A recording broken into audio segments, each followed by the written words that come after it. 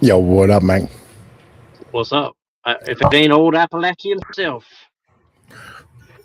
You gotta be kind of quiet. Shorty sleeping and shit.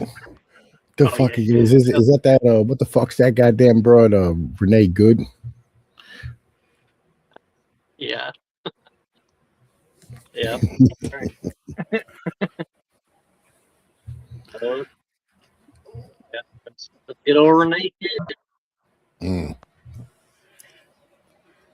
Man, listen, fuck. I'm taking the night off tonight. Fuck, man. Listen, I need to get some fucking rest. I've been on for like 9 days, fucking straight and shit. Exhausted. I hear you. I feel you. Well, I appreciate you showing up. I mean, you're always welcome. So, You know the deal. So what's going on today? uh, not much. Today's kind of my weird chill day.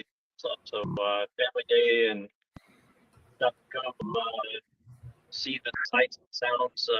And mostly everything looks kind of empty, but I guess it's not too shocking. But I don't know. The world feels kind of empty today. I don't know. Pretty weird. Like it's kind of. I mean, it's busy, but for like the amount of people that are to be here, it feels a little slow. Gotcha. Yeah, but I say, man, listen, I've been lounging all fucking day. I went and got my, went and got my fucking youngest son.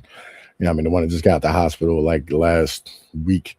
You know, what I mean, I fucking brought him over. He's been hanging. Him and my dad have like fucking really weird ass relationship. You know what I mean? Because like he's like autistic and shit. My kid, he's like 4. He don't walk or talk yet. But him and my dad, like they get along like fucking peas and carrots. It's the weirdest shit. So like fucking, you know what I mean? And it's the only That's good person in though. the world my dad likes. It's like let the motherfuckers hang out. That's Mm. good though. That's good. Get us someone to bond with. You know. I feel you. Something positive in his life. You know what I mean? Yeah, Shit. that's awesome. Hell yeah. Fucking, you know, been running motherfucking ragged the past like fucking month. It's been fucking awful. No, I So, feel you. Yeah, that's you. You work 9 days straight. yeah. That's that's always fun. I remember those runs. I used to do that a lot. Where I still feel like I do, but it's not like I did before. Where I remember I counted like one day I did like one time I did like I think the most I counted was like 40 days straight or something like that. And I just remember thinking like, what the fuck am I doing with my life? I remember So one time I did like 65 days straight when I was at the fucking mill, but like I was in my 20s. You know what I mean? Like I can handle it back then. Like this shit now, man. I'm fucking getting too old for this shit. It's fucking too much. You know what I mean? I was fucking yeah, snapping out on everybody today and shit. Fucking Shorty's like, why you all snippy today? I'm like, I'm fucking beat. That's why. Like, yo, listen, I'm fucking exhausted. no, I get it. And, I mean, it's weird. I'm not proud of it, but I used to cope with smoking the ganja a lot, and I was pretty functional. I mean, I have to admit, like I got a lot of shit done, but that shit makes you very short tempered over time, you know, and especially when you're tired on top of it and you're not dreaming, you're not sleeping right on top of it, you're not eating right on top of it. So yeah, I get you. I get you. Like I think that's one of the hardest parts about working is dealing with all the personalities when nobody wants to fucking really be there. Or, you know what I mean? Just stuff like that. But that's a good thing. At least you're not around everybody all day long. That's Yeah, it's still rough. Like I used to cope with like the alcohol and shit when I was younger, to be honest with you. You know what I mean? That's what I fucking did. Like that turned in like a whole ass fucking mess. You know what I mean? That's why I quit drinking when I was like fucking shit. 28, 29, something like that. You know what I mean? Like I just gave it up. I was like, bro, I can't fucking keep doing this shit. Like fucking I'd act like an asshole around everybody and just be, you know what I mean, drunk for no fucking reason, you know, fucking using it as like that fucking crutch going, oh, I need this shit. Like fucking I don't need that shit. Like fucking yeah. I've just been made me lucky. worse. Uh, yeah. I've been lucky because I always liked alcohol, but I never did it like habitually. You know what I mean? But I just don't. I just stopped doing it because I don't like to loosen up around people that I don't really fucking trust. Dude. Like I don't. Not because not necessarily because something bad will happen, but because you know what I mean. Like you just get too loose, and then you're like, well, I don't know. It's kind of weird. That's kind of why I don't like drugs too. You just loosen up around the wrong people. I feel like, Yeah, I mean, it just, I don't know, man. Like, fucking, I was always chasing pussy all the time, and I was married, and it was just habitually bad. I mean, just fucking always violent constantly because, like, alcohol don't sit well in my system. You know what I mean? Like, fucking, it makes my stomach hurt, makes my body all, like, fucking bloated and, like, inflamed and shit. You know what I mean? Right, you get that like inflammation and shit from it. And then all of a sudden, like, you're just miserable and you feel like shit, right? And then like that just leads into like just having like a bad experience. Just the whole thing turns into like just you're cranky and you're drunk and like like I'm a monster. So like fucking your fucking fuse is like a 1/4 inch fucking long. It's just automatic straight to like fucking yelling and screaming and throwing shit. Like fucking bad when I was younger. So I like, was. No, you reminded me. I was gonna say this is what I was gonna talk to you about too. Well, first, I'll mention this other thing that's political in a minute, but let's talk about the personal shit first. So, and I'm driving in the rain, so sorry if my audio sucks. Oh, you're good. But so it's like pouring fucking. It's like Seattle rain right now. So, which I like, but it's people drive like retards, so it doesn't make it very fun. But shit. What was this? Oh yeah. So I was watching this thing the other day. And I can't remember what it was, but they were saying something like men need like I don't know if they were saying scientifically or what, but they're saying like men need to spend like 40% of their time with other males in order to like live a normal, healthy, like psychologically normal life, I guess you'd say. Mm-hmm. And I was wondering what your opinion is on that. Like, do you think that's true?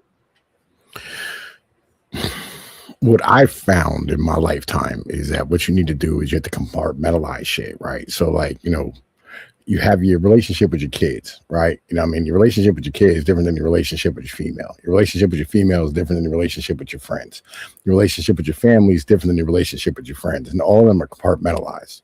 But you need all of them, right? You need these relationships in your life. And like being around like other men, like it's important that you have like that intellectual stimulation and that iron sharpens iron type of shit from time to time. You know what I mean?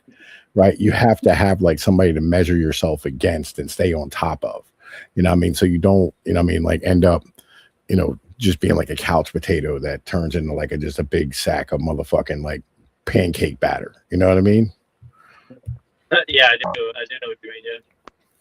And that's something that I've definitely been lacking for a long time. And even when I was working like in an office with almost all men and around guys all the time, like I think it's really, at least for me, it's always been very difficult to find men that I want to be around and not like, strangle or something. So,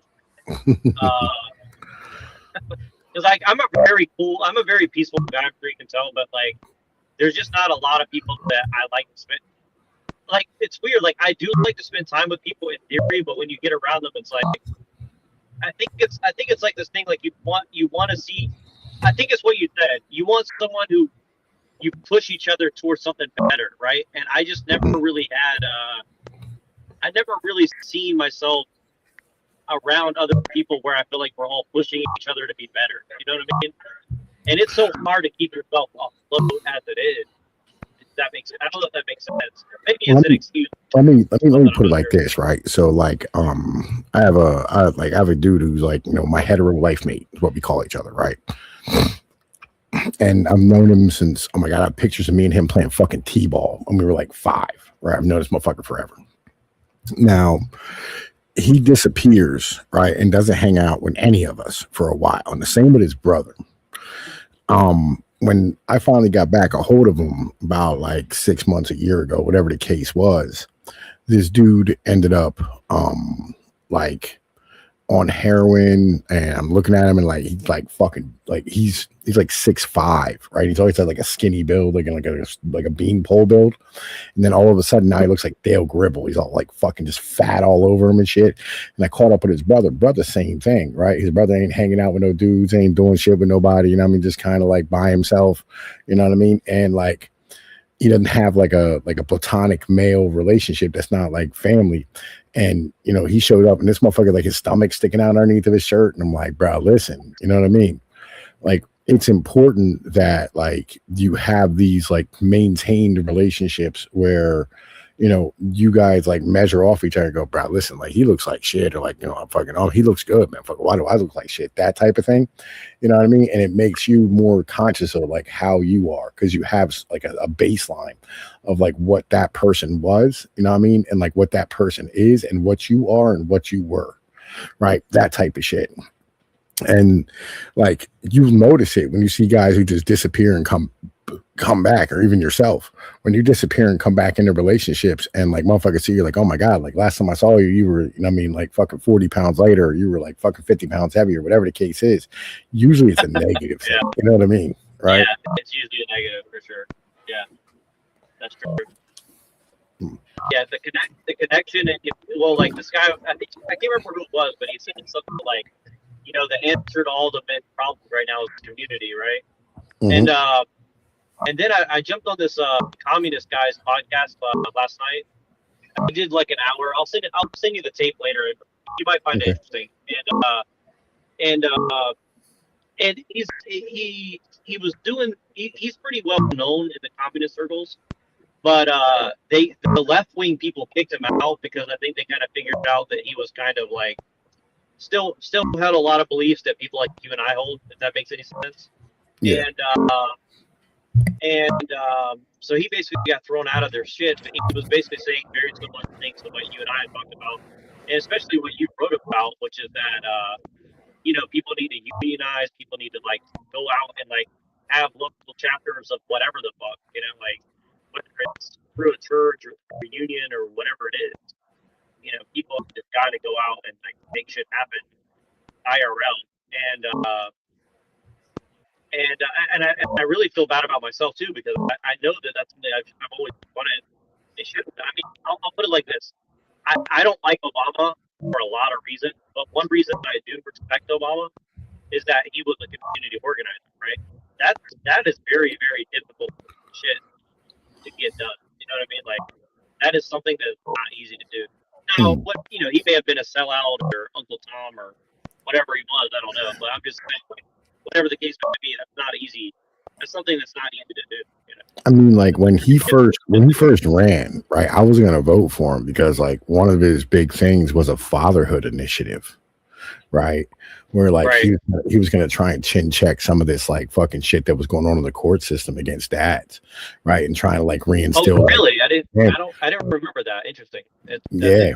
I was younger. I had just gotten in college, and sorry to interrupt you. I'm going to say this really, really briefly because I almost voted for him, and I'll tell you what happened. I saw the way everybody was like overly exuberant, and I just got a really dirty feeling about it. I'm like, I'm not going to go vote for him. But sorry, go ahead, please, because I did not remember that. That's an interesting. This was at the very beginning of his campaign, but he completely abandoned it and wiped it off his shit, which caused me to like turn on him. You know what I mean?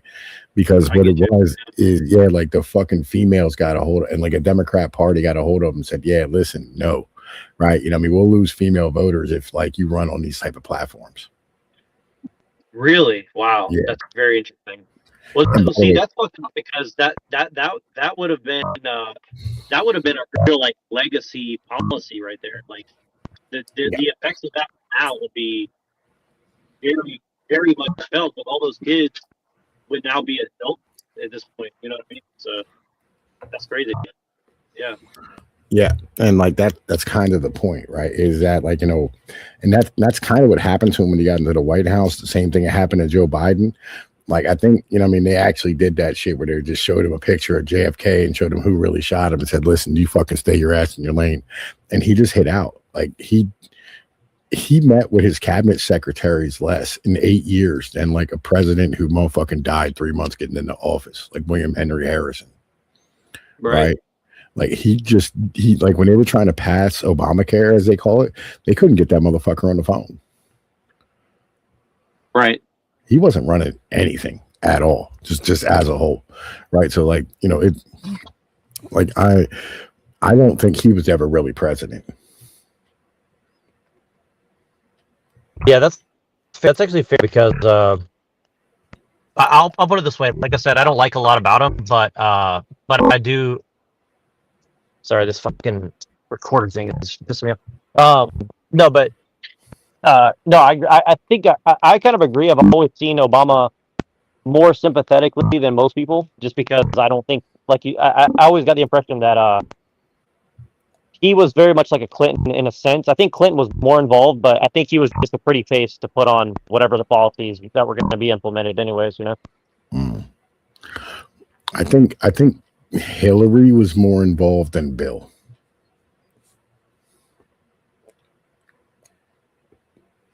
If that makes any sense.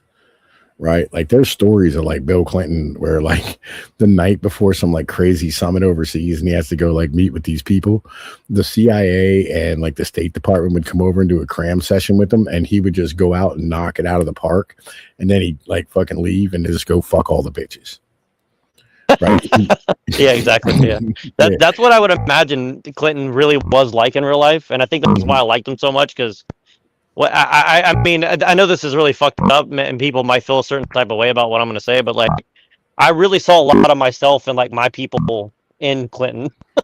Like, you know what I mean? Like, he was very similar to like a lot of people I grew up with, where they're just like, you know, smart, charming, but kind of like a procrastinating asshole who just was trying to like get shit to work at the last minute, and then he wants to go and get laid or whatever. Yeah. Like there's guys who like, you know, they, you know, were like his handlers and he would end up, you know what I mean, like they'd be like, yeah, we'd meet at a restaurant and like all this motherfucker wanted to do was talk to the waitresses, right? Like they couldn't keep his fucking attention, you know, like he was just like, you see that ass, you see those titties, you see that ass, you see them lips, you see them thighs, right? That he was just worried about pussy the entire time. He was not worried in any way about like the actual meeting. Yeah, I mean, I think the thing is like, I don't know. It's so weird now. Like I think this conversation that we're having 20 years ago would not have been controversial, but I always think now, like, you can't say shit now. But like, I don't think that's that abnormal for somebody in power, though. Like the amount of testosterone that you'd have to just even put on a face that you're like in charge is like. Do you understand what I'm saying? Like, like if your testosterone's over a certain level, like you're just going to be in that mode all the time. You know what I mean? I mean, I know that sounds like I'm not excusing it, but I'm just saying like that's well, it just kind of comes with the territory as far as I can tell. There's a reason. All right, so the guys who seek power and money, the reason why they do it isn't for power and money, right? It's for pussy. It's because they don't have any other way to get pussy. Yeah, right? I agree. I agree. For the most part, I agree. Yeah. Now, or they're gay, Clinton, you know, unless they're gay, maybe. Like Bill Clinton's a little different, where like Bill, you know, I mean, Hillary was basically like his handler in the end of the day. Like she was like his manager and she was pushing him to do all this shit. Because like if Bill was left to his own devices, you would have never heard about Bill Clinton. Oh, I agree, 100%. 100%, I agree. Like, well, I think that's the case for a lot of men in power. Family's fortune on cocaine and pussy. Yep. No, I agree. I think that's true of a lot of men. Like, and this is one thing where I think women, they get it twisted and they say, "Oh, the women have never been in charge." It's like women have always been orchestrating shit behind the scenes, one way or the other. I mean, it's just kind of weird that people don't, you know, acknowledge that fact. But yeah, I think, I mean, I could say it's true for myself, like for sure. Like, you know, when a woman behind you, whether even if you want to pretend that you're fully in charge or not, it always has a huge impact on like the direction that you're headed or trying to go in, for sure.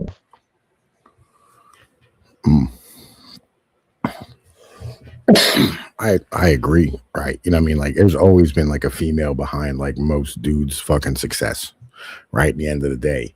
But I mean, how do I put this? There's men like Jeff Bezos or Mark Zuckerberg or like Bill Gates, right? Where like these are men who built their own shit on their own, right? I mean, with lawyers and like other motherfuckers around them, you know what I mean? Teammates and shit. But they did it, right, as a whole to get pussy, right? They didn't do it because that's what they wanted to do, right? But that was the only way they were ever going to get laid and like have any like ability to have any social standing. Let's look at Bill Gates. Yeah, 100%. Right. You know what I mean? Like if Bill Gates didn't make something of himself, he'd be a fucking incel nerd until he's fucking 40 playing Dungeons and Dragons. But I agree, and that's one of the reasons why that's what's kind of weird about it is like a lot of these people end up as gangsters because it's almost like just a part of what happens to them, right? Like they would have just been some nerd, but then they get all this power and women, and they kind of feel like, you know, whether they feel like it or it's just a part of the game, like they kind of become little mafiosos in a sense, you know. And it's the curse. It's the curse of the short king and like the dysgenic, right? Like so. If you're like, you know, tall and strong and, you know what I mean, like fucking properly genetically built and all this type of stuff, you tend to be, you know what I mean, like successful, but not as successful as like the top end guys. Like all the top end people, if you look at them, they're all dysgenic as fuck. Like none of them like look like a Chad ass motherfucker. You know what I mean? Right. And it's because like in order to reach the top, unless like you were handed money, you know what I mean, like Trump or somebody like that, you know what I mean, you're the only way you're ever going to be able to make something of yourself. And there's only some of them that break through, like, you know, JD Vance or whatever the case is, right? Where they're going to stand here and like be extra. This is, you know what I mean, like how many fucking nerds are like engineers somewhere that you never heard about, right? You know, but like it's the ones who like really, really break out and are exceptional or make like, you know, they're very lucky, right? At that point. And they become, you know what I mean, like much more than what they are. This is, you know what I mean, this is why I bitch about Anglos. It's like, you know, these Anglos, you know, like they're, you know what I mean, not as strong, not as like fucking capable as everybody the fuck else is. They have zero goddamn fucking culture and like they've been conquered multiple times. What do? They go start conquering everybody the fuck else and kill their culture. Right? They weaponize their fucking religion like through their government, and they just took all that fucking force and pushed it into everybody else. That's why I bitch about them, right? Because all the rest of us are like, yo, we don't need all this shit. Like we're good. Like we're fine. I do. As I said many times, I do actually agree with you on the whole of that situation. Like as a semi-Anglo, I don't know if I really fully qualify as what you're talking about because like I've met the real Anglos and like I don't have a lot in common with them, but you know I look enough like them to get blamed for all their shit, so I guess I have to take some pride in it as well. That you know we are destroying the world in a sense, but it's like, you know, it's almost like, well, if anybody's going to destroy the world, it might as well people who at least look like me, since I get blamed for their shit, I guess. But you know, so it's like it's almost like I don't want to like it's almost like what they call what do they call it? Like, I don't want to like punch to the right. Like, well, if they're or whatever. I don't know. There's a lot of different terms for it, but it's almost like I don't want to, you know, like if I'm going to get lumped in with them too, then it's almost like I'll give you an example, right? So like a lot of these communists go around saying like white supremacy is the worst thing ever, and this is why gay people for in like Kenya and Nairobi are suffering because white people all over the world are blah, and again, like, yeah, there's some truth to it, but it's also like it's almost like they're worshiping whites in a weird way, where they like just say everything is white people and they take zero responsibility. Like, yes, it's true, but it's also like infantilizing whatever group of people they're talking about. And so it's almost like, well, you know, it's kind of like everybody calling you Hitler because, or like everybody I don't like is Hitler or something, right? It's like if you're just gonna get called Hitler, it's like, well, I might as well just not. I'm not gonna like sit here and say, oh, I'm not Hitler, because everybody's calling me Hitler. So it's like, all right, let me first say this, right? Those people are not communist or socialist, right? Yeah, right. Okay. like, yo, because no communist would say nonsense like that. That's just Well, I completely call them liberal. I just call them liberal, but yeah, I get you. Yeah. Well, they're liberals, but they're socialists, right? Like socialism came out of liberalism, right? In the end of the day, yeah, because like communists don't really have that type of mentality. Like communists are more, you know, what I mean, like fucking, you know, everybody should motherfucking have what they need, that type of thing, and nothing more, right? And communists tend to be much more Chad ass motherfuckers at this point, right? Because like they understand what communism is, right? Like this, but that's like communism is not like this bullshit of like white supremacy nonsense, right? Because like the communists understand, like, you know, you fucking it's not about like the global South, right? Like that's fucking retarded. Like the global South doesn't want their shit. Like anyway, doesn't matter. But this is they're socialists. No, I get you. Right? No, I get you. I've been hearing that. I've been hearing those talking points too. Yeah, right. But like, yeah, fucking, this is the problem of like the Japanese, the motherfucking, the British, the fucking French, right? It's these people who have been the Dutch, right? So people who have been ransacked multiple times, right, by like outside fucking people, and then they like took and they went to war. Or, the Portuguese is another one. They went to war with the entire world, right? You know what I mean? In order to like beat back everybody the fuck else, right? And it's really a process of insecurity of like your own people, right? Where it's like, you know, we have to extend our borders forever, right, in order to like be fucking successful. With the thing with the French and the Spanish and the Portuguese, though, what ended up happening is the church said, hey, listen, you know what I mean? Like your king is under us, right? He's under God, he's under the Pope, and your laws are under God and under the Pope. And so therefore you have to give rights to the indigenous people. That's why like Mexico and like fucking South America and like fucking Central America are all kind of like fucked up, is because like they actually like included them in shit. Right, like the Franciscan monks and like the guys who were over there trained in, you know what I mean, like fucking Rome or fucking Spain or wherever the case was, they fought for the rights of the indigenous people and helped with their revolutions, right? And those people ended up, you know what I mean, like taking power, and so therefore they ended up preserving like a lot of their cultures and their ways of life and all that type of shit.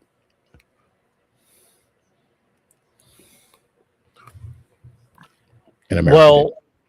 Yeah, definitely America hasn't. I mean, you know, we got hamburger and French fries and shit, which is kind of cool, but you know, macaroni and cheese. That's us though, but like still. Yeah, it's funny. Like I have to admit, I did literally grow up on like bologna sandwiches and macaroni and cheese.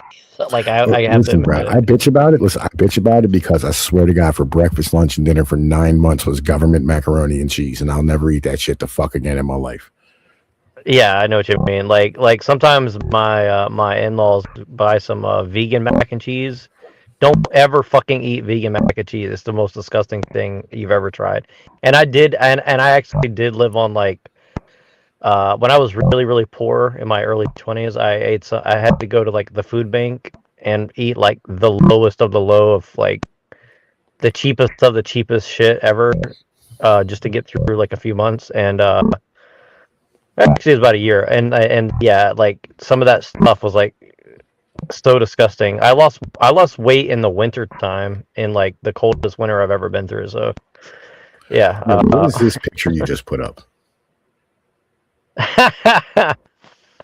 Well, this is a dude that I found, and I was going to get your opinion on it because it kind of goes into what I was going to talk about next. It's I don't know if you can read it. If you can, I'll read it to you. I can read it. I'm on my computer, right? So I got like a big screen fucking monitor and shit, right? Okay, so what do you think about what do you think about it? All right. A harem works better than like a one-on-one relationship, right? And the reason for this is because like that woman has somebody else to fucking talk to. Like a woman actually has a community, right? When you have more than one female. So therefore, like, you know, you're not bogged down with all her bullshit on a regular basis. Right? Now, I disagree with mixing with the Asian race. You know what I mean? I don't think that we should be mixing with the Asian race, like just as a whole, because like all your sons will never get laid, and that's a goddamn terrible thing. Right. But you're saying, but the principle itself, he's on the right track. Yeah, I mean, like, listen, I used to have two females in my bed every night, right? That was, I mean, like a normal thing for me.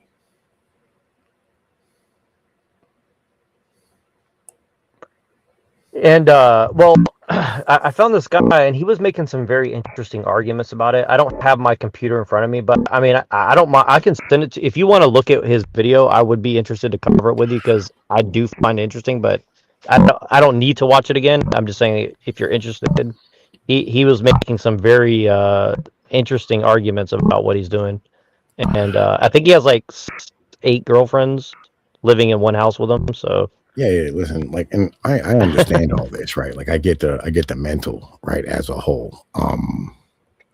And I also understand, like, that in the West, this would never work.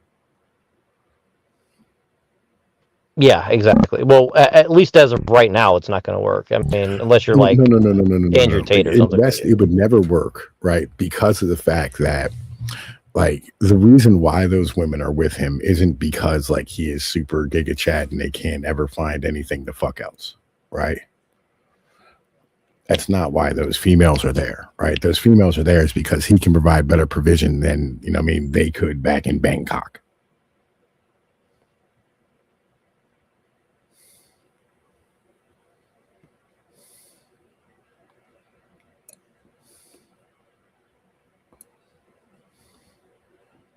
And in the West, this would be considered sex trafficking.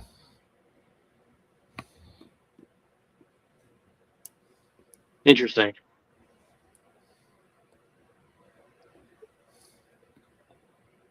Well, wouldn't you say a lot of corporate jobs are kind of like sex trafficking as of right now?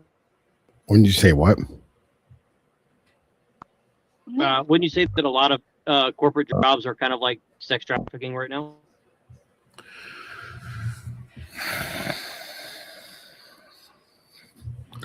Yes. I mean, I don't think it's sex trafficking. All right. So, listen, you're never going to catch them on the hypocritical point, right? Where, because, like, yeah, listen, they like take advantage of you because you're desperate and force you to do shit you would never do, right, in any other condition, right? And I mean, but like on the same level, if you have, you know, what I mean, like 2 or 3 females living with you, you know, what I mean, because like, you know, they didn't have any place to go, you know, what I mean, and like, you know, you're like, hey, listen, you come hang out with me, you know, what I mean, fuck me, be around my females, you know, what I mean, be part of my fucking shit, and be on my team, right? You know, what I mean, motherfuckers would go, you're raping that woman. Because like, oh, you know, what I mean, it's a transaction that's beneficial to you and it's like monetary. Now, if she would go show her pussy on the internet, right, for money for strangers, it wouldn't be that big of a deal. But, you know what I mean, like we have seen this multiple times recently where like, you know, you have females who, you know what I mean, like are desperate, whatever the case is. And, you know what I mean, they're trading, you know what I mean, their vagina for, you know what I mean, like a place to live or whatever the case is. And it's considered rape. That's why that would never work here.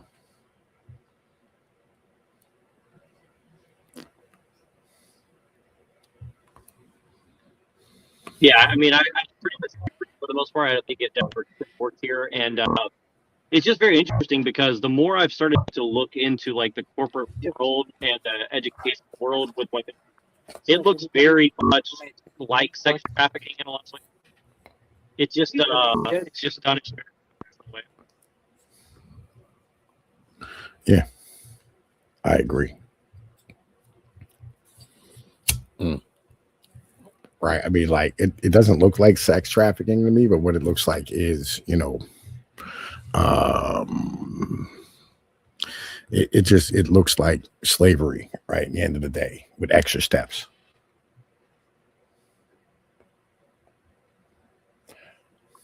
Well, it's funny. Like I've been. This is one of the reasons I've been on TikTok a lot. Is just to see like all these very miserable, 20 something, 40 something, actually even up to like 65 something, or women who are just saying like how free they are because they're educated and don't need a man and all this stuff, and even some of them even have husbands, and they're basically just saying the worst things possible about men, and it's like it's very very shocking, you know, to be honest with you. I mean, it's not shocking to me, but it's just kind of it's just incredible how hateful they are towards men and men's sexuality and stuff like that. Which is why, like, I found pictures like this and I started putting it in my videos because it really triggers them, you know. So I started just like putting this out there, and it's very funny. Yeah,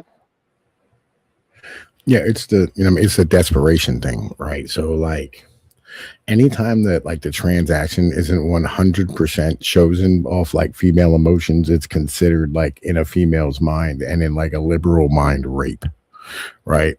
Like anytime you put into like the aspect of where it's like, yeah, listen, you know what I mean, either she finds a dude and like, you know what I mean, she figures out how to live so she can survive, right? Or like, you know, fucking she finds a dude and fucks him so she can have a place to live, right? Or, you know what I mean, like she fucking, you know what I mean, ends up homeless, right? That, you know what I mean, transaction is considered rape in our modern society, right? This is the modern liberal mindset, and this is how women think, right? And what they consider like fucking men, and this is a problem of like our society not understanding like what the transaction is supposed to be, right? Where like you and your female are supposed to be working together to like maintain a family, right? It's not supposed to be like, you know, you're going to work to maintain the family and she's there to like, you know, fucking vacuum, right? That's not how this operates, right? Because her contribution could be like fucking replaced with, you know what I mean, like a fucking Tesla bot, or, you know what I mean, like a fucking Roomba, which is a goddamn tragedy, right? You know what I mean? The end of the day. So a Roomba bot that gives you sex once on your birthday every year. You could just pay for pussy, right? You know what I mean? That's the mental. Well, it's funny because a lot of these liberal or leftists or whatever, they're very much advocating, and some of them call themselves Marxist-Leninists, in fact, and they're very hardcore advocating for the rights of sex workers to use the capitalist system to sell their bodies to the marketplace, even if they don't need to, just because it empowered them in some way. And I just find that like extremely bizarre in a lot of ways, but yeah, and gross, of course. But remember, Marxism and Leninism is still utilitarian in the end of the day. You have to remember that capitalism's utilitarianism, socialism's utilitarianism, communism's utilitarianism. All of it has nothing to do. All of it just has to do with the way that fucking the goods get from, you know what I mean, the fucking farmer's field to your fucking mouth and your tummy. That's all any of this shit is. None of this is a fucking lifestyle. None of this is a mentality, right? All it is, actually, it's kind of like a religious aspect of how you believe the fucking structure should be built. That's interesting. So isn't it? I mean, I guess it's women, so it shouldn't be that shocking.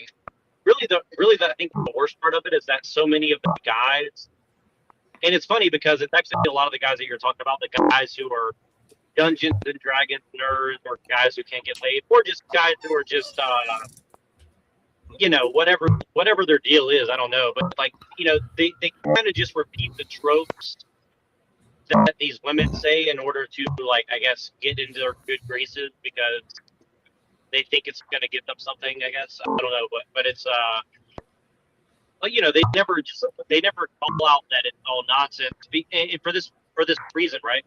Because they're trying to take a utilitarian religion and turn it into like a moral religion, right? And I think that's kind of my biggest problem with it, is like a communist who's just a communist doesn't really bother me that much, because at least I can confront it on its own terms. But it's like this weird, like, feminized, like, morality that they try to wrap around it that I really, you know, don't like. You know, well, think of it this way, right? Let's say you had to rely on your wife to go to work to feed you, right?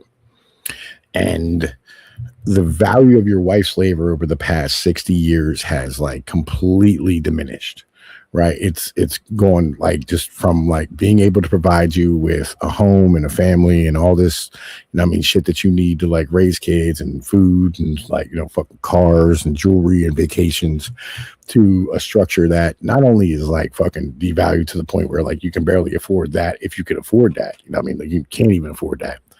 It's stepped up to the point where now like it's not even like fucking stable, right? Where like the guy is probably gonna have to switch jobs like 10 times and maintain massive amounts of debt and put everybody in distress inside of the fucking family in order to do it, right? You would look for a way out too. That's where everybody is. Yeah, yeah, yeah. No, that see, I like that. That's a really good. And honestly, like, if I want to put it, I want to put it in the right terms, because when you say it like that, and if you see my interactions on TikTok, so, a lot of them I haven't recorded, but a lot of them I have. But I have one today, and I thought I could get the tape of it, and I couldn't. But it was very much with women like this, and I definitely caught that aspect of what it is, because and it's kind of weird because they don't want to just say that outright, and I think it's because it's kind of like a weird like saving face of, and of course, no offense, ladies, but a lot of women don't want reason and accountability, to quote Jack Nicholson. But that is definitely, I agree with you. I think that is really a big part of it for sure. And I guess the thing is like, is there any way to make the case where women would agree that they want men to be that way again, or is it just not, or is it the situation that we're in now just make that impossible? I don't fucking know, right? I mean, like, you could sell. All right, here's the problem.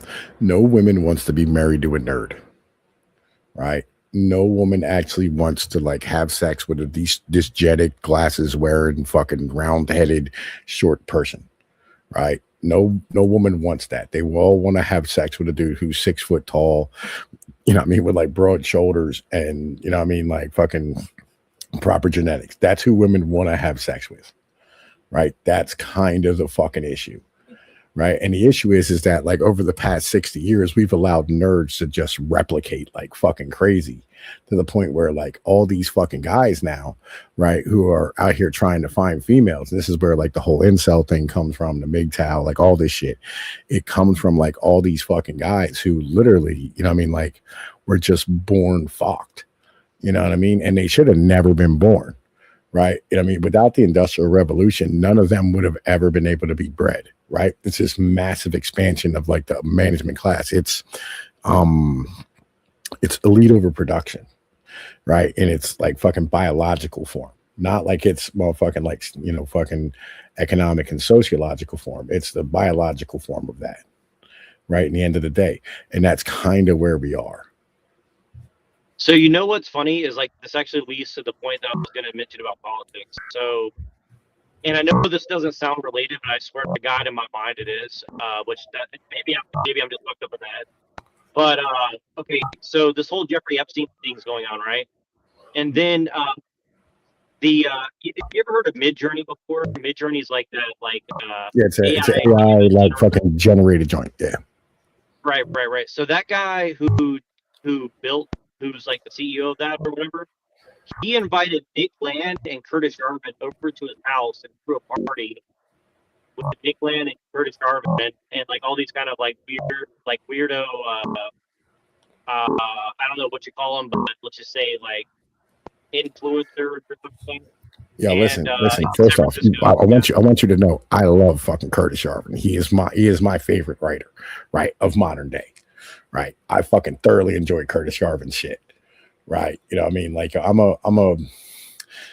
real adjacent to the neo-reactionary shit. What I mean? So like, I don't really like Nick Land because he's a fucking Brit, but like, fucking I've read a lot of his stuff. And they're not influencers, right. They're neo-reactionists, right? So they're basically like tech utopianists, right? Right. Well, Right. Well, it's kind of weird because like I have really mixed feelings on a lot of the stuff, as I'm sure a lot of people have gathered, and because like in a sense, like I think like if we can't stop the technology anyways, like maybe we should just try to make the best of it, even if we're all gonna die, I guess, you know. Um, and if we can stop it, then a lot of people are gonna die anyway. So I think that's the other side of it, right? Like either way you go, you know, there's not really going to be a like good choice in the matter, right? And I'm just honest enough to say that out loud. Like I just think that I think that's just the truth, right?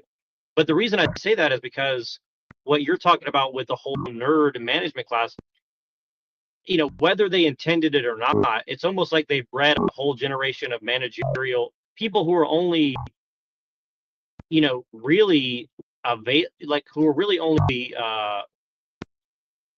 geared towards managerialism, but now there's no real need for managerial people. And I think this is why, I suspect that they're kind of depopulating the world and why they're specifically going after, quote unquote, whites or other people who are kind of nerds.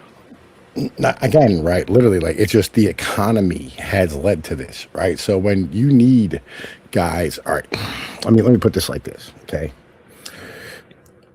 There's a bunch of new YouTube videos that came out in like the past 6 months, and they are basically AI ridden and AI motherfucking read with like either like a British voice or like an American voice, and it's really really good. They're good voice models. They're not like today we stood here and they're fucking great, right? They're fucking really really good shit.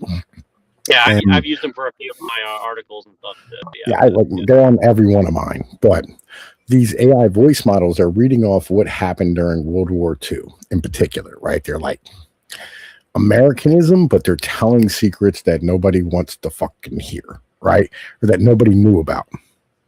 We didn't beat the Germans and the rest of Europe, right? Because of the fact that we had better soldiers, right? Or because we had better pilots. Like the entire idea of dogfighting is nonsense.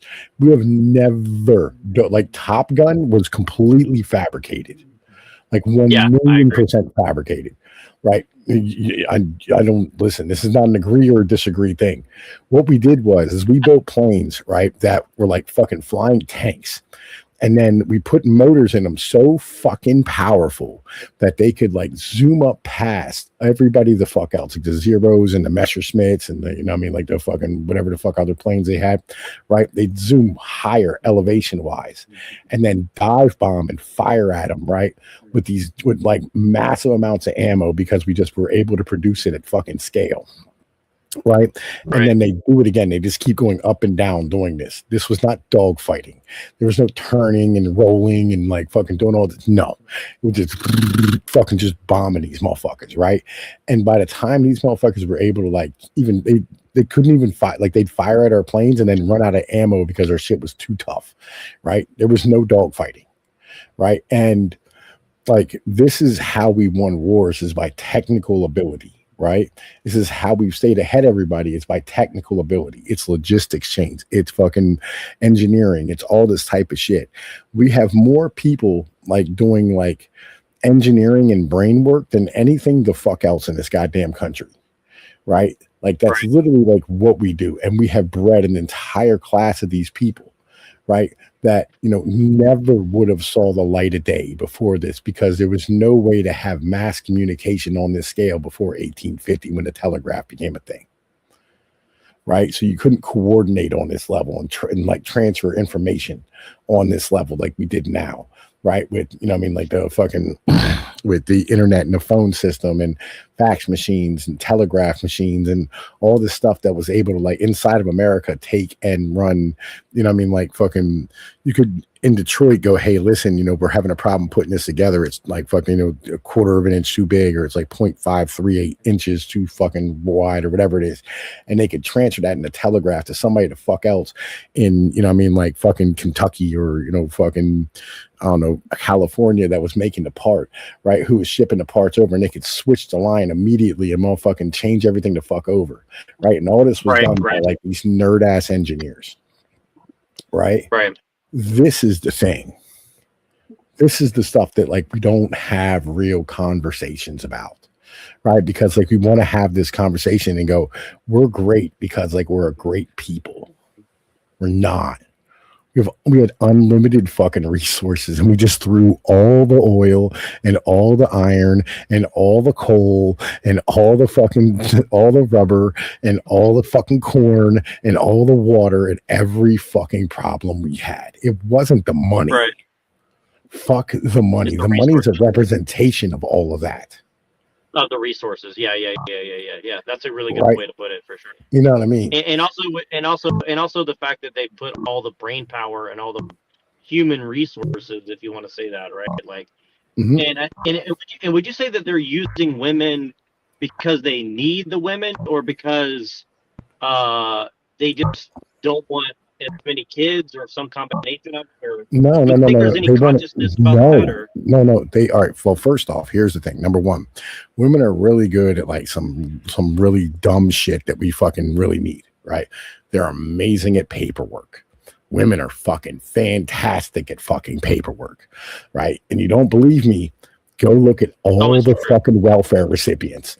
How much paperwork do they have to fill out to get all that benefits and shit? Right? They're amazing. Black women are fantastic at that type of shit. White women are great at that shit, right? And so we use them for paperwork to keep track of all the legal and dumb and fucking copyright and fucking accounting and fucking, like employee files and all the shit that has to be done for that. And they're fucking super docile. But on top of that, when you add them to the labor pool, you're taking 50% of the fucking workforce and putting it into the fucking workforce. Right. So basically you're doubling the size of the workforce while keeping the pay rates down. There you go, buddy. That's why they want women in the workforce. It has absolutely fuck all to do, right, with they don't want any kids or da-da-da. Those are second order effects of the shit that they want with the economy. And what you're saying is we just don't have any leverage to demand otherwise, essentially, right? Yes, because this economy was not built by like strong men with their using their backs to toil on shit. Yeah, there was a bunch of us working in factories. Like 30% of the population worked in factories in 1960. Yes, that's true.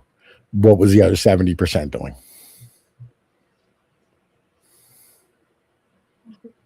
I have no idea. How about like logistics? Right. You know what I mean? So you're saying, so based on what Yarvin and all these people have said, and I'm going and I'm going somewhere with it. I just stopped driving. So listen. This is not Yarvin. This is me. This is no one else. No, I get it. Like this is just me, dog. No, I agree with you. No, and I agree with your points. And I'm not trying to give Yarvin the credit. What I'm saying is like, because you've read Yarvin and these people, do you think that there's any hope for what we want, or do you think that ultimately, like, it just looks like it's going to go generally in the same direction? Yarvin is our best bet to get where we want to go.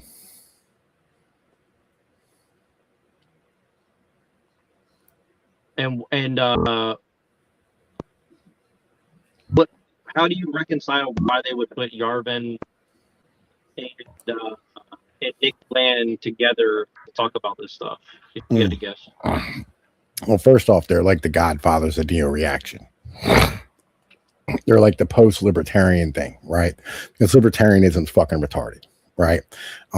Basically, the structure is that you need a more centralized state to maintain the ability to have logistics and have, like food and agriculture and trade and all this shit that requires centralized motherfucking shit, right? So libertarianism's fucking retarded. It just don't work, right? Hang on a minute. I'm gonna look up something for you real quick. I want to read you something.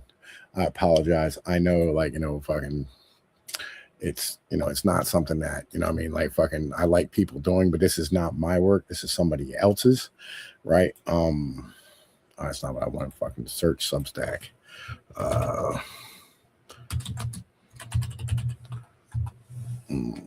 Gray mirror. Hang on a minute.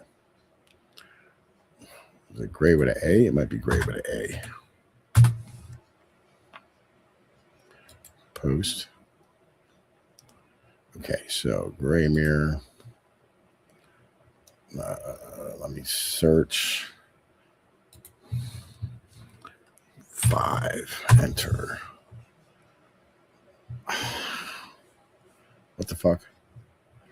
That's not what I wanted. Go back one. Fucking search for 5. Man, listen.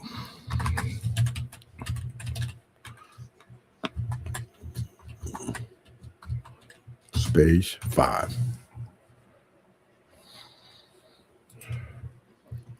Okay, so, all right. So in chapter 5, right, which I could probably send you so you could have this too, right? I'm gonna send this to you on Discord so you can have it and you can read it yourself, because this is like fascinating shit that I thoroughly enjoy, if I'm being honest with you.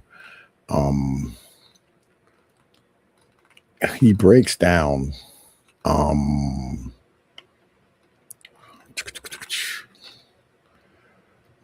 right, he breaks out the different kinds of people, right? Basically, fucking, you have fucking cosmopolitan, traditional, deracinated, and ancestral people, right? You know what I mean? He breaks down as Armigers, Yeomen, Latsari, and autochtons, right? And basically, we don't really have like a large population of motherfucking like indigenous human beings. Like, Native Americans tend to be a very small population, right? But what we're looking for is yeomans, right? So here's how this works. Armigers are as unique and as atomized as children, which is, like the cosmopolitans, and must be governed accordingly. Govern your Armigers in a modern way and rows in a big flat database, which you have a row for each yeoman as well. But you do not govern yeomen individually. You not even govern their villages. You govern their sections. In practice, this means your bureaucrats at the culture department oversee their foundations. Empires as different as the British, the Ottoman, and Roman have used the same pattern, which British called the indirect rule. Everyone is best governed by those like them. Everyone still has to share one physical country. The national regime handles all the conflicts between sections and the exceptions that cross sectional boundaries. Governance of yeomen, which is, just like traditional normal human beings under this version of indirect rule, happens at 3 levels: the village, the section, and the regime. At the village level, every tradition is different, but a village can govern its yeomen tightly as its tradition and judgment requires. The masculine level of social control is roughly the power of parent over a child. The village controls the person's minds, possession, and of its yeomen.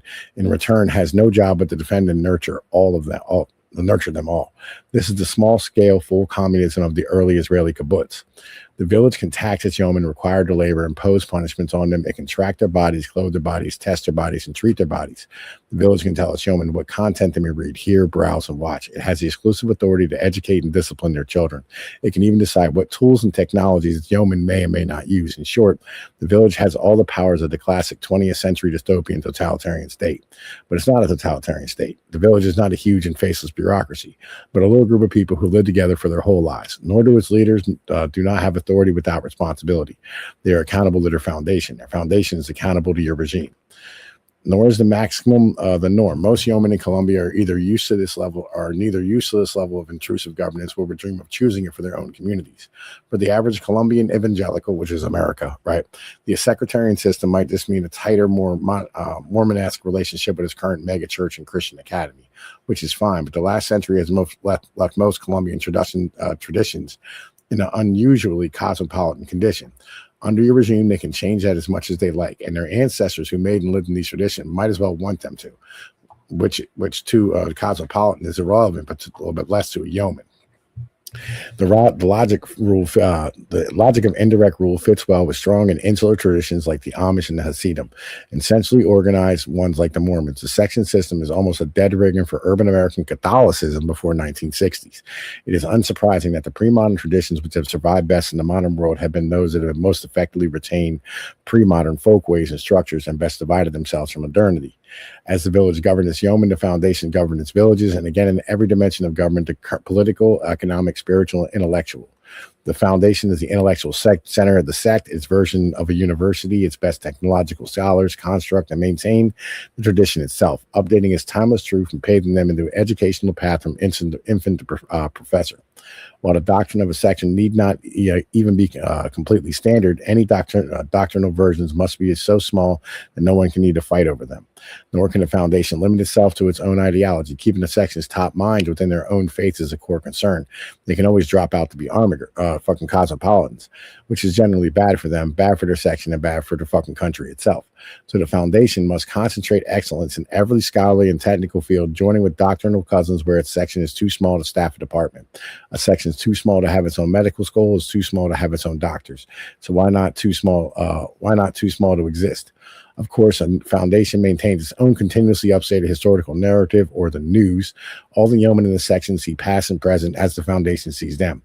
The traditionalists have social media, the web, and Wikipedia, but online pals are within their own tradition.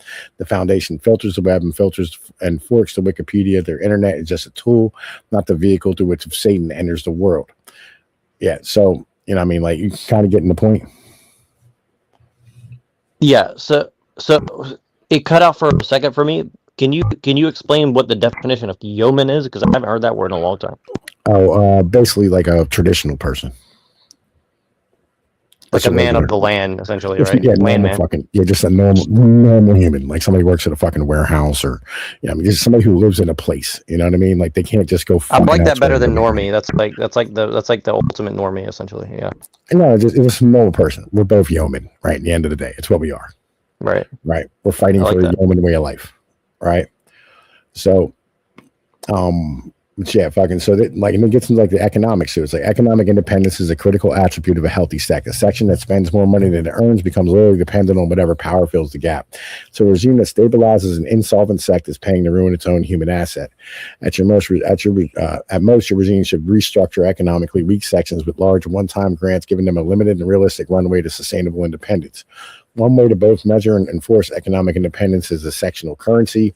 If the currency floats and its trade deficit is a zero floor set by import certificates, the market reacts to sectional weakness by making imports arbitrarily expensive, where an import means spending outside the section.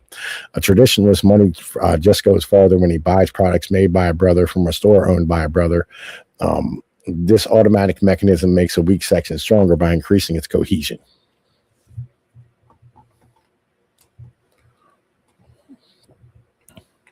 So I know this sounds like I'm against what you're saying, but I'm actually digging it.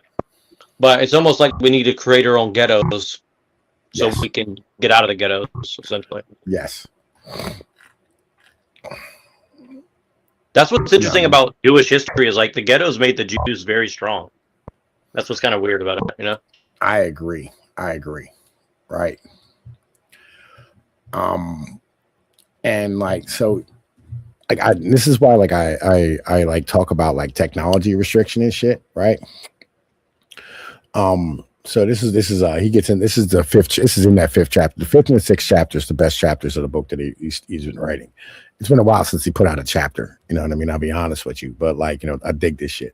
Naturally, reality shapes all markets, yet the power of free markets is great. So when a state sets out to distort the free market, it should emulate a state of nature. It is hard to conquer nature, but easier to surrender to her. Power finds it's hard to make things easy, but easy to make things hard. Technology restriction is the best way to distort labor markets because TR emulates a state of nature in which the restricted technology mysteriously fails to work. The more broadly we define technology, the more easily we can appreciate the metaphor. Mercantilism, for instance, works by disabling the technology of importing goods and services. As far as the demand for your subject's labor is concerned, it matters not at all whether a product is imported or robot made. Either way, it was not directly worked for, which means you have the law. You have lost the expectation of appreciation of human capital from labor, unless the import was paid for by a labor demanding export product, or the robot took thousands of hours of demanding hand assembly by an army of watchmakers. But of course, the literal purpose of both imports and robots is to replace human labor. So smash a robot, stick to container ships. Well, maybe.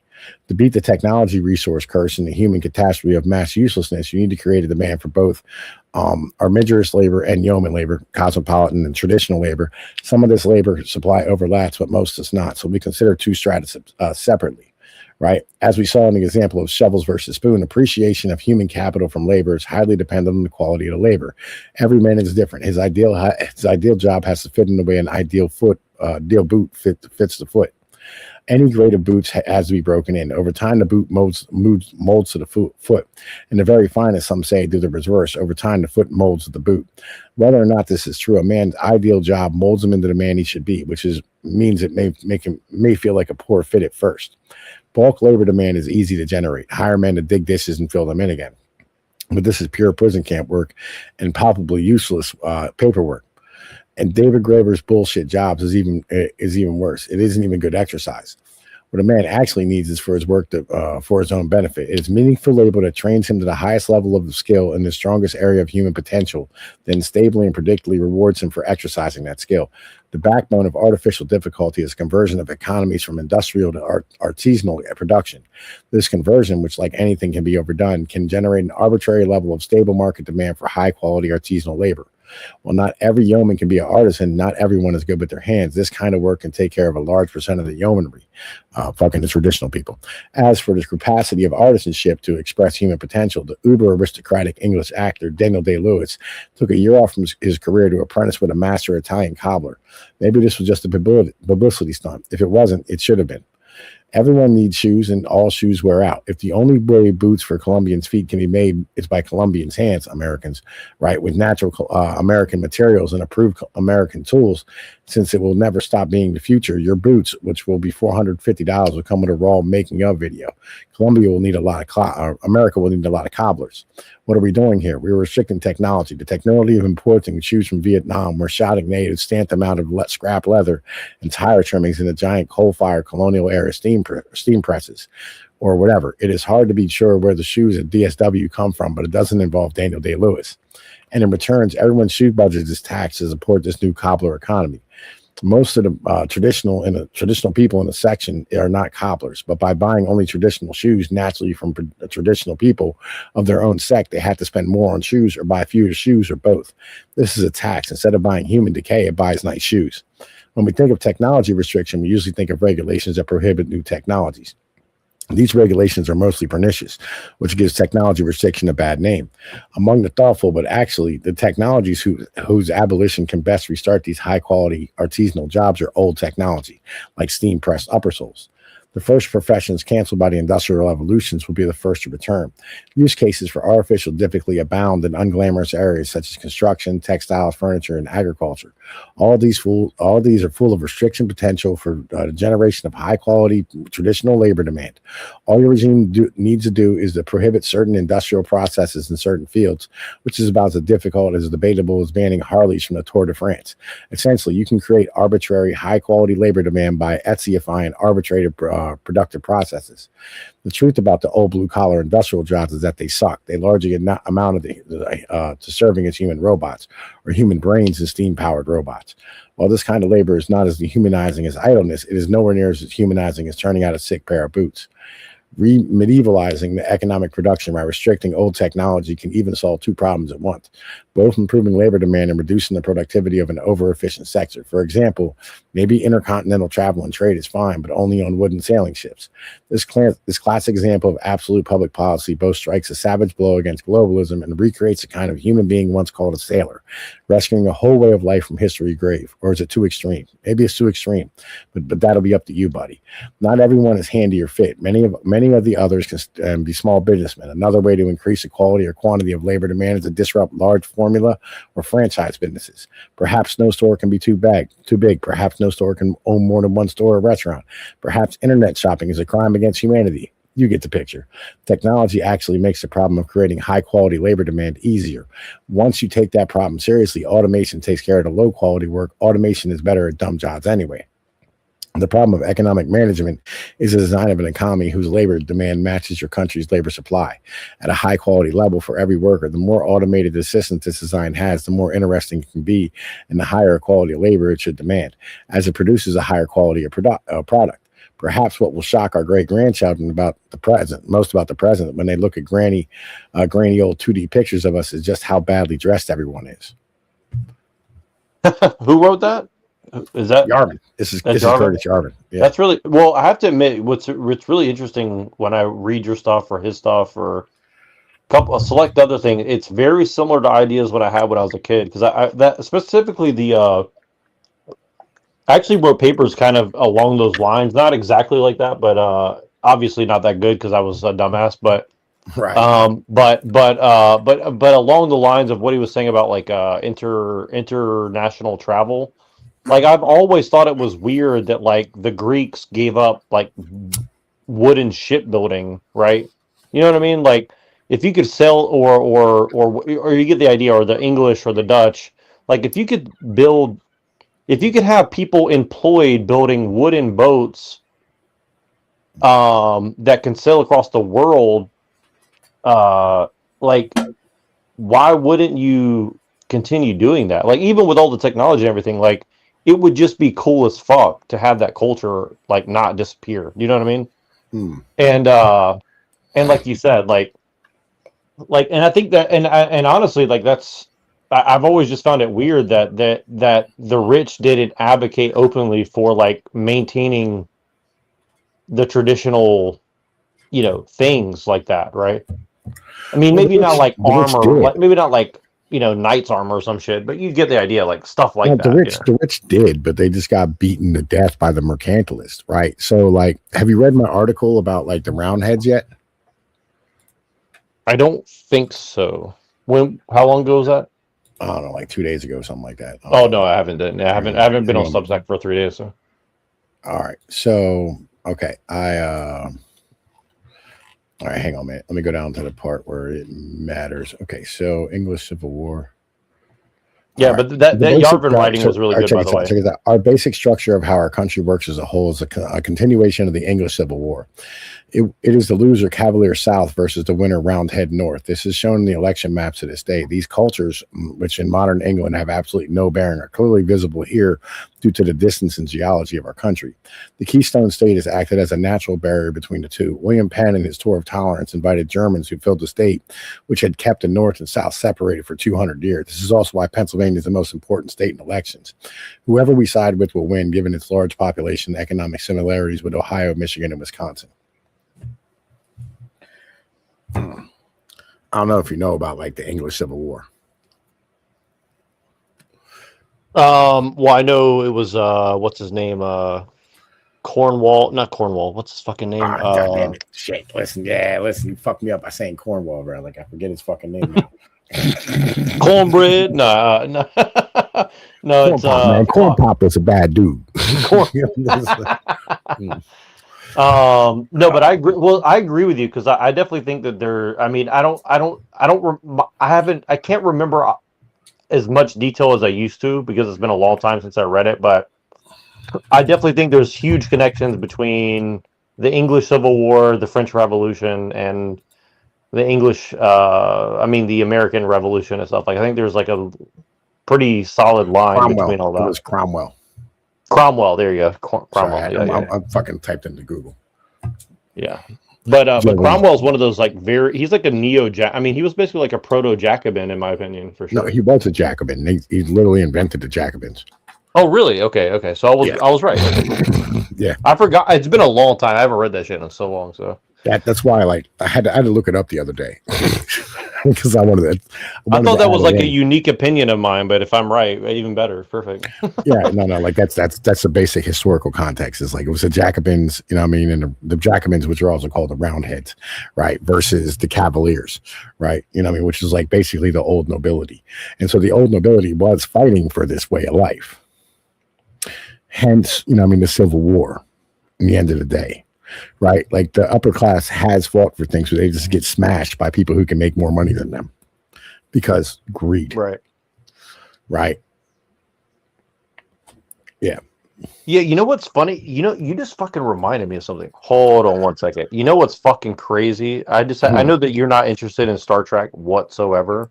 I mean, like, no. I like the Ferengi. I think the Ferengi are like fucking awesome. Like, listen, I list like their laws of power in some of my articles and shit because I think it's fucking hilarious.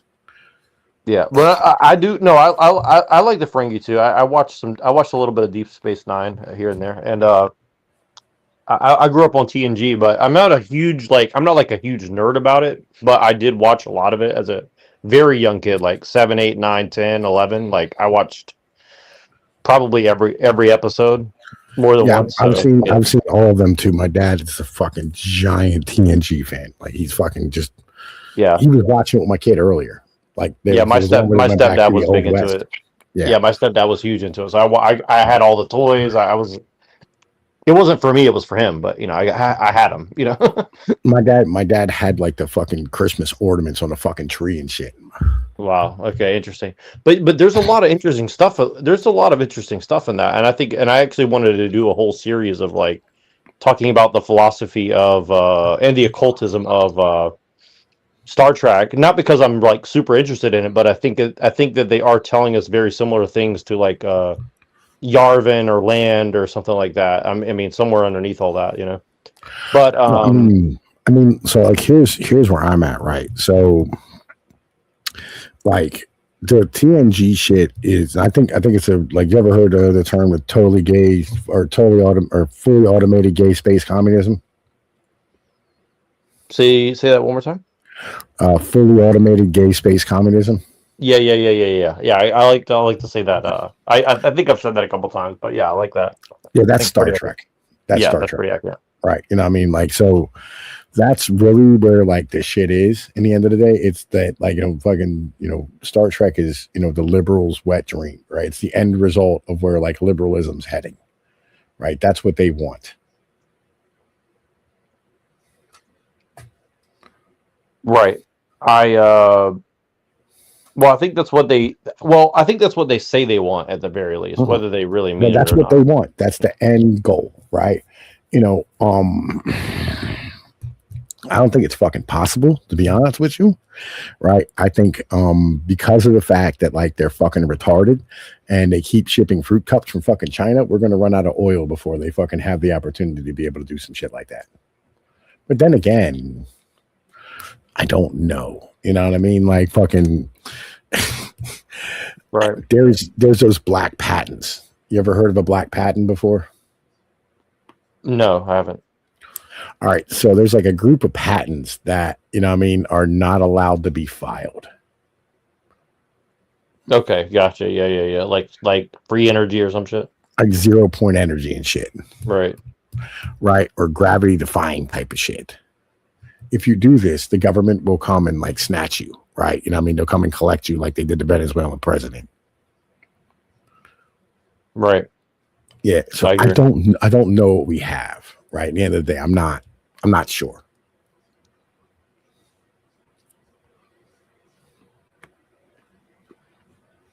What do you mean?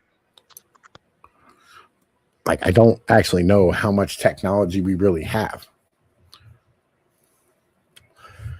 Yeah, I agree. I think that's something I've been trying to figure out myself. We're not going to figure it out. No one's going to figure it out. It's just, we don't know. Well, I mean, if I were in charge, I would also leave everybody guessing as well. If I didn't have that much technology, I certainly would project that I did, but not openly, right? And I think that's where that's kind of my opinion on UFOs and stuff, is like, whether they're real or not, if I didn't have the technology, I would still like use holograms and tell everybody I did, or show people that I had it, but then deny that I had it, right? You know what I mean? So, I'm torn, between like knowing that the elites are fucking retarded, right? And on the other hand, knowing that like there's shit that I don't know about, right? You know what I mean? Like it's a hard case to like argue about. You know what I mean? Because like you just go, I'm not sure, right? Like who's still competent, and who's not. Like I know the military is fucking so goddamn corrupt, right? Like there's all types of contracts going all over the fucking place. You know, and there's an investigation I kind of want to do a little bit, right? And I mean, which I might do at some point. Which this is like there's all this stuff, right? Like you ever heard of a guy named Igor Pasternak? No, definitely not. All right, so Igor Pasternak, I covered him back in 2019, 2018, 2019. He was a major campaign donor to Adam Schiff out in California, right?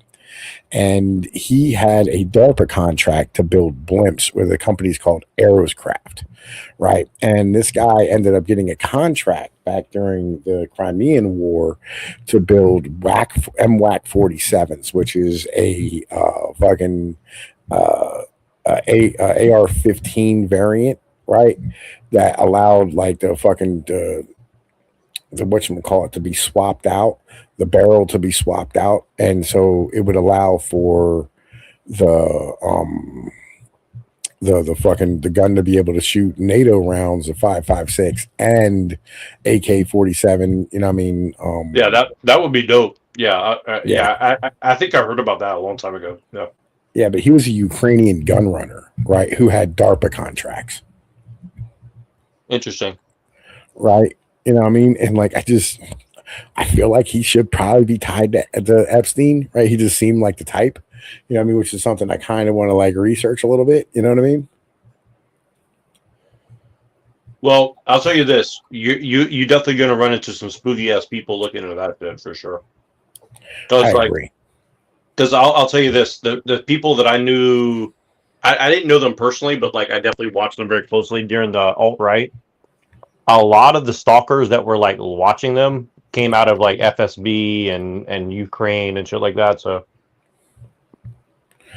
yeah, I'm aware.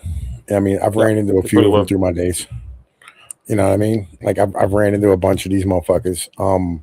I've also ran into like CIA guys and like high level intelligence motherfuckers who were like wandering around Discord, right? You know, and had some like real conversations with them. And once they like, you know, I showed them my work and I was like, listen, I do actual journalism, blah, blah, blah. You know, and they told me about stuff that like, you know, fucking is going on and shit. You know what I mean? At one point I had a UN security clearance somebody gave me. But like, yeah, as I said, I don't know what I don't know. You know what I mean? Like I'm like, I've been around the real world, if that makes any sense. yeah, I remember you told me a little bit about that. So yeah, I mean, here's the thing: is like I've never been around the real world in that sense, but I've definitely had people drop me enough like hints to like get the drift of what's happening in some ways, right? For example, when I first started doing YouTube, one of the things that motivated me was I was watching all these ex-contractor YouTubers. You know what I'm talking about? Like the ex-military, I mean, basically CIA, but they said, oh, I work for Blackwater or I work for whatever the GNA or whatever. I can't remember what they call it, but some shit like that. And I watched how this network of ex-military YouTube's grown. I'll give you an example. Sean Ryan. I watched Sean Ryan when he first started, basically, you know. Now he's like #1 podcast in the world. You know what I mean? So if you watch that dude and the people around him, like I think you learn a lot about how, like, they don't really hide what they're doing, right? and so it doesn't surprise me that you run into those kind of people on Discord because I mean it would make a lot of sense that they would be up in there like looking around, you know.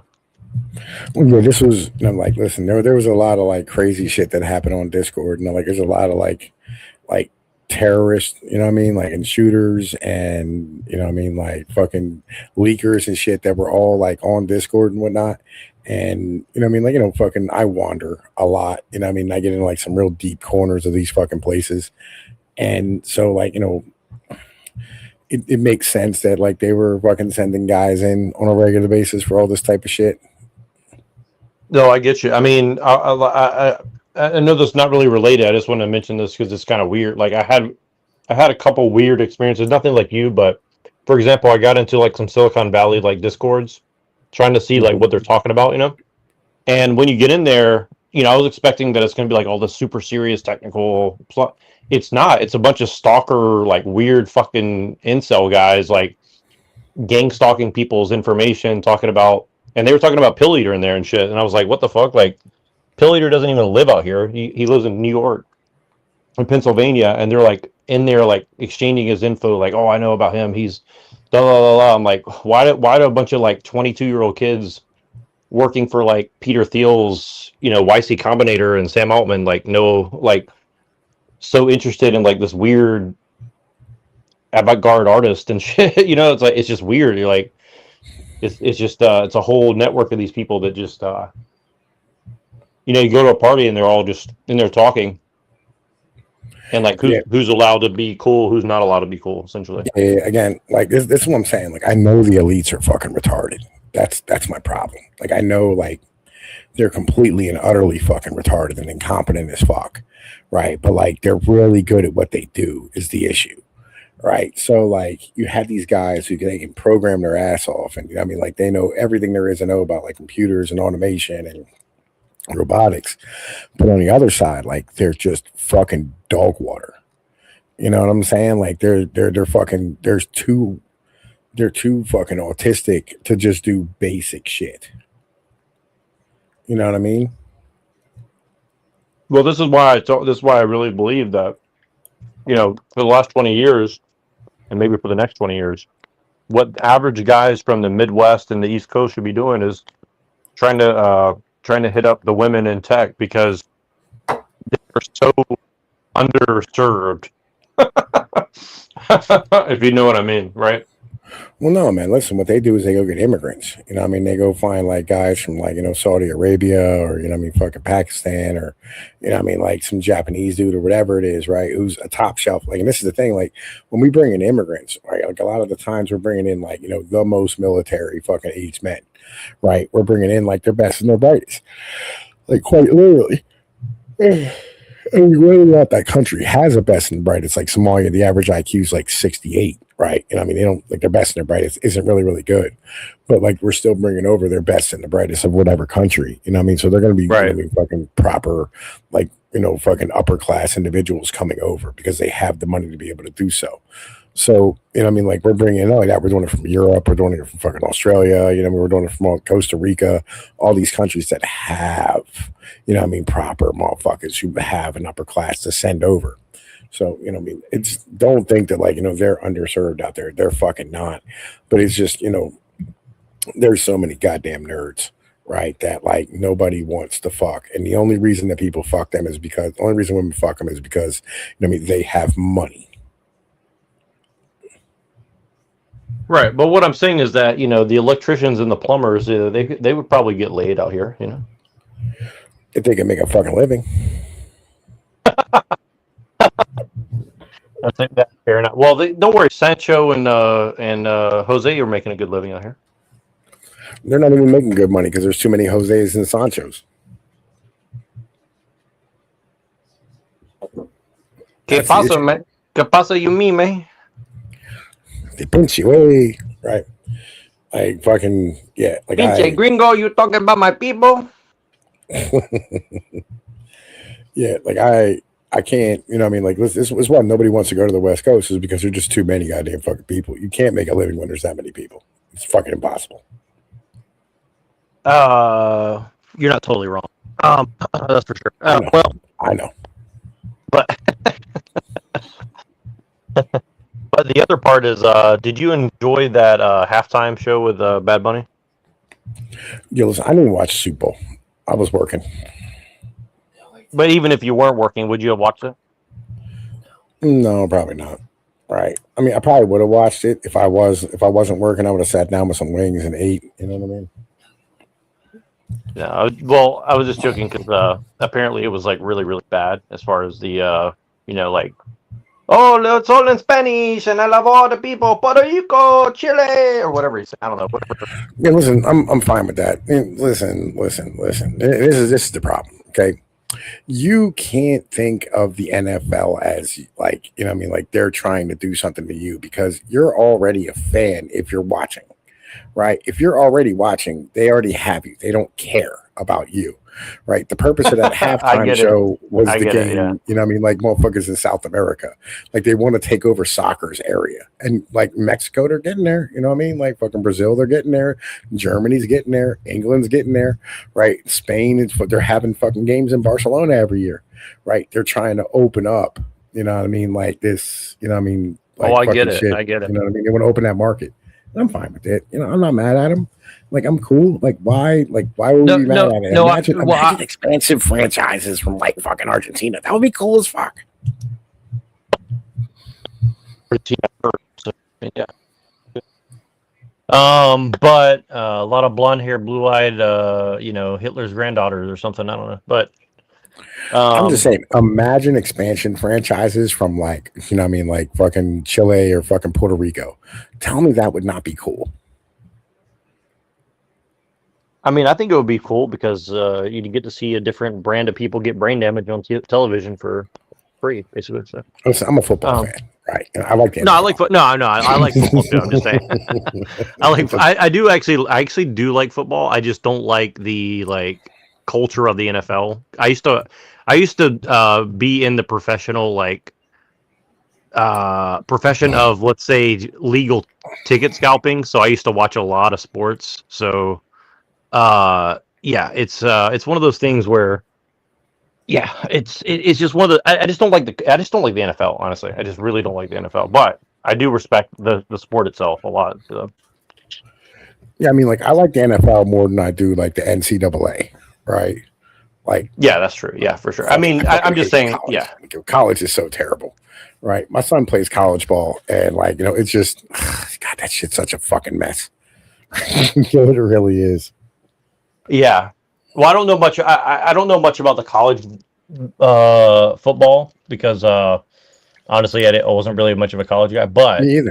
Me either. a lot of people I knew are like, I knew guys in their like 70s who were huge college football guys, and they're like, I got to go to every college football.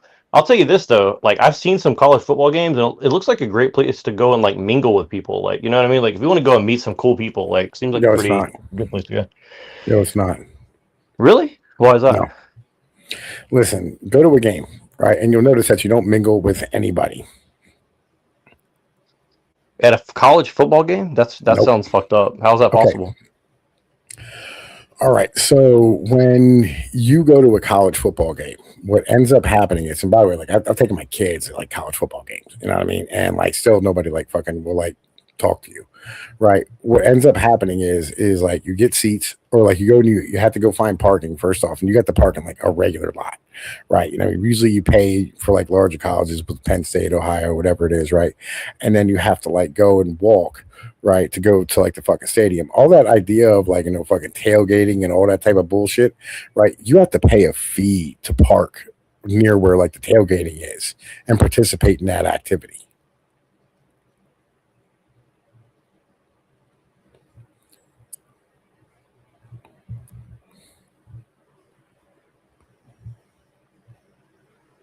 Well, that sounds like a fucking nightmare.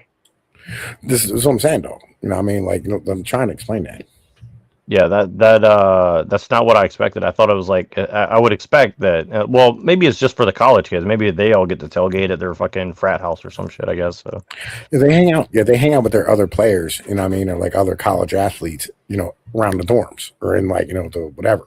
Right. But like when you go to like a college game or like a college, go to like a university, bro. Listen, number one, these places are fucking massive. Number one. Number two, like literally, like you'll be in a parking so far away that you have to be bussed the fuck in.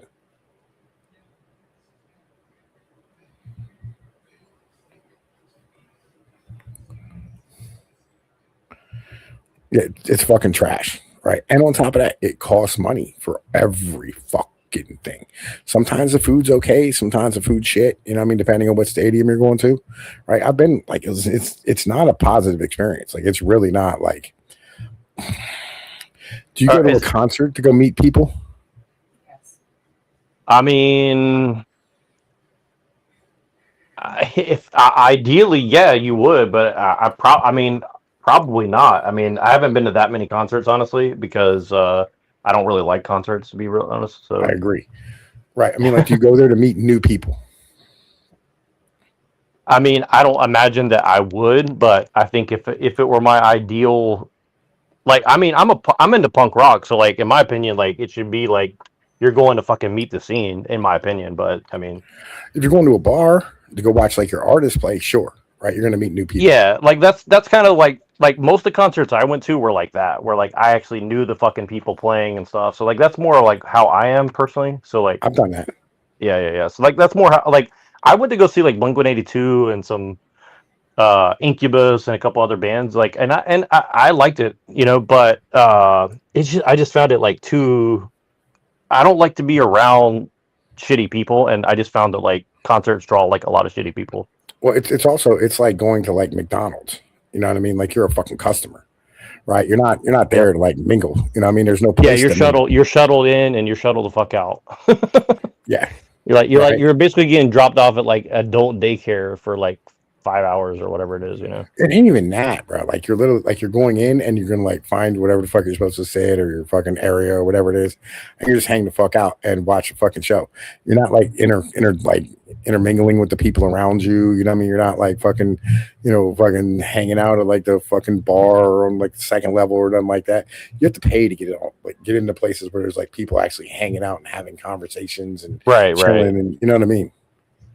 Yeah, maybe if I was rich, I would have got that opportunity, you know. But That's what I'm saying, bro. Like this well, this is where it's at. what's funny is like when I was doing this ticket scalping stuff, like I did get to go do some of that, and Yeah. it was not what I expected. I was like, this kind of sucks, honestly.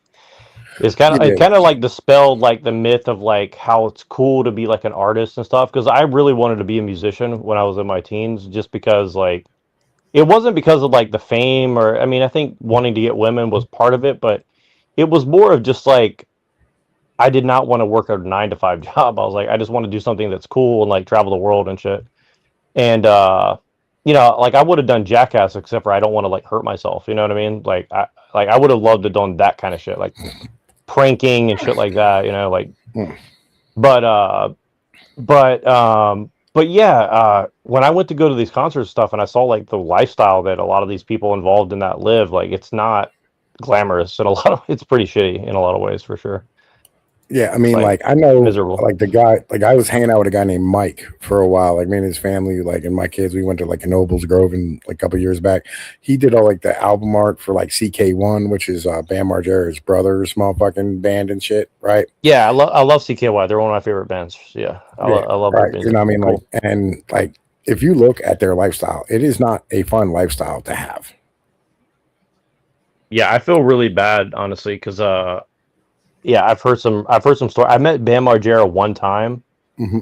and just very very briefly, and I felt really bad about it because he looked so fucking whacked the fuck out, and he had all these people around him like you know enabling him is the way I would describe it. You know what I'm saying? And I just thought that was so fucked up. You know what I mean? Like I just did not like to see that. Uh, Yeah, it's yeah. fucking tragic. Yeah, I was genuinely shocked. Like this was not long after Jackass 2 or 3 came out, you know what I mean? And I went to this like event that was like a Halloween event and I genuinely just wanted to go because it was a Halloween event and then I found out that he was going there too and I was like, "Oh, that's fucking awesome," right? And then I found like it took me a long time to figure out where he was. And then like you get up to him and he was just like so high on whatever he was doing or drunk or whatever and it was just yeah it was really bad, really bad. Yeah, for sure. Yeah, I mean, like that's kind of like that's kind of like the whole thing, right? Like this, that whole scene's kind of just dog shit, right? At the end of the day, I mean, now there's two of you. Look at that. Yeah, I added myself on the computer because I want to share this video with you that What I do you kind of got? mentioned before. um Whoa, this is kind of weird. Oh, okay, I see. Okay, let me pull this up. Because like I mentioned, I showed you this picture before of this weightlifter guy, but actually I just wanted to cover it with somebody, and I think you're the perfect person to cover this with because I genuinely find this very, very fascinating for many, many reasons, and I just wanted to get your impression of like what you think of this shit. So let me see if I can find the one that I was watching. And it's funny because like I was actually hanging out very close to where this guy lives at, and it's like I'm pretty sure that I've met people that this guy knows, and it's just kind of surreal for me because like I know that this is not bullshit. Like I know that this dude's for real because I've seen guys doing pretty similar things to this. Not exactly, but similar, right? And so let me just show you this. I wanted to get your impression of what this dude's, because he's not just promoting that. There's more to it. There's more going on with this dude than that. So I wanted to get your. I think this is the right video. Let's see if I'm right. Yeah. Let's see. Because and again, I think it's more interesting to me for another reason too, because this guy is American. So this is an American guy, right? So he has an American perspective in a sense. So let me see if this shit is working. Okay, it's working. Okay, my audio is not working though. All right, let's see. Okay, let's try it.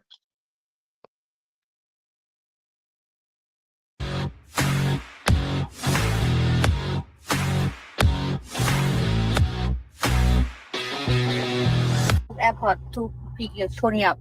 Come back home to Harlem. Come back to drama. Drama waiting for you, Tony. We need you. I got to pause it real quick. All right, what do you notice?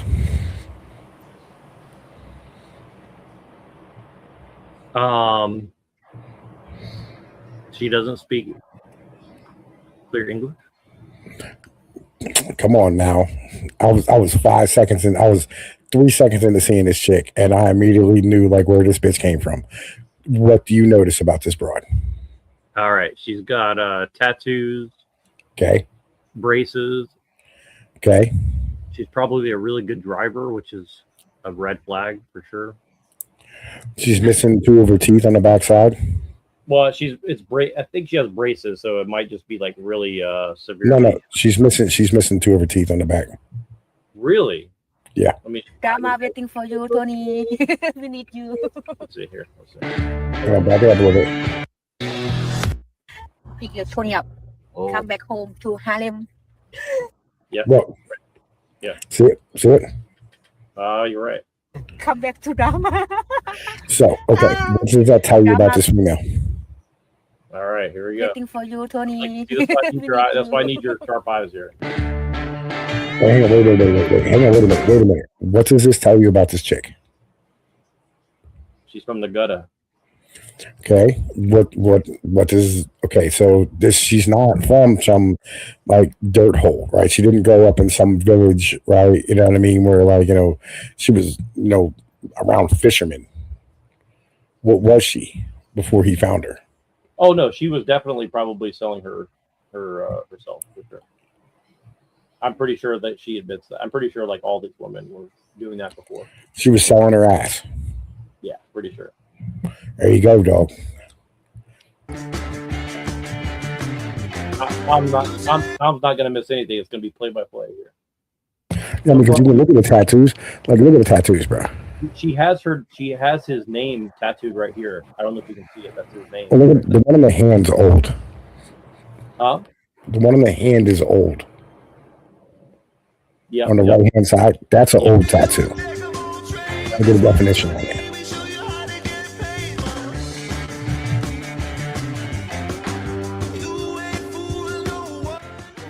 That's what we see that. Oh. He had only one minute and he accident here. Oh my god. Oh. How I get annoyed with this girl and who is my favorite girl. If we talk about my favorite, I don't have any girl. I'm introvert. I like to stay alone.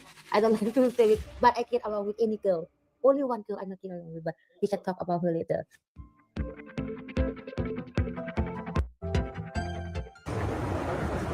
Yes.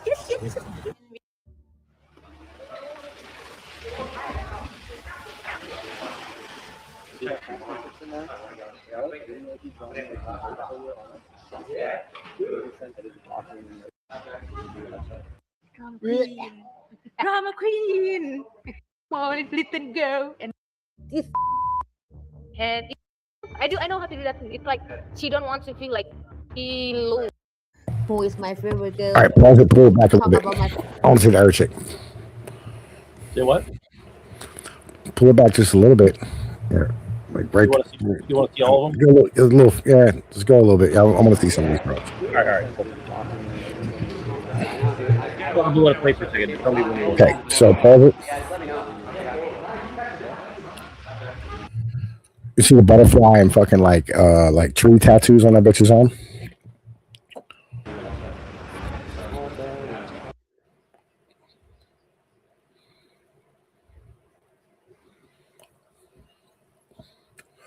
Oh, sorry, I was muted. Yes, I do see it. Yep. All right, you see the music note on the fucking upper right chest? All right here. Yep. Oh, interesting. Yeah, she was a motherfucking singer and like a probably like I'm gonna say Thai bar. Yeah, this is in Thailand, so yeah, pretty sure. Mm-hmm. So you're saying that this is like she was a part of like a criminal organization of some sort? No. I'm saying like she was gutter trash before she met him. Right. Yeah.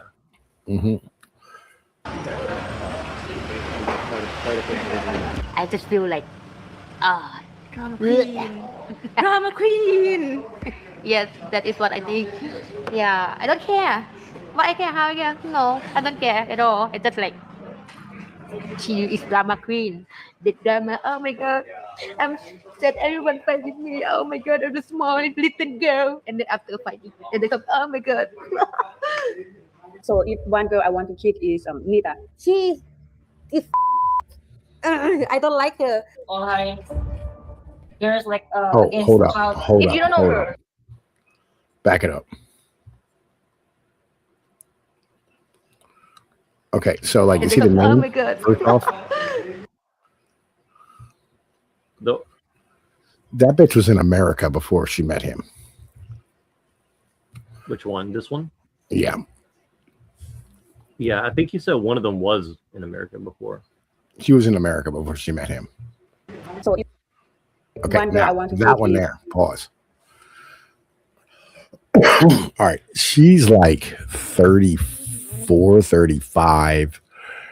100% she was like a fucking dope fiend. I think you're right. You could just tell by the look. Yeah. Right? Like look at her. You know what I mean? Like, oh, she's a monkey Asian. She's a sea monkey Asian.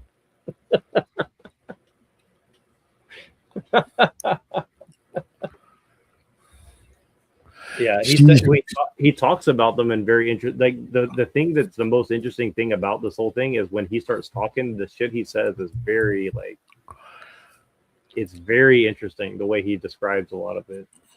Yeah, she came out of like a very, very, very poor place, right? You could tell by her genetics. Yeah, I think she's from a very poor part of the Philippines. Like if I had to guess where she's from, she looks like she's from the Philippines. Like Jakarta or something, like some fucking Jakarta, like backwoods spot.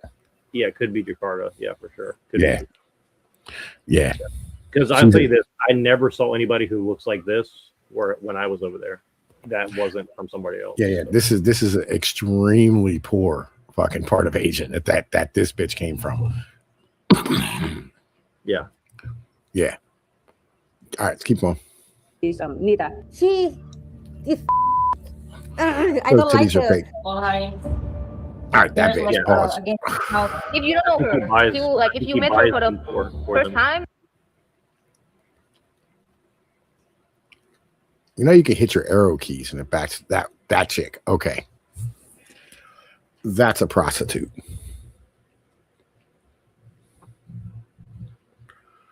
That is 1,000,000% a prostitute.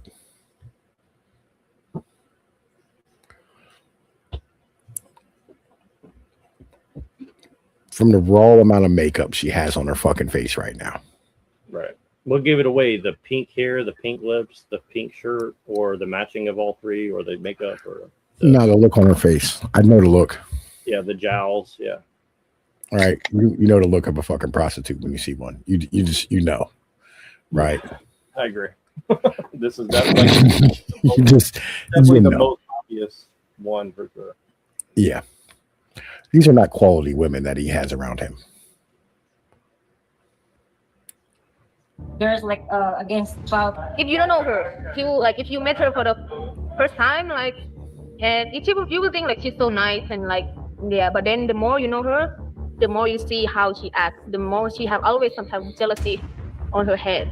It's like, when you say that you do something or you have something, she always like, oh, I have that too. I know how to do that too. It's like she don't want to feel like she lose like a lot or something. You know what I mean? Okay, I will talk about the girl, how I get along with this girl, how I get annoyed with this girl, and who is my favorite girl. If you talk about my favorite, I don't have any girl. I'm introvert. I like to stay alone. I don't like to stay with, but I get along with any girl. I'm never get along with Jenny. Jenny, she really hate me. She really hate me and don't like me. The first time meeting, she talk bad about me all the time. She really make bad face to me, like something like this before. When Jenny first met Nita, she hated her. She saw her as competition. She saw Nita as the person who's going to come between her and me and my love and my resources, as is normal with any women, right? But I fixed it with mastering female psychology and biohacking. On the biohacking side, I use oxytocin. Oxytocin creates a bond between those who are using it together. And so they feel more comfortable with each other. They feel more connected with each other. That's on the biochemical side. Then on the psychological side, I treated Jenny like a dog or a child. A child loves the parent because the parent gives them their basic needs of nurturing, safety, support, food. And so I gave the money and I gave the resources to Nita to be the support for Jenny. And then Jenny started seeing Nita as like a dog owner giving the dog a treat. And then, of course, she likes Nita. So it's that simple. I'm sure the women don't fully understand that that's how I do it, and they don't need to understand. But you don't ask a fish how to fish. You ask a fisherman. And I'm the fisherman. And this is how I fish. And I don't know how.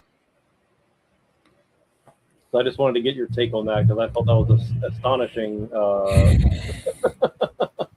way that he put that. He's a pimp. Right? You know what I'm saying? Like, yo, pimps do pimp shit. This is basic management structure 101, bro. This is not, yeah. Right. Well, I've just never seen anybody like openly admit this, like on YouTube, that like this. Yeah, he's gonna go to jail in a few years. Yeah. Well, I'm honestly surprised that I think he's been there for a while, and I'm surprised he can't come home. I'm surprised he hasn't gotten whacked by some mafia so far, to be honest with you. So. I mean, he bought most of these broads, I'm guessing, right? Like he bought out their contract from whoever they were with, right? Or he like picked them up, you know what I mean? Just flew them the fuck out, right? And they can't go home. Right? You know what I'm saying? Yeah, like fucking, he's gonna go to jail eventually.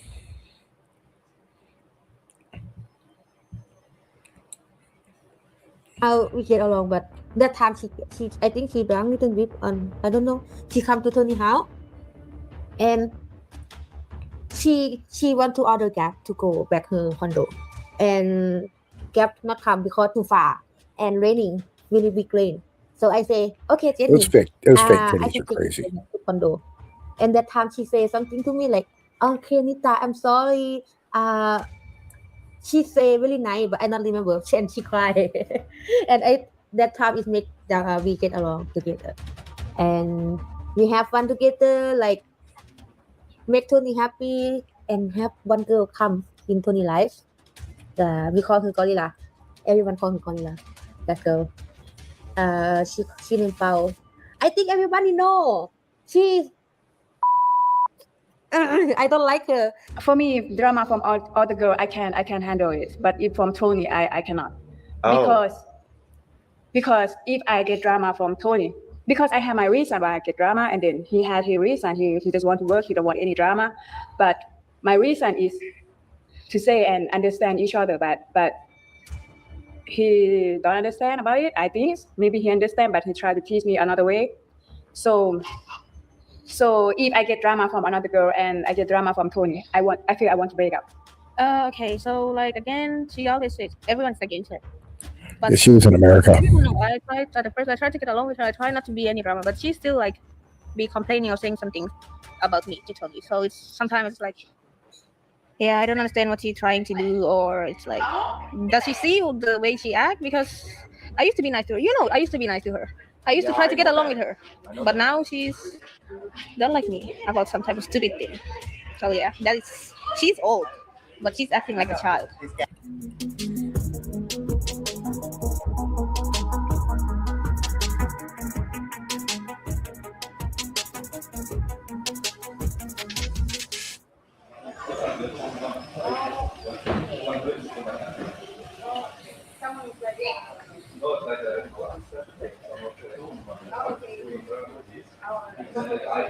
See the injection site?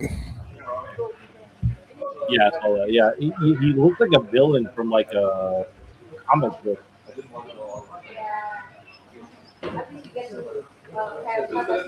Like a Punisher comic, like maybe like a Punisher. Dick Tracy. Sometimes I just think so weird. Like another day she will go crazy and acting like texting out some like all these things, and then next day, but everyone is against me, blah blah blah. All her girls like against child because she have a plastic attitude. They're like she wanna be a number one from Tony. She wants to be like all the girls, get rid of all the girls and stay alone with Tony. And she tried to compete with Nita to be a boss in the house because they cannot be the boss, like only Tony be the boss. It's crazy. She wants to control everything in the house, Tony's house. At the beginning, she will try to be nice, flirt with other girls just to make Tony's like, oh, I'm so proud of you. You cannot trust her, like give everything she wants. But later on, she get jealous a lot, get crazy, start having drama because she said, I don't get jealous any girls.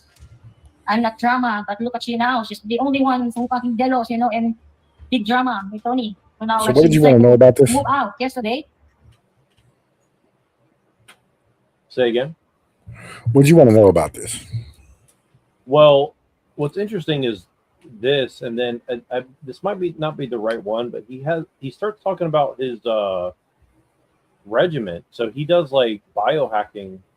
It must be the other video. Let me see if I can find that really quick, because he has another video about the biohacking side of it. Yeah. Listen. There's going to be like a combination of like fucking drugs, right? And like psychological fucking shit that like keeps this type of shit operating. Right.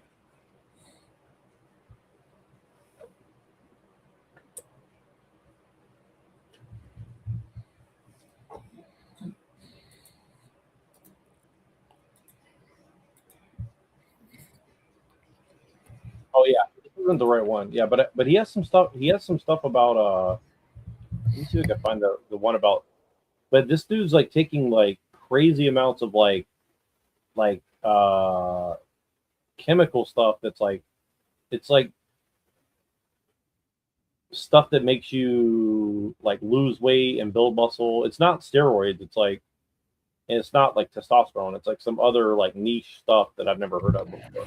Yeah. Fucking, listen, there's a reason he's not in America or in any Western country, because he could not get away with this shit.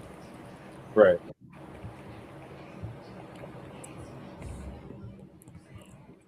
It's just, it's just really, it's just very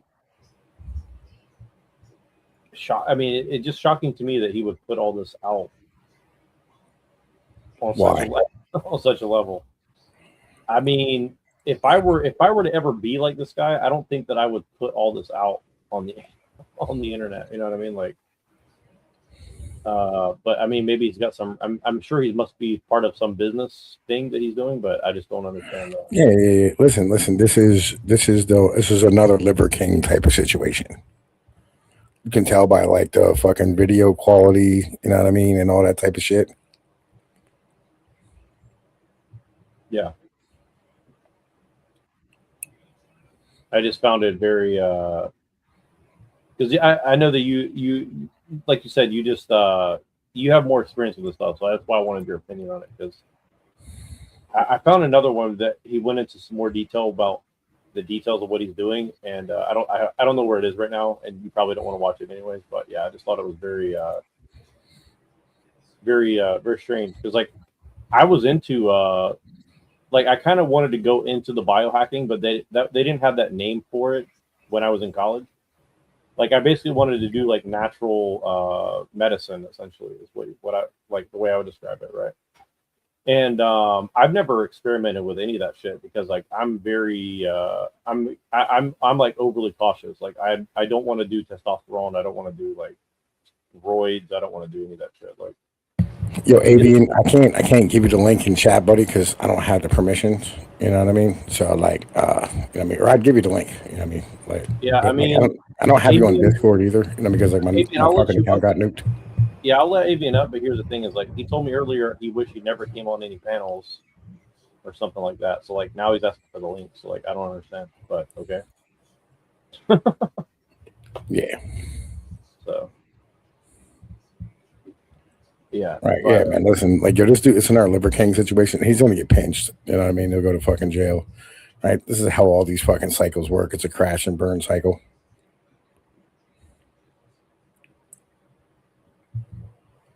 You know, this is dangerous to like the American liberal way of fucking thinking about things.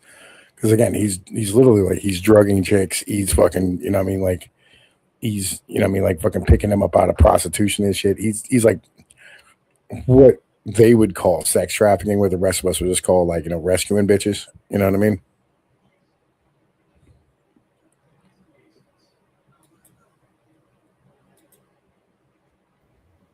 yeah, no, I get what you mean. Sorry, I was laughing. I had it muted. Yeah. I thought you. I wanted to show you this picture too. I thought you might like this one. This is James Lindsay. Oh yeah, listen, of course. Like, listen, the atheist himself praying to the motherfucking Soviet whaling wall. Of fucking course.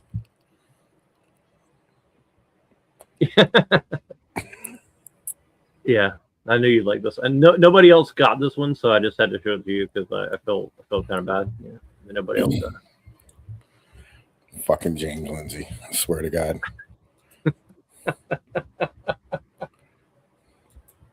I just like how he triggers though. Like he's very triggering, even to me. Like I agree with some of what he says, but I just find him like extremely like grating to listen to. You know, He's a piece of shit. Fuck him. I don't know much about him. I just like I found out about him like through like one series that he did a few years ago, before I met any of you guys except for Machine. Oh no, like I've known about James Lindsay since he became like famous, right? Because he got famous for the whole, like, you know, he put out fake scientific papers, right, and got them published in scientific journals, saying like, you know, there was like gay dog parks and like trans dogs and all this other fucking nonsense. He was on like Joe Rogan, and I've known about him since, and I've always said he's had the dumb face and he's a fucking retard, and I never liked him. Yeah. I didn't know his history at all. I just knew like one series he did, which I thought was really interesting, which is why I covered it. But oh, he's been the one running around screaming about the woke right for the past 2 years. I mean, I think he's right in a sense about that. But I don't know. I think he's right about it, but it's a lot more sophisticated than what he's saying it is. I think he's kind of like doing a poor job of representing what he thinks it is, right?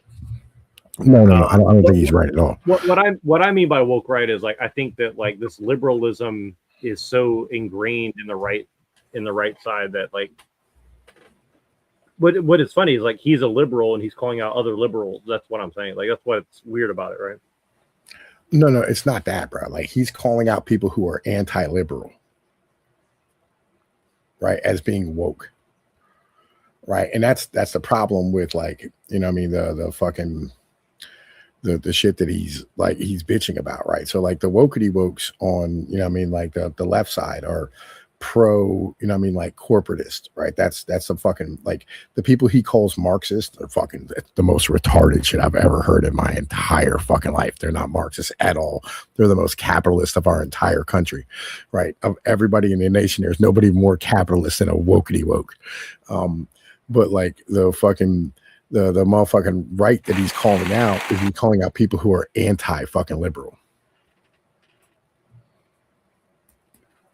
Well, I got some stuff on that, but I mean, I'm not going to fight you on it because I'm not really ready for that. But maybe eventually we'll talk about that more. Because, for example, like, do you like Leo Strauss? No.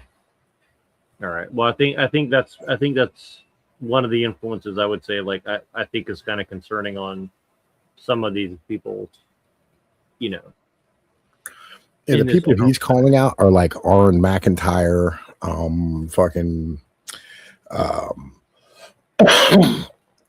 trying to think here, like Aaron McIntyre, fucking Nick Fuentes, shit. I'm trying to think of like all the motherfuckers he called woke, right? Because it's like everybody who isn't motherfucking like a classical liberal. Everyone who isn't liberal, he calls out as calls out as woke, right? And he tried to like, he did like this whole crazy thing. It was, hold up, let me see if I can find a picture for you. Hang on a minute. Fucking James Lindsay schizo post.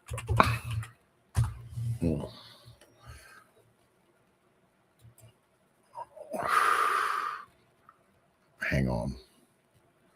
Post Twitter. Hang on, see if I can find this shit.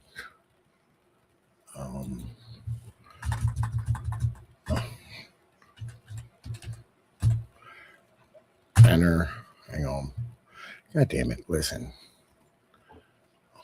All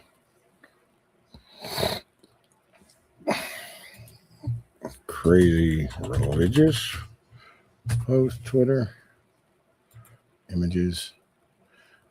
Man, listen, because he put out some fucking insane shit, bro.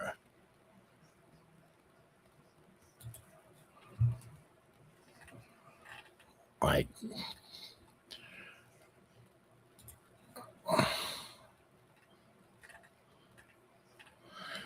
I can't fucking find it. It's fucking aggravating. It's on YouTube on Aaron McIntyre's joint.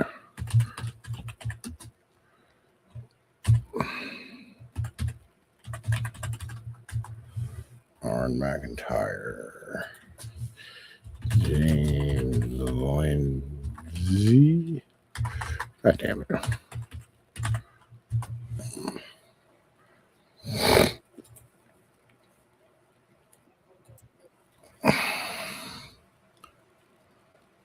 See if I can find this fucking post. Fucking, this shit's fucking crazy, bro. Like his shit. I'm looking up the list of people he named. So like Tucker Carlson, Candace Owens, Joe Rogan, Andrew Tate, Dave Smith, Fuentes, Gottfried, Hoppa. What? Hoppa? All right, that's getting a little. Hold up. I'm gonna send this to you so you can put it up. Fucking, you can see like this is actually from James Lindsay's Twitter, right? Oh wait, hang on. I gotta send it to your motherfucking actual. They don't be understanding what I be posting on Twitter. All my saying here.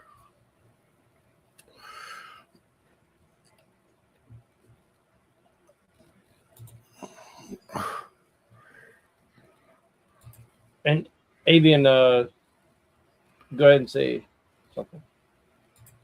Yeah, I was gonna ask Pinoid about something. There's this book that interests me, and it kind of seems like it intersects with some of Pinoid's interests too, especially in the question of sustainability and clean natural resources.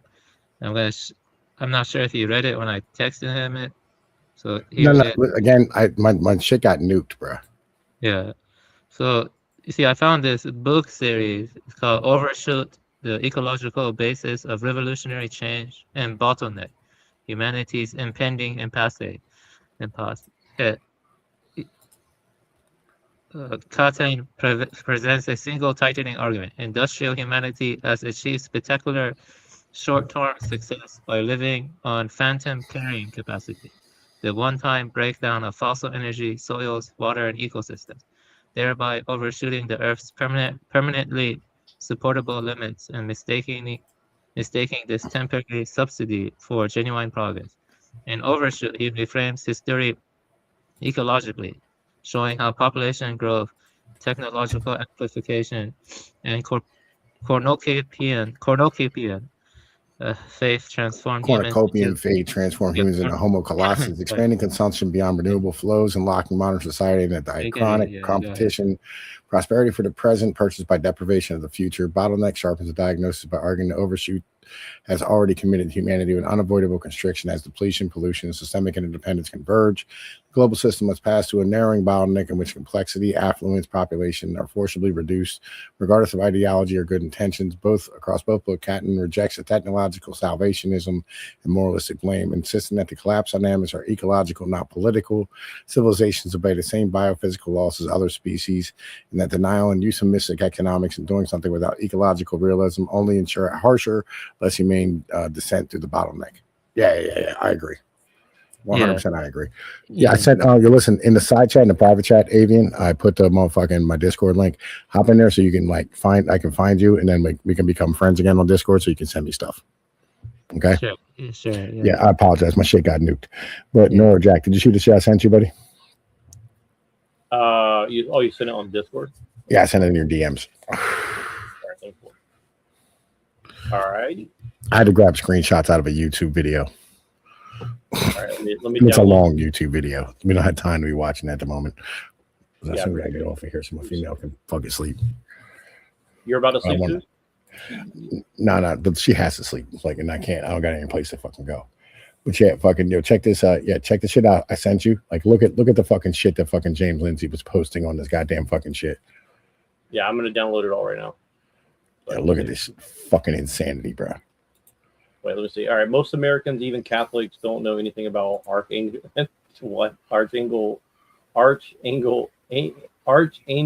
Michael, except in a very vague sense. I grew up Catholic. Michael Moss was not a thing with any Catholic I knew. Now, Michael idolatry will be a big thing for our side, and the Theosophist will fill in the detail of what it means most broadly. Ignorant Americans. What? What is he talking about? I mean, I understand what he's talking about, which is weird, but it's you know what it is? I think what it is that, okay, let me see. This is serious. The cult that rules the world and the left believes in the cult religion will certainly co-opt the right. See, this is true in a sense, but what I think it is that he's reading it so literally that it's it almost becomes nonsense, where it's he's just too literal with it. There's some truth in what he's saying, but it's I think it's I think he's autistic about it. I can see it's almost like he's not really serious in a sense. Yeah, elements of this view will be sprinkled in various subtle ways, never openly invoking Lucifer or Ahriman, but only their positive-seeming attributes to ensnare good-believing Christians and new Christians who lack the needed discernment to avoid being taken astray. Michael Flynn's Christian nationalism has been appealing to Michael in the exact words of Theosophist Claire Prophet for years, leading unassuming Christians to repeat their incantation word for word in mass groups as a prayer beyond heretical. This is serious. The cult that controls the world and the left leads this cult religion will certainly co-opt the right into a dialectical foil version and partial spiritual contamination. It's also covered over the fingerprints of counterintelligence operations, which we should be slow to touch, slow to trust. We must be more careful. We must also find out who fed this idea to Trump and expose the bad actors and dangerous fools in a circle. This is no coincidence. Okay, so here's what I'll say to you in a schizophrenic way, just to see what you think about it. Okay, So if he grew up Catholic and all the people he's talking about are like Anglo weirdos, Protestant people that are like into some weird shit, do you think that's maybe what he's reacting to? That maybe he's just like a Catholic who just hates Protestants or Anglos? No. James Lindsay's an atheist. Well, I mean, there's a lot of Catholics that are atheists. Though. No. I mean, he's like an actual atheist, like an atheist, right? He doesn't believe in anything, right? He thinks that like they're gonna utilize the religion like as like a fucking brainwashing mechanism because like he thinks that all fucking religious people are fucking stupid, right? Number one. Number two, he was literally just schizo posting nonsense, right? Because like he wants, excuse me, he wants to like fucking stand here and fight back against the right wing's ideas of throwing the immigrants the fuck out and not being liberal anymore and like being nationalistic, but he wants to do it through like a religious aspect, right? Because he can't scream Marxism. Like with the left, he went with all the wokey wokes and he broke down like all this Marxist shit that they were doing and da. This all comes from, you know, fucking Marxist Leninist ideology and it's fucking Soviet fucking infiltration, blah blah blah, nonsensical bullshit again, right? I don't believe in Marxism. Like I don't think it's ever. I don't think it's actually a fucking thing, right? As a whole, I think Marx was right about some things, and like he's just proving to be right, and therefore like it's one of those like coincidental things where it's like, yeah, like of course, like fucking, you know, Marx was correct because he was a fucking economist, right? There's a lot of economists out here like fucking Kalecki, right? Who, you know what I mean? Like sat here and motherfucking like, predicted shit back in the 1920s that happened in the fucking 2000s. Like this is just how economics works, right? Because it's all just numbers, right? And sociology. So therefore, when you stand here and you like break all this shit the fuck down, you know what I mean? You can kind of almost predict the future at the end of the day. So like, I don't think Marxism is a fucking thing. I think really it's just capitalists co-opting motherfucking liberalism or using liberalism because like capitalism and liberalism is literally the fucking same thing. And like they want to include more people. And they did this first off with like civil rights where they sat here and they included black people and women into things because they wanted to get the fucking cost of labor down and open up the fucking market of like the black fucking neighborhoods and fucking communities, right? Like the people who paid for Martin Luther King shit was McDonald's and Coca-Cola. You know, I mean, get nothing misunderstood about what all this is in the end of the day, right? This is all just capitalism expanding into new markets. And because they don't have any low-hanging motherfucking technological innovation fruit to be able to pick off of, they're fucking just expanding into humanity itself. Well, I do agree with you on that for sure. Yeah, and again, like I'm not a Marxist by any stretch of the imagination. I'm not either. I fucking like listen, like yeah. I like Marx. I hate fucking socialism. I hate managerialism. Like it's fucking stupid. Yeah, but his analysis is correct about a lot of. I mean, again, as somebody who hasn't really read Marx, to be honest with you, a lot. Like I've skimmed a lot of Marx, but I've read enough of people in the postmodern stuff now where I kind of get the gist of like how he was utilized, I guess you'd say. So yeah, I think I think he was right about his analysis of the problems of capitalism, but at the same time, I think that a lot of these people who are pretending to be communists are actually just fine with capitalism. They just don't want to get run over by it.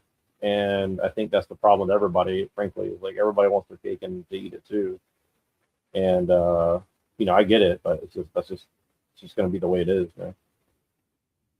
Yeah, it's capitalism and liberalism at the same time, right? Yeah. You know what I mean? And you know what I mean, like that's wokeism. It's that simple. And anybody that fights back against that system, fucking Jane Lindsay calls woke, right? They call them woke, right? When you're anti-liberal and you go like, yeah, I don't want to include everybody. How the fuck is that being woke? Well, yeah, I think what it is. Yeah, now I kind of see what you're saying because like, what's funny about it is like the thing that I do respect about the woke right, as he calls them, is that they're using postmodernism and all this stuff as a weapon against the people that use it as a weapon against them. And I do respect that aspect of it. But at the same time, if either one of two things is happening, either one, they're agents of liberalism, in which case he should be happy, or two, they are actually anti-liberal and they're being honest, and he's a retard. So either way, it's like it doesn't make any sense that he would be against them, right? So yeah, that's how I would frame it. And because I've read some of the stuff, like I think he's right about the occult stuff, but I don't think he is. I don't think he is at all. I think it's just open seed. Well, like Michael Flynn is definitely into some like weird theosophy stuff. I mean, but again, like I don't know how real that is, or if that's like a part of a larger thing, right? Like obviously, like you said with what do you call it? Bernays, right? Like maybe this is like the next level of Bernays, where they just kind of like dress it up in some weird occultism or something. I don't know. I mean, that's kind of the way I look at it. So I don't really know how deep it is. I think we as humans need a God, right? And when we don't have a God, like we invent one. Like we start seeing him everywhere, right? We start not him, but like a God. Yeah. Right. Well, that's been my new argument against like all these like weird atheist liberal people is I just say like when they say like white supremacy this, white supremacy that, I say you have white people derangement syndrome, or I'll say like white people are your God or something. Like or a reason is your God or something. And again, I'm being a dick about it, but I think that's the truth. Like you said, I truly do believe that everybody has a God, whether they want to admit it or not. So, I mean, some people say pick your poison. I say you got to pick your God, essentially. So,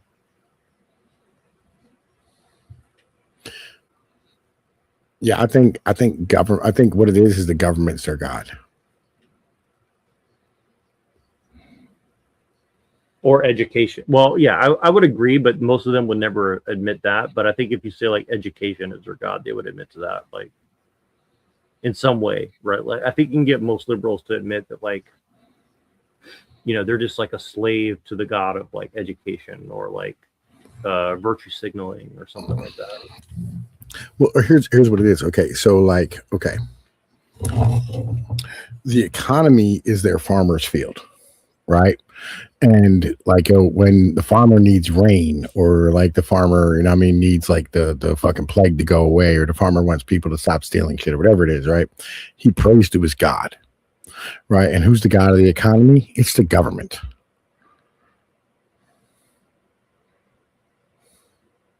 So when they're screaming about white supremacy, what there is they're pleading to the government to like fucking allow their field to grow.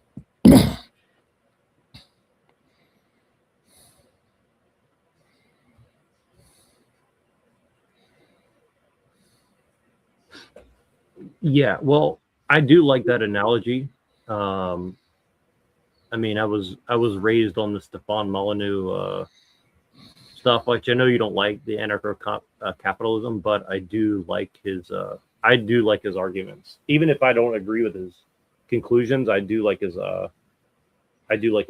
I think his arguments are very powerful because it basically takes liberalism, and it forces people who are liberal to look at themselves and admit that like they're basically like fascist or like extreme communist or like I mean that in the pejorative way. Like I mean it like in the sense like they want violence against people they disagree with. Like basically here's what I'll say. Like most liberals are actually like they want to be like Pol Pot. They just don't want to admit it, right? It's not that the liberals want to be like Pol Pot. Right. It's not exactly what it is. Right.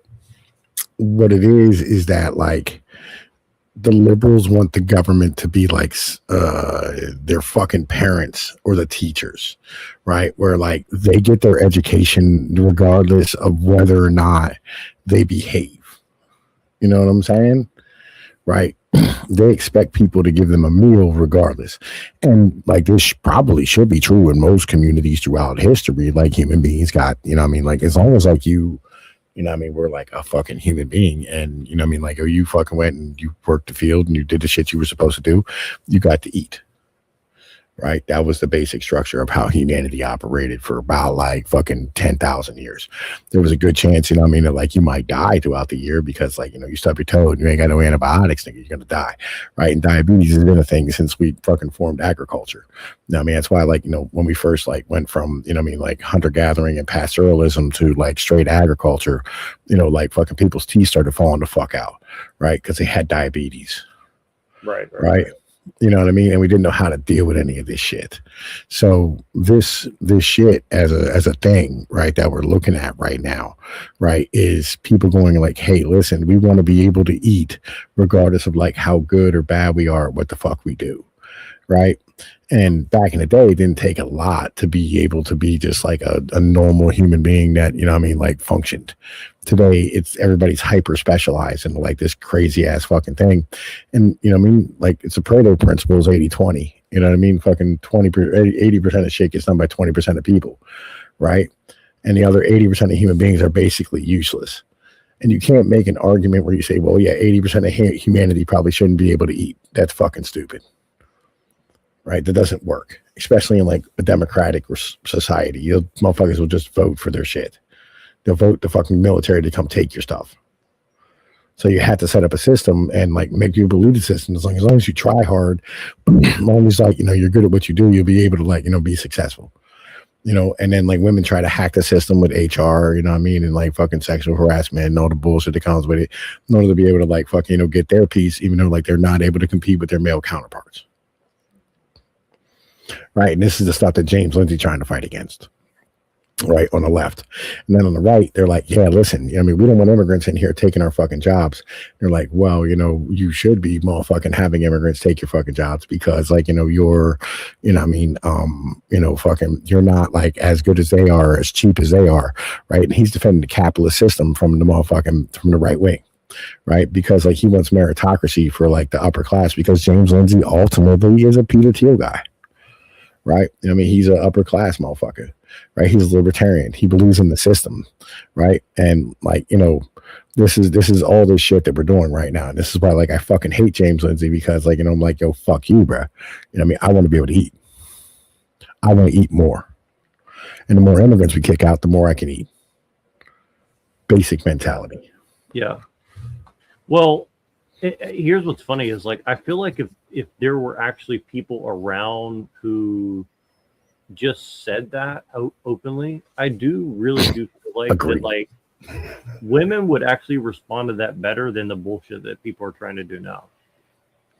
Like they would never admit that, but I do think that like in you know in their heart they would actually be like okay with that. You know what I mean? Mm-hmm. And so I do think that's interesting that, I mean, I understand why nobody does that, but yeah, I think if people just more plainly said it, like, listen, I need my own shit. So again, if we just if we were capable as human beings of having that basic conversation, right? Of going like, yeah, listen, I want to kick out the immigrants because I want more money and a cheaper place to live. We could have an honest conversation about that. You know what I mean? And negotiate, because at least then you have a starting point negotiating. Instead, we're having, and I wrote an article about this, we're having a conversation about like fucking criminality, which is fucking dumb, right? Because Indians are like fucking, you know, pushing everybody back down the economic ladder out of like the fucking tech sector. Right. And it's like, no, you know what I mean? Well, this is kind of what I did earlier today. And this is why I like doing TikTok, because these people were talking about like trans, athletes or some shit. And I just went in there and started saying like, okay, do you guys believe in discrimination for like, I can't remember what it was now, but for whatever it was, like, do you think that I said, you guys think that the government should not interfere? I mean, the government should interfere if somebody says, I don't want to hire you because you're black, right? And they're like, oh, of course, we don't want a racist corporation. I was like, okay. Because they were telling this other guy who's like, well, that's a private company. If they want women to get beat up by men who are pretending to be women, then that's their right to do that, essentially. Which I thought was really weird that a liberal would say that, but I was like, okay. And I was like, okay, so you said that. I was like, so but you also say that corporations should like get punished if they don't hire somebody or fire somebody because they're black, right? And they're like, oh, of course. And I was like, okay, great. I was like, do you think that women should have the right to discriminate who they want to have sex with? And they got freaked the fuck out. They're like, what are you trying to say? Well, but again, it's like, well, I was like, well, the thing is like discrimination, right? Like you guys are saying, like, you don't want people to discriminate based on like certain things because it's the law, right? But then we're talking about a woman get punched in the head until she has like brain damage, right? Because it's like Mike Tyson versus like 100-pound lady, right? Like at some point, this is the dumbest shit. I fucking hate it so much. I fucking hate all of it so fucking much. Like that's a second order effect, right? Like, can we stop having that conversation? This is the same as like the criminality with immigrants. It's fucking dumb. It's the stupidest shit, right? Like, listen, why are we talking about crime with immigrants? Because we let immigrants in. Why we let immigrants in? Because it lowers wages. That's it, right? So that is a second order effect. It's a criminality, right? Why do we have trans athletes punching females in the head? Well, why do we have trans? Well, why do we have trans? Because like corporations need motherfuckers to be good cubicle monkeys, and human beings are trying to fit into an economy, right? Why do we have cubicle monkeys? Because that's what corporations want. Well, listen, so people are becoming trans to become proper cubicle monkeys. I mean, so then all of a sudden now we have trans people in college, motherfucking like, fighting motherfucking females and punching them in the head. Can we just stop?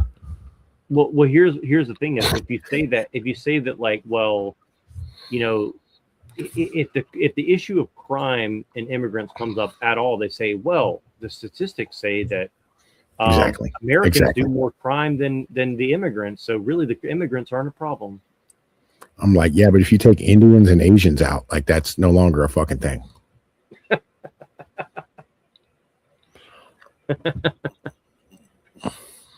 Right, but see, this is the thing. This is what's funny is like, listen, if you take out like major urban areas in America, right? You know what I mean? Like as far as crime statistics go, we're safer than every country in Europe. Exactly. See, this is what I was telling them, and they get so angry at me. I was like, if you correct for like inner city gun violence, America is one of the safest places in the world, right? And again, people just don't want to face that fact. And again, I'm not saying America is like perfect or anything. I'm just saying like you're pretty fucking safe in America. And the people who don't think that should go somewhere else and then come back and tell me that I'm wrong.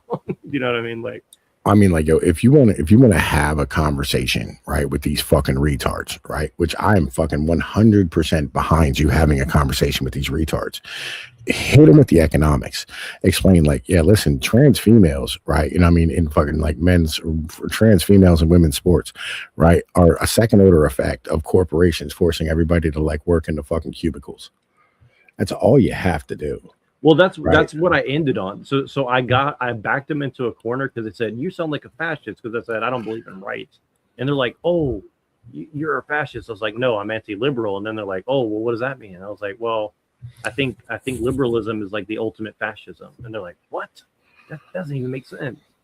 So they weren't even mad. They were like confused, right? And then I was like, and then I hit them with like, I was like, well, I think the global corporation, I can't remember. I said something about corporations and they're like, oh, I agree. It was really weird. I wish I recorded it. I thought I could get a recording of it, but I was wrong, unfortunately. But it was a really good one, honestly, because I really fucked with her head pretty good. But and I did that to experiment because I didn't, honestly, I was so distracted. I wasn't doing a great job at it. But I think what you're saying is starting to sink in because I'm starting to like figure out how to maneuver with them. Because I kind of lied to them, to be honest, because if you say that you didn't vote or that you vote for Trump, they'll immediately not listen to you. So I told them like a half truth. I said, well, I voted for Trump last time, and I voted for Harris this time, because to be honest with you, I almost voted for Harris just out of spite, just to be a dick, because like I knew my vote wouldn't count in California anyways. So it's kind of like a half truth, but I just did that because I knew if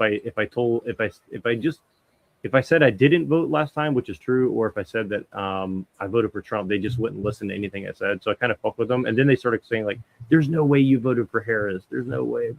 And then they're like, "What are you, an anarchist?" And I was like, "Kind of, yeah," and which is kind of true. And And so it just got really weird. But then when I hit them with the economic stuff, they 100% agreed, right?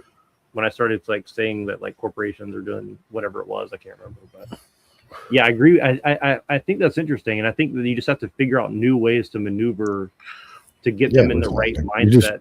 Listen, just explain to them that they're the foot soldiers of the capitalist motherfucking machine. Right, that every time they fight for people to be inclusive, right, what they're doing is they're fighting for more labor to be put into the goddamn fucking economic system. That's it.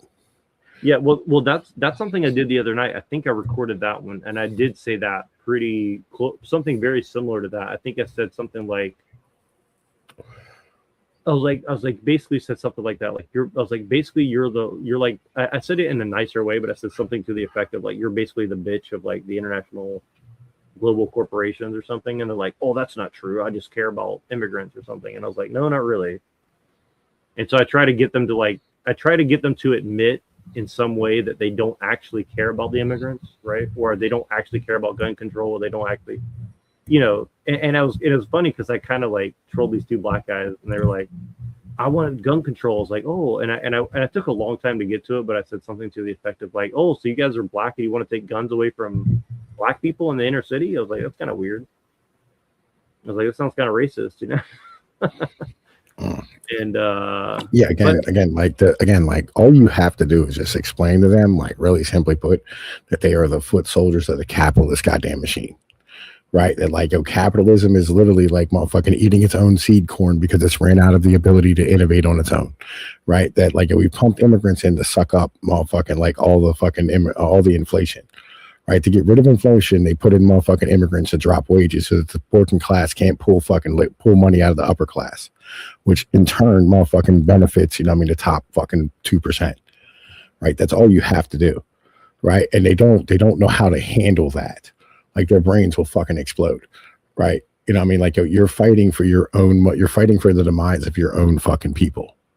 Yeah, well, that's definitely what I'm trying to get across to them for sure. And I mean, if I figure out how to put that into video format, I definitely want to do more videos like that because and it's kind of funny. Like I honestly have mixed feelings on it. Like, for example, like if I was talking to a black guy, or I just use that as an example because it's the most easy one to think of like, how do you show that these liberal black guys who are over here like trying to pretend to be like a bleeding heart for the immigrants, like how do I make it clear that like these people are literally like the Uncle Toms, of their generation? You know what I mean? Like that's really what I want to do. Like that's really easy to do, right? You go, hey, listen, like the absolute best thing, right, for black people, right, is to motherfucking have like homes or like they have fathers in them, right? Number one, and number two, have the ability as a people to be able to build their fucking wealth, right? And the best way to do that is to have less people, because the less you have, the more valuable things are. Supply and demand is a fucking iron law.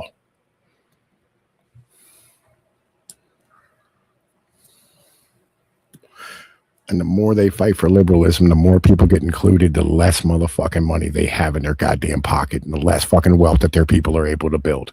They're fucking themselves. Right.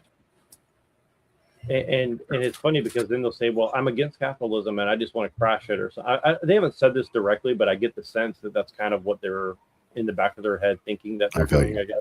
Yeah, listen, I gotta get up off of here because my girl's having a hard time sleeping with me over here bullshitting on the internet. So listen, I'm gonna holla at you tomorrow, man. You know what I mean? Like, yo, fucking think about the shit I told you, and you know what I mean, look up this thing look up that fucking article I sent you. Yeah, well, I'm gonna read your articles tomorrow too, for sure. So no, I sent you an article in your DMs. Fucking, it's Yarvin's motherfucking chapter 5. It's a great fucking joint, right? You'll enjoy it. And if you read 5, you want to read 6. All right, cool. I will do. All right, appreciate brother. It. Peace. All right, have a good night. Have a good night. Hello, Avi. Hello, how are you doing? Good, man. I have a question for you. Are you do you have a TikTok? No. Are you willing to get one and do an experiment with me? No, I'm not interested in TikTok. No. Oh man. Yeah. You're such a good troll, though. I think you'd be like really good at it. I think you and Brown's Boy would be like the masters, and not only you. Like I think a lot of the people. I think Lorp. I think a lot of people will be really good at it, better than me. But I think you guys should highly consider doing it because it would be very fun. Like I have this idea And I would show you an example, but I will literally get my full channel deleted if I showed you what I'm thinking of. So I can't do that. But yeah, I do want to start doing that. I think I think we should go in as groups and not just troll, like do honest dialogue, but do it in a way that's entertaining. Yeah. Yeah, I think that's fine if you enjoy it, but I'd rather read because I have to like balance, reading and other stuff. I actually, have to, balance my time more and stuff. Yeah, so I'm not interested in that. Like right now I'm reading Plato's Republic. It's kind of tiresome though, but I'm reading that, and have some other stuff to read also and stuff. Yeah. Yeah, also I'm thinking about maybe applying to a PhD program, but I don't know because I think academic funding is drying up. There was one program that's research that seemed interesting. I emailed the professor and he said that they're underfunded. So I don't know what the future will hold. So maybe academia will kind of die out, and so it seems Well, like. why do you want to be a PhD? Well, yeah, I don't know if the corporate work environment it really suits me and stuff. Like I was working, I lost my job after like 2, 3 months. I had other jobs, but each of those jobs I got through connections. Something about the corporate environment hates me. I don't know why and stuff. So I can't survive in it and stuff. I don't know. I don't know. Like I can't find a job and other stuff. So I guess maybe just go for PhD. I guess it's like all I can do and stuff. Yeah, this past few months I've just been waking up, reading a bit, maybe do some meditation, but I've been just stuck in this room just reading and stuff. I don't know if it's mentally healthy and stuff, yeah, just wake up, read, maybe. You ever played some sports? You ever played sports before? Yeah, I used to box when I was younger, but I don't know, Okay. yeah, I'm not interested anymore in Well, you sports. probably beat my ass, man. I never did anything like that. Oh, well, I mean, how tall are you? Um, I'm in the upper range. I'm not over 6 feet, but I'm close to it. Depends on the day. Sometimes I'm a little closer than other days. Yeah. Yeah, but let's say height is very important for strength and other stuff. So I'm like 5'8", 5'9", which is not Yeah, that big. I'm pretty close to that. So, but yeah, I don't know. I guess I don't know. I'm not really that strong, honestly. Like, I wish I were. I think if I because like what's weird is like I used to work out. I used to like lift weights and stuff, and like I never really felt like I really got that strong. You know what I mean? So maybe I just wasn't doing it right or something. I don't know, but like I was stronger. You know what I mean? But I never felt like I got like that. I never really felt like I got like that super strong. You know what I mean? Yeah. I was strong for some time, like in my 20s, early 20s and late teens. I could do one arm push-ups on a medicine ball elevated and stuff, and I could do like 20 or 25 pull-ups. I was pretty strong and stuff, but not so much anymore. Now I'm pretty weak. Yeah, but in the past I was very strong. But I think sports are. I think working out is important for the social aspect just as much as the strength stuff. I think you know what I mean. Like I think that working out should be like it should be a I think it should be a like group endeavor. I feel like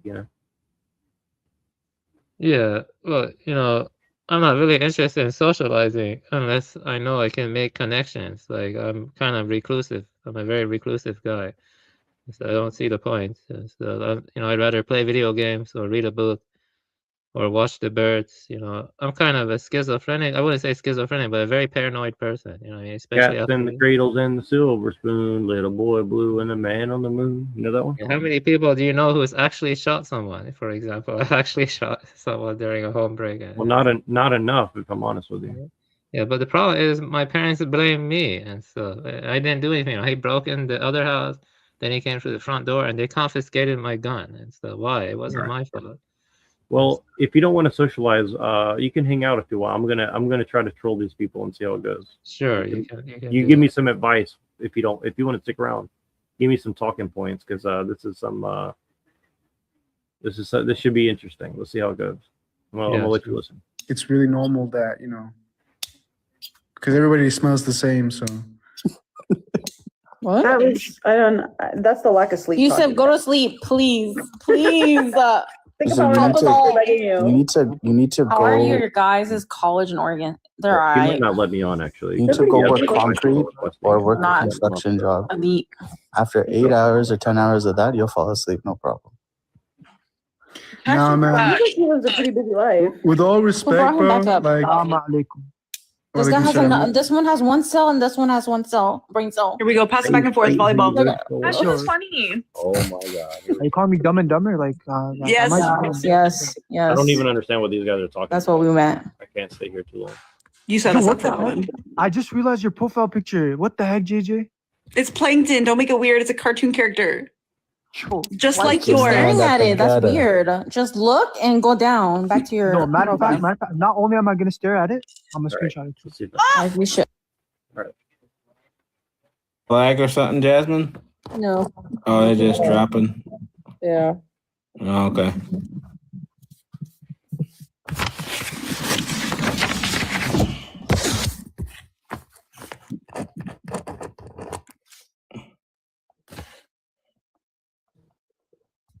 Those guys seem like trolls.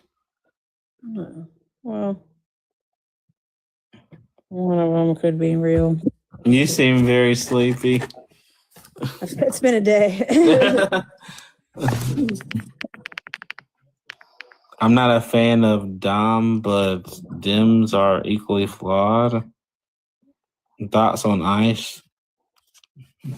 I can probably. Well, can I make a F Ice one? You're from the South, so you like ice in your tea, is that correct? And that's about it.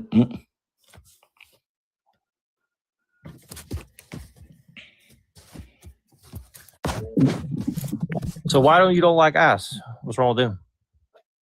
I don't really dislike Ice. I kind of disagree with Democrats when they say like F completely Ice, but when something is perverted, like you have to call it out. Like it's not doing its original purpose. Like it's unaliving citizens and breaking the Fourth Amendment and stuff like that, and it's being used as like a. It's being used as like a fascist tool rather than what it's supposed to be. A fascist tool? What do you mean? So why were they sent to Minnesota? I'm honestly not sure. Because I think of they the were just trying to fake- pick up people who were here without permission, as far as I understand. But I don't know the. So why this has more undocumented immigrants? Why were they in Maine that has one of the lowest amount of undocumented immigrants? Well, if I had to guess, probably because there's a lot of rich white people there in both those places. Yeah. So how does so when you think about undocumented immigrants, you think about rich white folks in mansions? Well, I mean, maybe they're the ones who are wanting the immigrants gone, so maybe they want them gone from their area. No, they said they wanted him out. Most white rich people with college education are liberals because they actually are educated and know shit. So no, they wanted ICE out. So it's being used as a tool. If you're sending them to only liberal areas and not Texas that has the most undocumented immigrants, you're being used as a tool, right? Why would you send them to a place that has the least amount of undocumented immigrants, like Maine? I honestly never really thought about it like that. Yeah, you have to, dude. That's why I'm up here, to try to get people to think. It's a blue state, bro. It's a blue state. That's why. Yeah, it's being used as a tool. But you said that white people are smart and educated. Are you smart and educated too? Well, one, I'm black.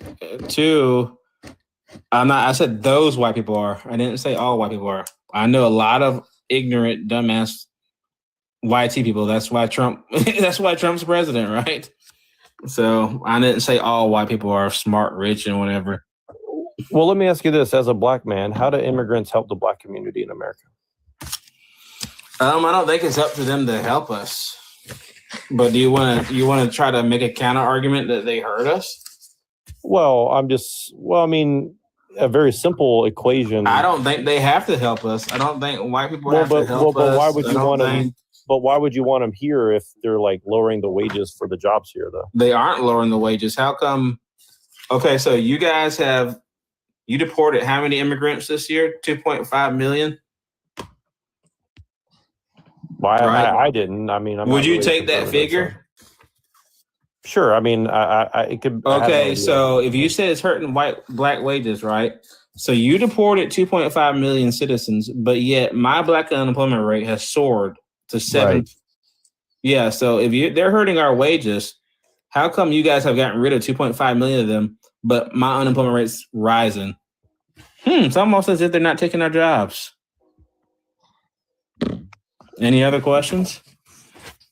Well, I didn't say that they're taking their jobs. I said they're driving down wages. I didn't really say well, obviously not, because if you don't have a job, you can't have a wage. So, hey, do you think like, say we do take out all the immigrants, you think corporations are just gonna the Passover is back? Sorry, Eddie. No, I was just gonna ask them. So I think people think that once all immigrants are out, like these corporations are just gonna start paying us $80 an hour. Is that what you're thinking? Well, here's what I think. Here's what I know for pretty sure. You know that like the average wage corrected for inflation right now would be around like above $100. I'm pretty sure, right? Like that's what a normal job. I don't believe right that. Now. I don't believe that. Well, I mean, to buy an average home in America, you would need to make like $165 an hour on average, right? Like to buy like a house in the metro. You know, have so many openings. We already don't have enough workers, and yet the wage still fucking sucks. So I just disagree with that. Well, would you say take women out of the workforce as well? No, I would not. Because then you definitely wouldn't have anybody to work. I mean, isn't it weird though that we have all this technology? How do you say your name, Ceci? Cece? You can call me Jack, but isn't it weird that we have all this? I'm trying to introduce the other people. Ceci? Cece? Yes, sir. Age, state, and who'd you vote for? I'm 37. I'm from Texas, and I voted for Kamala Harris. John Stone. Yes, sir. Hey, I'm 64. I'm in Las Vegas, originally from New York, and I voted for Vice President Harris because I have more than 2 working brain cells. That sounds good. Hey, before you get off the subject, I just want to interject one thing, and then I'll be quiet or I'll leave. So not only the deportations, let's pretend it's 2 million, like the Trump administration says. Not only that, but it's been more than a year. And if you take the claim that they all make that Biden just let everybody in 16, 20, 18 million, let's go with the lowest number. If you take the lowest number, which is 8 million, 2 million per year. So that's 2 million less people in here just from immigration, and then another 2 million that supposedly have been deported. How has anyone's life improved 1 iota?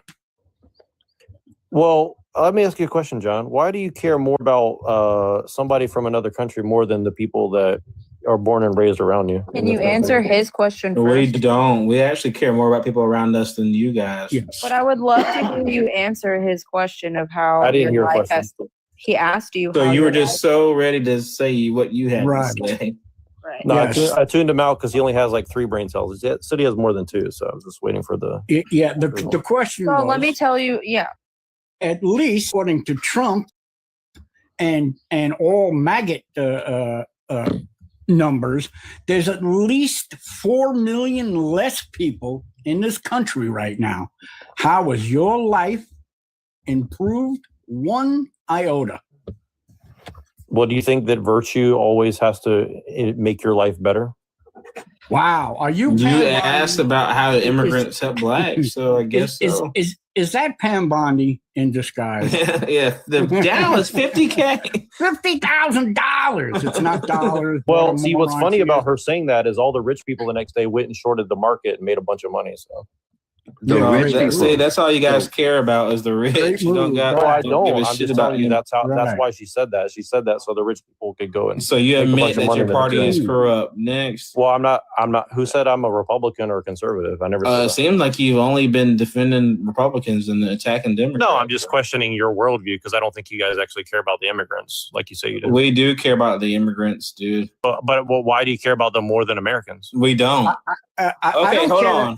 I don't Go care ahead, about John. them Go ahead, on John. the- Go ahead. I don't care about them on a day-to-day, hour-to-hour. Yeah, we're not just business. sitting here like immigrants, Right. immigrants. Yeah, because if you Right. did, you When- let them come sleep in your bed at night, right? Whenever Yeah, just like whenever I see a we're waiting fellow on you human guys to being- let in all the babies that you want not AB'd. Yeah. Whenever I see, Yeah, I'm glad you're human laughing being- about someone. I'm not laughing. I'm awarding us. saying, are you opening up your house to the children that's not? I mean, to children that you don't want to be AB'd? Yeah, how many people? have Yeah, you I'm adopted? just turning your logic back on. I'm you, also dude. not out here advocating that women should have the right to that rather than people actually help each other. So you just said we're not opening up our house to immigrants. You're not opening up your house to adopted kids, are you? Yeah, but you're the one ever here saying that, like you American. just said you're not. You're the one saying. Go ahead, John. You're the one advocating that immigrants Go are ahead, better John. than But Americans. you're the one advocating for women not to have ABs. But go ahead, Yeah, John. I I know you. Yes. Speak, please. Go ahead. John. You could I'll tell tell them you- the same thing. Like, how many veterans have you taken into your house? And I'll- why you don't- virtual I think signal. I think the military works for evil corporations. Why would I do that? Yeah, right. One more thing. So You probably in Texas, the gotta- reason why they're not in Texas is because there's anywhere from 1.7 to 2.3 million undocumented people in Texas. Does anyone here think that Texas could take a 1 million person hit in their economy and survive? I don't. I mean, no. China had like 70 million wiped out like not that long ago. Well, this is not China. This is America. Yeah, but my point is that people die all the time or go away all the time, and things Unalive. But I got a question for you. When you said that, what was that question you said? You said that we care more about immigrants than we do the American people. Okay, which party wants to cut SNAP benefits, Jack? No. Again, see, I'm not a Republican. I'm not a conservative, so I don't know. What No, you said our party doesn't care about the American people. Which party wants to cut SNAP benefits? Well, hold on. Oh my God, I know you're MAGA. How is it? Hold on. How is it helping people to keep them dependent on the government, which doesn't care about them, Which and is run party by wants evil to cut corporations? SNAP benefits? I have no idea, honestly, because I don't really pay Oh attention. yeah, right. You're just disingenuous. Is there another MAGA down there that's actually going to debate? Well, I think MAGA's a cult, so I mean, I'm not a MAGA person. I can't tell because you believe everything that they say. We have 2 new panelists. Melissa. I was just going to say, I don't think either of your new panelists are MAGA because they haven't unmuted and interrupted anybody. Yeah, No, Chris. I would say that Silvio or whatever his name is independent, maybe, but it's still the same. It's a hard independent. Hold on, Chris on 10. Chris on 10. Age, state, who'd you vote for? 32, Oklahoma, and I don't vote. Okay, Melissa, age, state, who'd you vote for? Oh, hold on. Can you hear me? Yes. Okay. 51 New Jersey, and who did I vote for? I voted for Trump. Okay, you've been very respectful for a Trump supporter. But Yeah, well, I mean, I don't support everything he does, though. You know, like I voted for him because I thought he was the better of the options. It doesn't mean like people that talk about like it's some kind of a cult. I don't know what cult you're talking about. I missed the cult gatherings. I haven't been there for it. There's plenty of shit that he does that I don't support. Well, don't worry. Even if you didn't vote for Trump, they would say because you're white, you're bad too. So that'll be the next one. we none of us. You've been on this live for like 30 minutes and nobody said that. So just live your pipe dreams.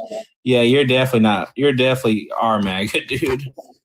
No, I'm not. No, I'm not. No, not you. I'm talking about the crazy Jack dude who's just got kicked off because has no brain cells apparently. No, like I don't. Honestly, I haven't been paying attention to news lately. And the next thing I know, I wake up and like we took over Venezuela, and I'm like, why are we messing with Venezuela? Well, here's the thing. I actually agree with you. I don't think all you guys are cult members. I think a lot of you guys were just ignorant, and you just voted for Trump. Like that just happens. You don't have to be a cult member. Now there is a lot of cult members in the MAGA movement, but a lot of them were just. What'd you think of that, Avian? You know, they were suffering during Biden's economy, and they just felt like, okay, I have to vote for this madman to get, a better economy. That was wrong. I don't think you guys are all cults. Avian, leave me hanging. I don't know. I can go into my I have paid attention to politics the majority of my life. Like I said, I'm 51. Trump was the first Republican I ever voted for in my life. I was a Democrat my entire life. Recording. Just like Democrats kind of fucking left me too. I didn't leave the party. They left me. Live or recording? How did they leave you? They're dumb bullshit. Well, I was a Bernie supporter, and then let's. Well, how can you be a Bernie supporter and say the Democrat Party left you? Like, oh, I want to hear a point. Oh, did you miss that? Did you miss how Would you say? Sassy, that is her point. She said the Is Democrat this Party live left her, or and I want to recording? know how can she support the leftist This is live. Democrat Gotcha. up there and say the party left her? Okay, go ahead, Melissa. Did you watch what What did you happened think of during that? that election? It was the whole it's Hillary's time. You talking about when whatever. they stopped Bernie from winning? Yeah. Okay, so how does that Exactly. make you want to go to the right? It didn't make me want to go to the right. It didn't make me want to go to the right at all. It's just like, I just sat back and I was like, you know what? I'm just going to sit this one out. And I did. I sat it out. And then I just watched the Democrat Party go absolutely ape shit over everyone. There's this Trump derangement syndrome thing. How's it a Trump derangement? It's more of a People Trump just got so devotion. mad over nothing. I was like, bruh. Over nothing. He The won man. the fucking election. He won the fucking election. Just let him do his thing. And nobody, and it just didn't stop. It was never. So you were ending okay every day. with him fomenting an insurrection? You were okay with him dancing and acting stupid when people were unaliving from C-19? There's not Trump derangement syndrome. I voted for Trump. I voted for Trump. Did you? Okay. Yes, I did. I supported Trump. When? Which time? First time or second time or both? The first time. I didn't vote for him. And the first then time. You know who I voted for? I voted for Jill. And then when I see him betray this country and commit treason, basically, and cause an insurrection with January 6th, I left the party. So it's not a derangement. I didn't just hate Trump, and then all of a sudden just wake up and be like, support him, then say, oh, I hate him, I have Trump derangement syndrome. No, this guy he's pretty evil. Like everything he does is corrupt and evil. I can't agree with you on this. He's doubled his net worth. Yeah. If Obama would have doubled his net worth in office, everybody would have had a cow. I don't like shit he's doing lately. I could say this. All right, word for word, but ultimately it said that this Constitution was for a morally just people with the same, I think he used the word emotive reactions. I don't quite remember the exact word again. And he also said a people of the same founding stock. So you said immorally just? Morally or morally just. I don't quite remember. Again, I don't remember the exact words. But he also said that the people should have a common language, a common founding stock. So in other words, the Constitution, even though it guarantees individual rights, but at the same time, the Constitution rests on the principle that the American people speak the same language and are of the same founding stock. So, which means homogeneity, in other words, right? So that is actually, even though that's not directly written in the Constitution, but Thomas Jefferson, based on his review of the preamble, he wrote that in his diary, is that this is like, based on the assumption that this and this. Yeah, he's getting, man, you gotta silence those notifications.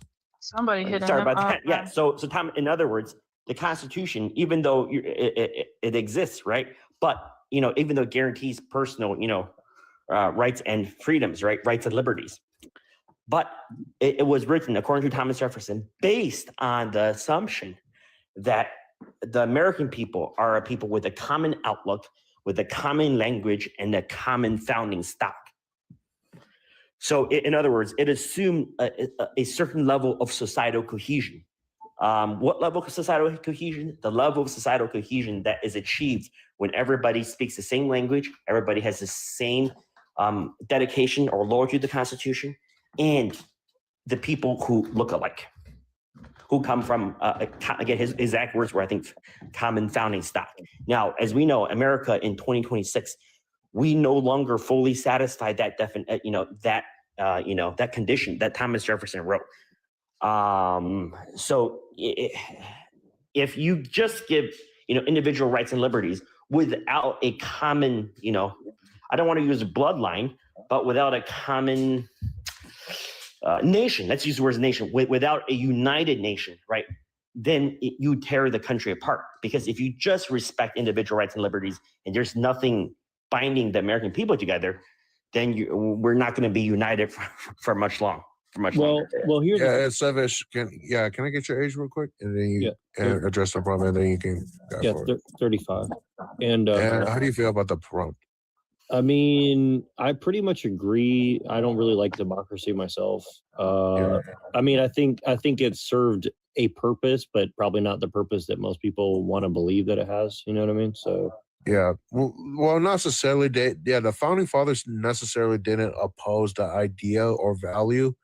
They just didn't like the purest form of democracy when it was put into practice. Well, there's a reason why all the people that we don't like on the TV are saying like democracy. They don't want to talk about what a republic or a democracy or like what Plato wrote about or any of this stuff. They just want to obfuscate everything and make it confusing. Yeah, hold on.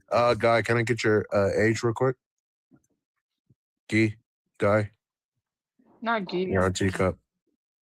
Yeah, I pronounced that shit like it was French. And if I could say something about Plato, okay, Plato, of course, lived in ancient Greece, and we have to keep in mind something about ancient Greece. There's a fundamental difference between the Greek city-states and Rome. So we know Greco-Roman culture, but there's a fundamental difference that separates ancient Greece from ancient Rome. Does anyone know what it is? Say that one more Not time. off the top of my head.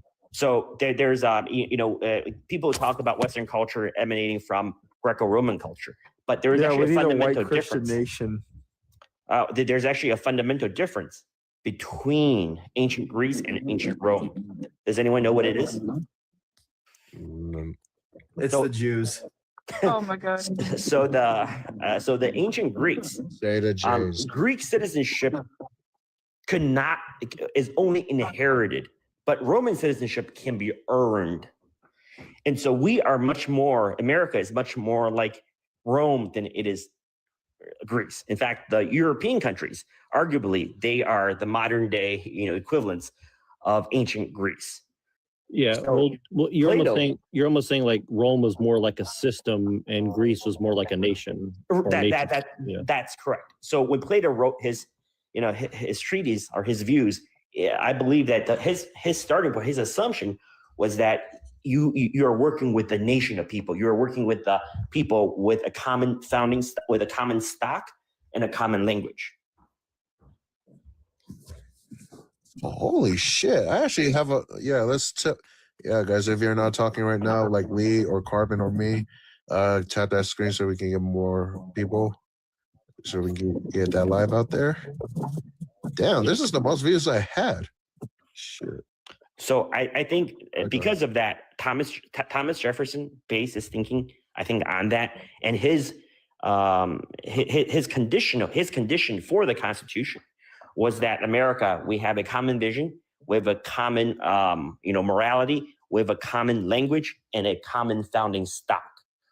Which, of course, in the first Immigration Act was the Immigration Act of 1790, and there it explicitly mentioned that citizenship could only be earned by those who are white Christians. Well, and I just want to touch on something really quick. And again, like, look, I'm going to sound like I'm being liberal, but I'm really not. I just want to say this really briefly. So, like,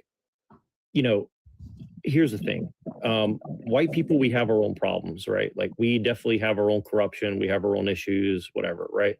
But I don't know if you guys ever been into the third world or other places, like the level of lack of the lack of standards for morality in a European sense is shocking. And I think that most people have never really experienced that. And I think that most people in the world, I mean, most Americans and Europeans would like kind of be okay if there was like some standard that was kind of being imposed. Like, you have to meet this level of morality to come into this thing. Now, look, our elites are kind of bad and have been doing bad things to other Europeans for a long time, right? But obviously it's a whole nother game now that we have a global corporation and a global economy and a global situation going on, right? And I think that the morality is one of the things that never gets talked about, and about how really my biggest problem with the left, or whatever you want to call them, I don't even know what the right word is anymore, but whatever they are, like, they don't want morality. Like, they specifically don't like European ethical systems and stuff like this, right? I agree. They're like what I call liberal nationalists. I've never heard that term, but that's interesting. Can you tell me more about it? I would call it Trotskyism, but sure. Yeah. It's that's actually Trotskyism. I would say it's a close, if not identical. It's good. It's good. I like it. So what liberal nationalism is that nations, basically the former nation states, that includes let's say Britain, France, Germany, etc. They transfer themselves into credo nations built not on common founding stock, but based on creed. So that is the definition of liberal nationalism. And this, of course, starting after 1991, because at that time liberalism was in its heyday. Many European countries, including, of course, the United States, due to the success of the quote-unquote success of the United States defeating the Soviet Union in the Cold War. 1991, that was the heyday of liberalism, because Western European nation states, and I do want to emphasize that word nation state, because back then they were pretty homogenous. They saw the success of America, and their new elites, not like Charles de Gaulle, but basically the new elites, starting from 1991, they believe that they can transform their nation states into basically sorry about that. They can transform their nation states into a version of America, of the United States, i.e., credo nations instead of nations bound by blood and soil. So this opened the door for immigration. Some people who are anti-immigration would refer to this period as mass immigration. And the reason why they use the word mass is, let's just use Germany as just an example here, just to illustrate this. Germany starting in 1999, it disconnected ethnicity from their citizenship. Before 1999, in order to earn German citizenship, you had to be married to a German, assuming that you're non-German, you had to be married to a German, or you were, let's say, of German ethnicity, but left the country a long time ago. So after 1999, that requirement was gotten rid of. And once it was gotten rid of, from 1999 to, I believe, 2024, I think, Germany accepted an incredible amount of immigrants. How many, you may ask? Right now, some are saying that the number of non-ethnic Germans with German citizenship has almost exceeded, not yet, I believe it's 45%, has almost exceeded the number of ethnic Germans with German citizenship. And when this, once it exceeds it, in sociology, there's a term called downgrading. Downgrading sounds bad because it is bad. How downgrading is defined is that when a once dominant ethnic group or majority ethnic group slides down, or in other words, it downgrades to a minority. And by minority, I mean your population is now below 50%, because the majority is any ethnic group above 50%. So if you're above 50%, then you outnumber all of the other ethnic groups, hence the word minorities, put together. But once you drop below 50%, that's no longer true. Once you drop below 50%, essentially every ethnic group is now a minority. And when that happens, this downgrading event is actually, in the history of civil wars, it's the most likely trigger for a civil war. Yeah. Smokey, can I get your age? Yeah, sorry, I was just being polite when I came up, making sure that's where I needed my mic. I'm 50, I live in Vegas. Okay. Yeah. How do you feel about the prompt where I claim I oppose democracy, so did the founding fathers? How do you feel about that? Well, I know depending on what you say for democracy, I know our founding fathers didn't write a vote into the actual Constitution originally, and didn't come to the 14th Amendment, Section 2. I know they othered persons, and so the Bill of Rights wasn't for persons, because if you were another person, it didn't cover you. I know Dred Scott versus Sanford confirmed that. Hold on, but do you understand? Hold on. So I know that our founding going- fathers had a democracy for straight white male landowners. No, well. So hold so I'm answering. Hold on. You're so. I understand where you're coming from, but you're kind of like jumping past history. But do you understand what they didn't want democracy for everyone. Well, it's not about that, sir. Do you not understand what the Federalist Papers was about? Federalist Papers got no bearing in laws. The Constitution is the supreme law of the land. Well, yeah, but do you not know why they opposed? Again, we're governed by the Constitution. Yeah, exactly. And so I know in the Constitution, we othered people, other persons are 3/5, Article 1, Section 2. I know an other person couldn't vote because they weren't a person. Well, it's not about person this, person that. Do you know why they oppose a democracy rather than a republic? It's mentioned in the Federalist Papers why they critique it.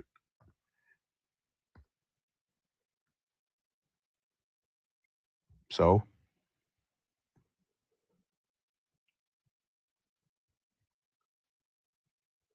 Until he comes out. Red, yeah, what's up? Can I get your age? So I'll drop down because you actually don't want to have a constitutional conversation. Have a great evening, everyone. Okay. I'll drop you there. I'm 25 and I'm from Pennsylvania. Yeah, how do you feel about the prompt? I completely agree with it. Our country was made as a constitutional republic, not a democracy. So you pretty much, are you familiar with the Federalist Papers? Not particularly. I'm more familiar with the Constitution. Yeah. So the Federalist Papers made by Alexander Hamilton, John Jay, and James Madison. They pretty much gave their reasons why they did not want it. They want to still encourage a centralized government. They didn't want to give too much power to the mob majority rule. They also believe in the idea of checks and balances, in which your three branches of government, the executive, judicial, and legislative, pretty much the check and balances were there to make sure, to keep each other in check and make sure there's no specific entity or party in holding too much power, per se. Same thing with the mob majority rule. And because we've seen in history where we had a pure democracy and it turned out to be not really helpful. In the case of Athens, Rome, and Lee, I think you even mentioned the French Revolution, correct? Correct, yes. Yeah.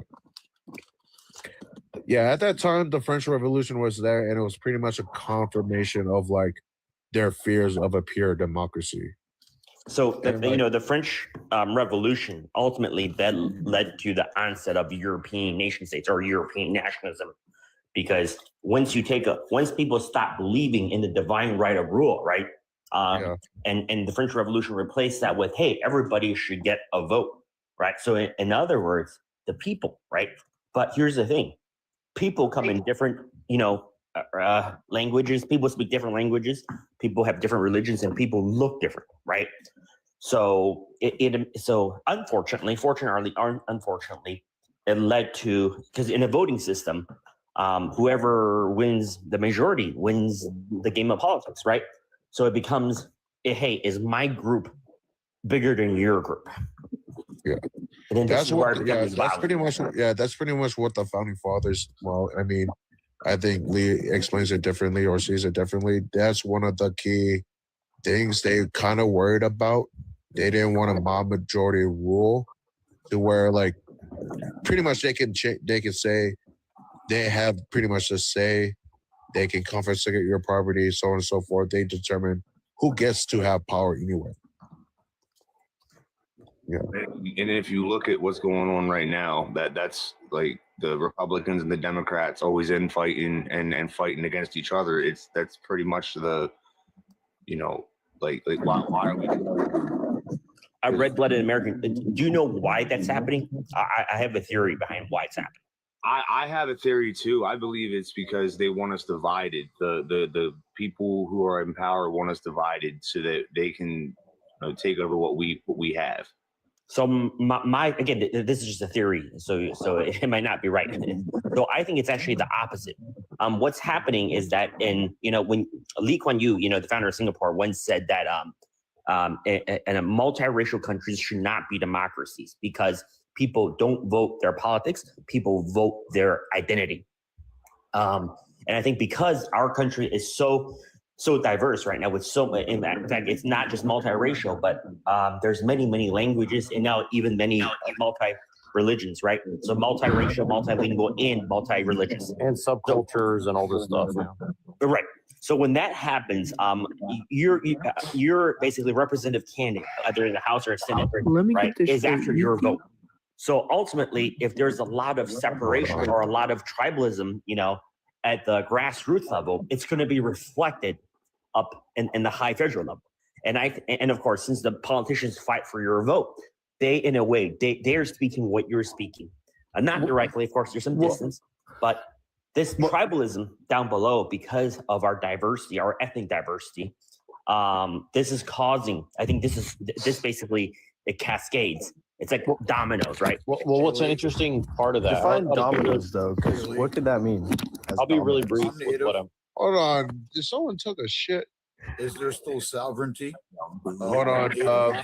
Hold on. Hey, Ventura, can I get your age real quick? Okay. So 19. Oh, sorry. Wait, how old are you? 19. 19? Yeah. Okay. How do you feel about the prompt? What's the prompt? Sorry. So pretty much the prompt says, I oppose democracy, but so did the founding fathers. How do you feel about that? I think like I really go against the Pledge of Allegiance. I don't know if you ever hear it. Like it says like we're united. I don't really think this country's united, and I don't really think the founding fathers were correct on anything. Yeah, kind of didn't. Well, somewhat did not answer my question, but well, can I? He did answer it in a sort of like his own way, but yeah. Well, we can get into it. I want everybody to get a chance. I just wanted to say this really briefly to Lee. What's interesting about what you're saying is that, dude, mute yourself, please. It's like really loud. Sorry. No, I mean Will. I think it's Will or something. It's like sounds like a wind tunnel or something. But no, I'll just be really brief. It's what I was saying is that the irony is that they're using democracy to cover up for fascism, and all these people who are pro-democracy are actually supporting fascism against their own best interest, which is the ironic part to me. Exactly. Yeah. You know what? I think You make a really good point because my teacher, Miss Dyer, she like talks about that a lot in our college class. Yeah. So What's up, big girl? How are you doing? Yo, what's up, Big Way? How you doing? Good morning. Yeah, can I get your age real quick? Man, you know I'm 25. Yeah. Yeah, same age as me. Not bad. So yeah. So how do you feel about the prompt? Hold on, dude. How do you feel about the prompt where it says, "I oppose democracy, so do the founding fathers"? And I do too, because like somebody was just saying, the people that is supporting this democracy or whatever they want to call it is literally going back on what we all fought for as Americans, to be free, to have, our rights. And I'm not down for that. Like, not at all. Well, not only that, well, not necessarily for that reason, but the reason why I oppose it was because the founding fathers, if you actually study They history, were RASIST. not only that, but I mean,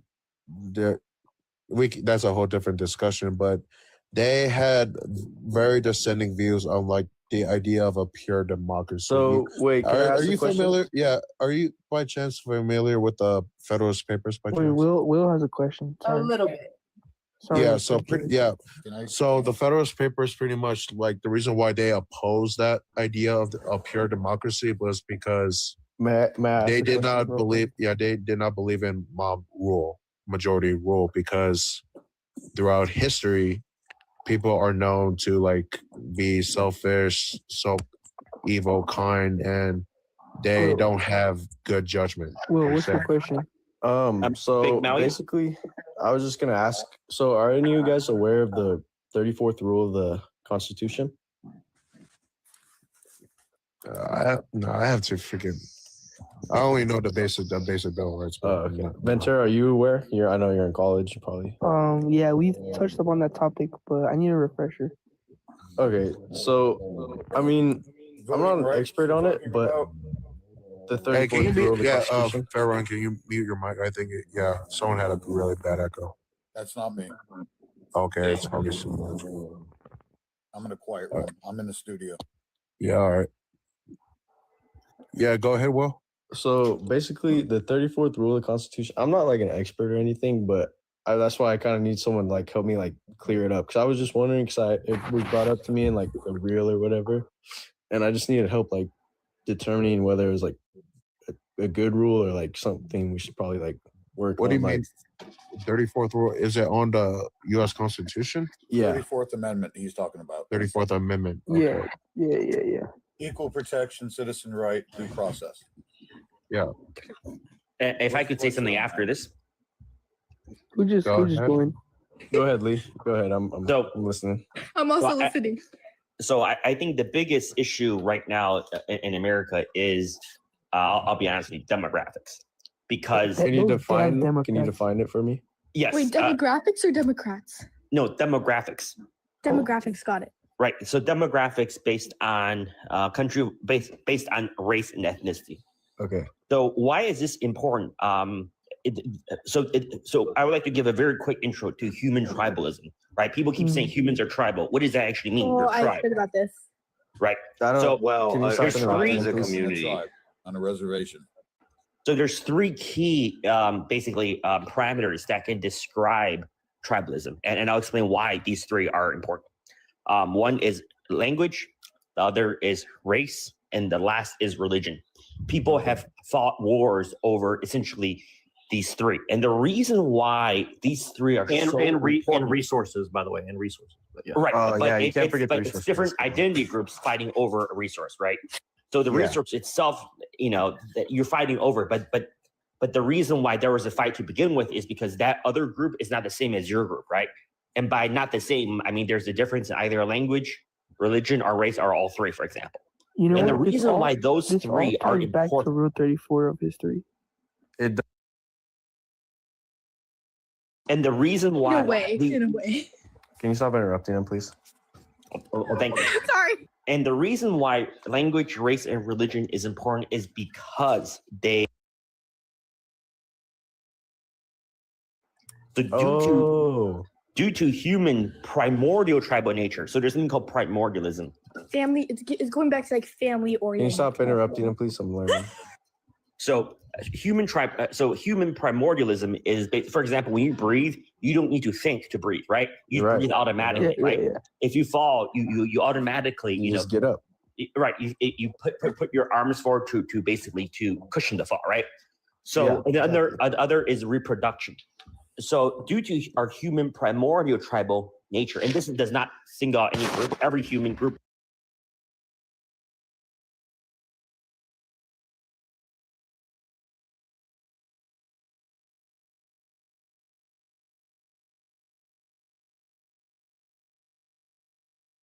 Interested. Yeah. Okay. Well, I get what you're saying. For those that look like this. Yeah. Let me ask you this question. Now, if me and you were the only humans left on this planet, would you reproduce with me? Yes, and there's a reason for that. So, wait, but how would that Brazil, be possible? How would that work? Because it's two. So I think he's saying that two people, a male and female, two different races. I think. Oh, I That's get what, you. what he means. These three people are just here to troll you, by the way. I'm pretty sure. So, so I'm actually No, learning. I'm listening. I'm actually listening. No, Right. can you stop interrupting? I'm learning. Can you also stop interrupting? I'm not. So most people who marry or date, for example, dating and marriage, most people tend to date and marry within the same race. In fact, in 2023, if you take a look at the census, there's marriage data in there. And in 2023, 83% of Americans chose to marry within the same race. Those were the number of people that were granted a marriage certificate. And 17%, they were in what's called an interracial, or officially it's called miscegenation. Miscegenation means that you are mixing. Miscegenation. I'm aware of that. Is this in America? Yes. Okay. these guys are not going to have it. They're not going to let you go on seriously. They're just going to keep asking you retarded I'm questions. learning. Please. So most people who marry, in other words, and Don't worry, it's just notifications. That's why it's going on teacup.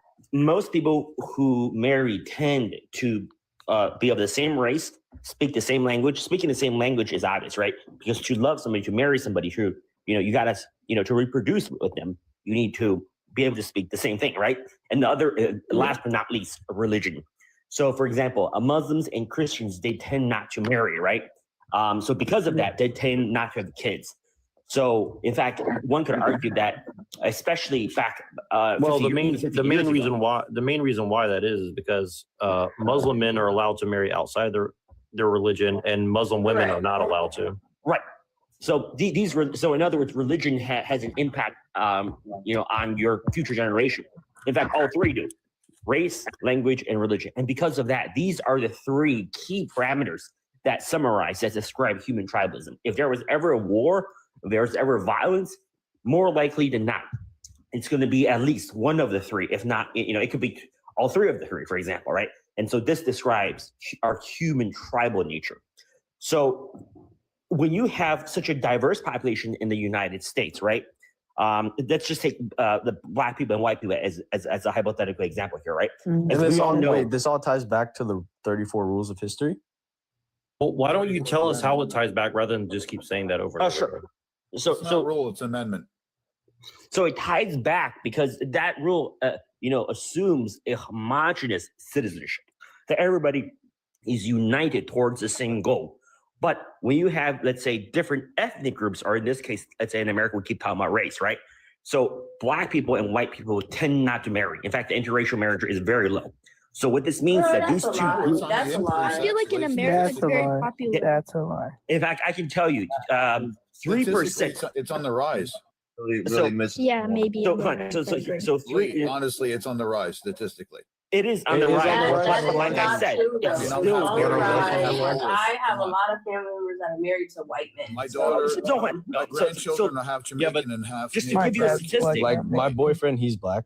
Like, okay, so just to give you a statistic, these guys are just going to keep interrupting you, just to Hey, mess with you. Sabi, right? sir, They're You feel like obviously the only agreeing. one that's interrupting? So I I don't want you think to it's calm us. down. You're interrupting us, actually. So most people marry date and marry within the same race. 83% of Americans in 2023 married the same race. In fact, of all interracial marriages, Black people, Black-white intermarriage is only 3%. It's a very low number. And what happens actually when you marry a Black person is that, and this is why you cannot assimilate a Black person to a white person. So when a Black and a white person marry and they have kids, there's a 90% chance that their kids would marry somebody who is black. So in other words, you lose the white person, right? So what this means is that the second generation chooses to marry somebody who is black, right? So all future generations Wait, can I essentially just become black. interject really quick? Can I interject? Wait, I have a and question.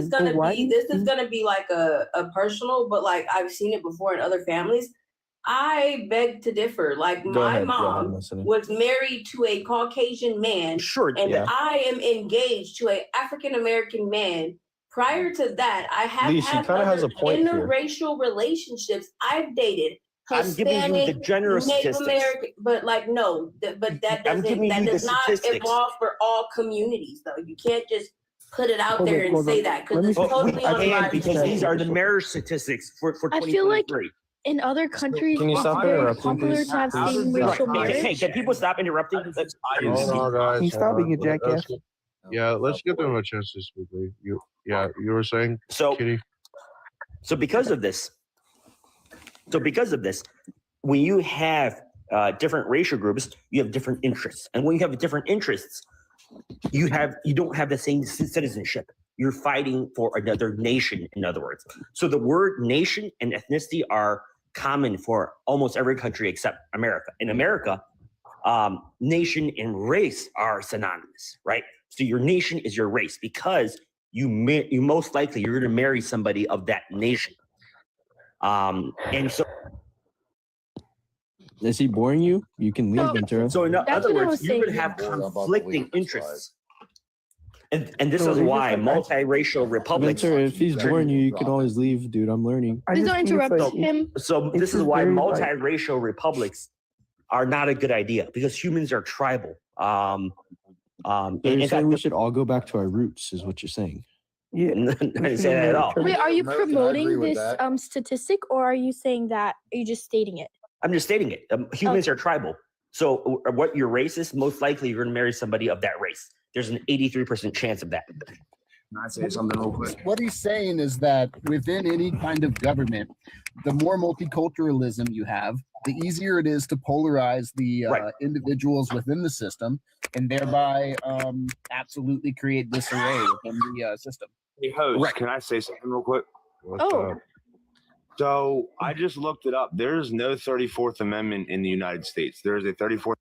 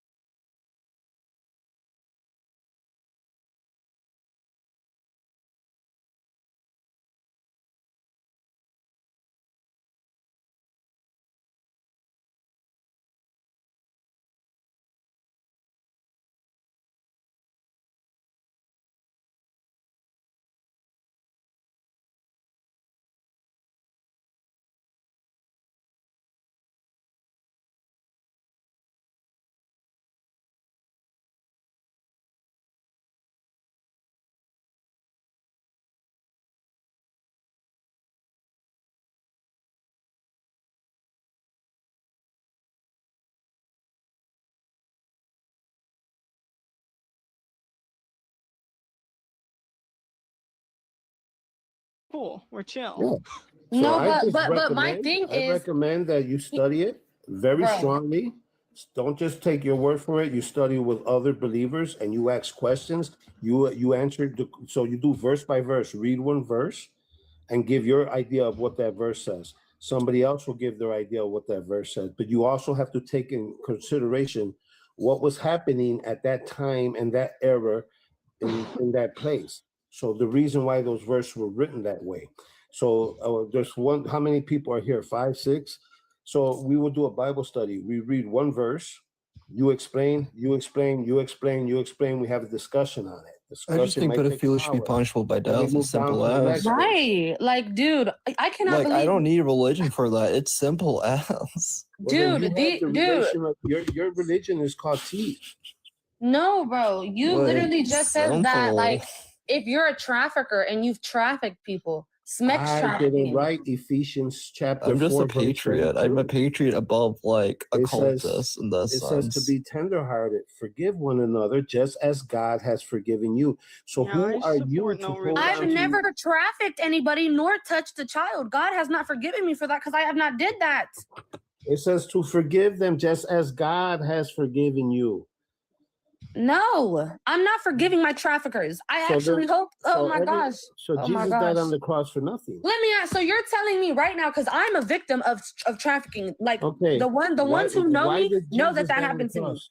No, Why I'm did Jesus asking you. die on Are the you cross? telling me to for like just like be like, yes, I forgive them, the people that literally gave me PTSD for me being trafficked? Because that did happen to me when I was I younger. am so sorry that happens to I you. May can the Lord have understand your mercy point of on view you on and that, look as I upon you was with favor. essayed when younger, and I was also essayed by one of my most recent exes. I've also been groped before, so I understand where you're coming from with the fact of like you're thinking it's bullshit to forgive them. Because to be honest, I don't forgive the people that did that stuff to me. And one of them, sadly enough, was my own mother. So Mine, sorry. Well, may the mine Lord was my give you- stepmom, so I look get you. upon My you with stepmom, mercy and my favor. stepmom was the evil mastermind behind my trafficking. my mother essayed me when I was 9 years old. Yeah, I'm sorry. I understand. My And stepmom then made right the whole after she plan. passed away, like not even a week afterwards, she passed away in a house fire. But let me tell you something. You see, now this is another thing. Karma happens, bro. And so that's why I'm confused as to what he's saying. Because for me, I believe in Jesus and I believe karma comes back. So how she SA'd you and then she passed away in a house fire. I've heard a lot of stories like that. Are you telling me that God didn't make that happen because they did something very freaking evil?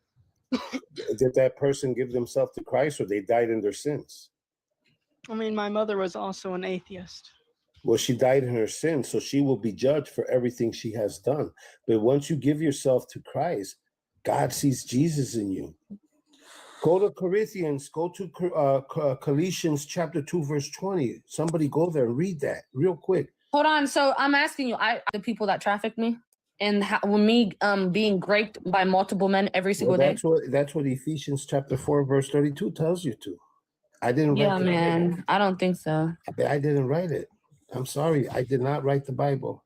I'm just quoting it. I can also understand Papa's point of view as I can also understand Papa's point of view as like in Christianity, the Bible state to forgive any and all people for their wrongdoings to you, as God would forgive you for any of your wrongdoings. But I literally read him a verse, right? I read him and I can read it again, where the verse basically says, like, it's in Matthew. It's in Matthew the New something. Testament. The New Testament one, where it's about P3 files doing stuff to kids. So where basically God told them to basically go take their life and jump into this water with rocks so they would float to the bottom. That doesn't seem like God is saying, like, yes, like he forgives those P3 files. That was a very harsh verse.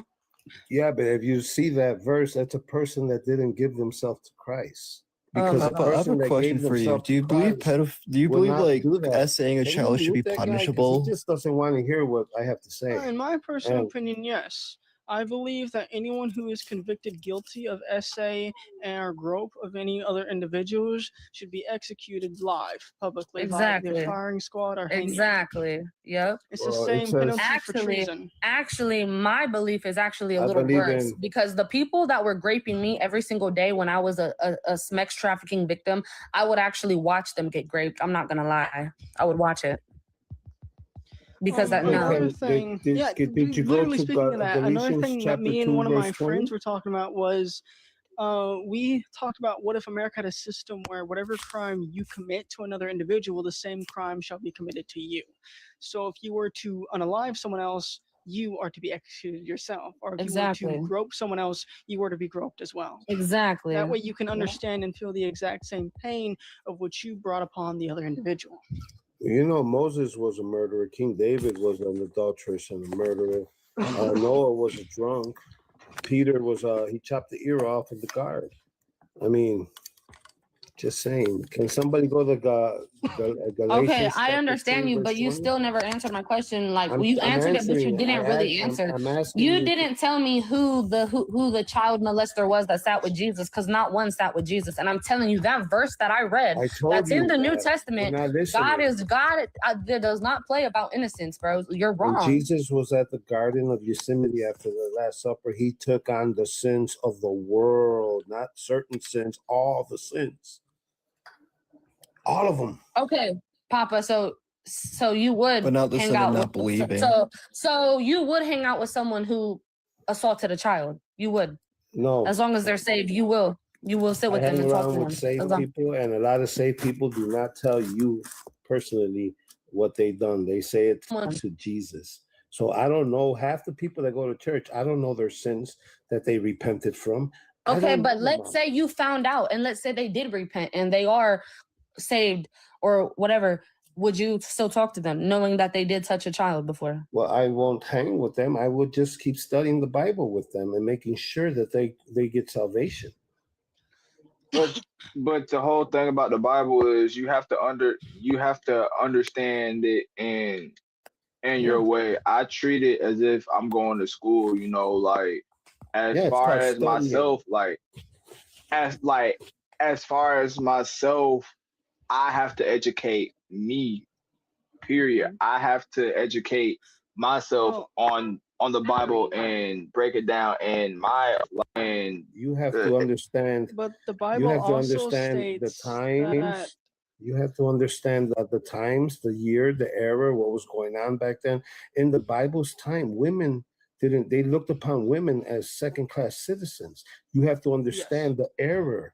Okay, you have to understand the error. And when Jesus spoke to the lady at the well and told her she was living in adultery, he also sent her out to preach the Messiah's coming. And the first woman to know that Jesus has risen was Mary of Magdalene. So for Mary of Magdalene to go back to the men and say he has risen, and they believe, back to the men and say he has risen, and they believe. Back then, the even gospel. states that for individuals of which worship Christianity, they are supposed to preach the gospel to other people. Now, they're not supposed to force the religion on other people. Yeah, we're not but they're forcing it. supposed to talk about it and encourage others to turn to the gospel. There has been plenty of fraud already caught, already prosecuted, and there's a lot more being investigated. So once it goes through court and if people get in trouble and held accountable, it very well could go back all the way to Tim Walz. Now, if you're going to just sit here and act like there's no possible way, that's ridiculous because you don't know that. You have no reason to believe that other than you want to believe that Tim Walz is a great guy and he No, would never you do want to anything. believe that he's guilty. Can I say something about this too? Can I say something about their claim that How is he guilty? You don't know hold that. Up, hold up, I have hold a up. question. Let Chauncey speak, please. Can I say something? I love how both you two at the bottom sat there and said that his video was proved or illegitimate when it was. Hold up, it was the reason why the FBI and Homeland Security started their investigation. So if it wasn't legit enough, how come they're using it to start an investigation? Because the administration is disingenuous and corrupt. What do you mean? Then they're going to have to fabricate a whole bunch of stuff. huh? Let's slow down. Under Biden. Why- No. Let me finish. I need y'all. Let me finish. I need y'all to ask Let me finish my yourselves the point. question why you guys The think that corruption they're in pointing Michigan. all of Let the me finish, anger. Bagel. The corruption Why are they in pointing the anger? Michigan, dude. The corruption in Michigan. The investigation started under Joe Biden. It wasn't the Trump administration. talking about It was one. investigated initially under the Biden administration in 2022. What I'm talking about is the YouTube video where he went to daycares in Michigan and harassed them into Okay. I'm gonna let you. showing the I'm gonna inside. let you. No, I'm gonna let you be quiet because he did not harass. He literally asked. What he did, he asked, "Hey, can I sign my kid up for daycare like a It normal started parent under would?" Biden. Yeah, and Jonesy, we went to healthcare centers too, saying, "Hey, can I sign up myself to get healthcare benefits at this quote legitimate healthcare center?" And he went to many of those. Exactly. Wait, I just have a really quick question for Free Dulce. Why do you care more about real quick, Somalians? SBS, can I just get your name, your age, and who you voted for, please? I just need to check you in, bud. Yeah, of course. 35. Well, I didn't vote this last time, but I voted for Trump before that. So. Okay, that's fine. Yeah, go ahead, man. Yeah. So I just have a quick question for Free Dulce. Why do you care more about Somalians than Americans? I don't. Yes. So why are you arguing this point if you don't? You even can care about look it Somalians? up. I mean, but why do you care so much? Why are you so passionate? Like why don't you go move to Somalia and hang out with them? Like, why are you so passionate about this? because they are targeting daycares run by Somalians in America. What the fuck are you even talking But why do you care about that? Like, out of all the problems in America right now, why do you care about that? Because this is what these MAGA people brought up to me. It's not on the top of my Yeah, but mind. I mean, out of all the things going on in this country, I mean, like, is there anything that you care more about than that? Like, yes, you want, everything. like, okay, so do you want open borders and let everybody in the world to come here, or what? Yeah, I totally do. Are you fucking?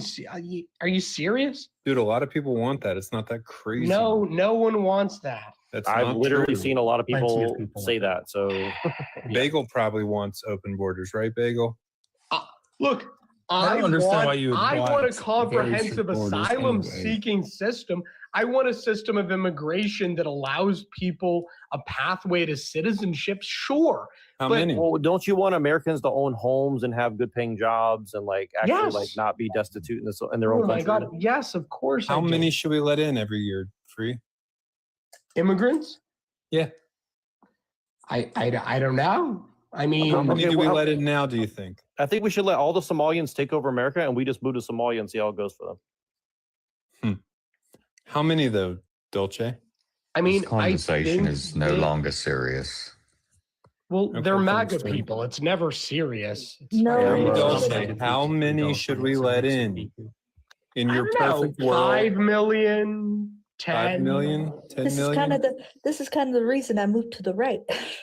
Whatever arbitrary I mean, number he thinks is, seriously. like, whatever arbitrary number makes you feel But happy in the mornings. are we talking now about immigration? How many immigrants we think should be allowed into the country? Yeah, that's what I asked you. How many? Sure, I mean, would you? Oh, here's a real question: would you send your kids to a Somalian daycare? Sure. Yes. Well, I think you should. I think you should do it. I think you should Suicidal do it. empathy right there on display. What's wrong with some Somalians? Their average IQ is spell the name of their daycare. Their average Somebody keep IQ is getting below dumbed down? No, 70. thank you. See, this is why I just can't do it anymore. I can't be MAGA, and I damn sure can't be left. I don't understand what's going on with free. Let me check you in quick, CF. Can I get your age and who you voted for, please, bud? Yeah, I'm 35. I voted for Trump. Yeah. So yeah, what's on your mind, man? What's I just think it's a bunch of disingenuous shit going on from everybody. I'm listening to what this guy's saying. There's nothing wrong with Somalians. Man, bro, they've taken more money than their country's GDP. Okay, that's a problem. They've taken from America. It's also a problem that we haven't audited our Pentagon. Where the fuck was Doge for that? It's also a problem that Pam Bondi is dodging questions about PFAS. And it's also a problem that leftists are agitating ICE officers. I'm not cool with any of this shit. I'm not down with Trump, not anymore, because he's not holding enough accountability. And you leftists are getting in the way of what I voted for. No. But CF, what you're saying is that on one side, we think that Somalians should be able to run daycares. And on the other side, you're saying that the administration should protect their PDF constituents and their rich friends. It's not the same thing. What I'm saying is we should follow law and order. Billionaire pedophiles should be arrested. Somalians should be kicked out of our country. Period. Why? No, but if the Somalians are here What? legally, they shouldn't. What's the fucking problem? What's your issue? It's Somali. You can't just say How do you have Somalians sympathy should for be one kicked and out. not the other? Not Somalians. You What we're shouldn't- talking about are people You shouldn't that are just here say illegally. Somalians should be kicked out of the country. Most of the Somali people that are in this country, I would say most of them are probably here legally. Any of them, That's though, not true.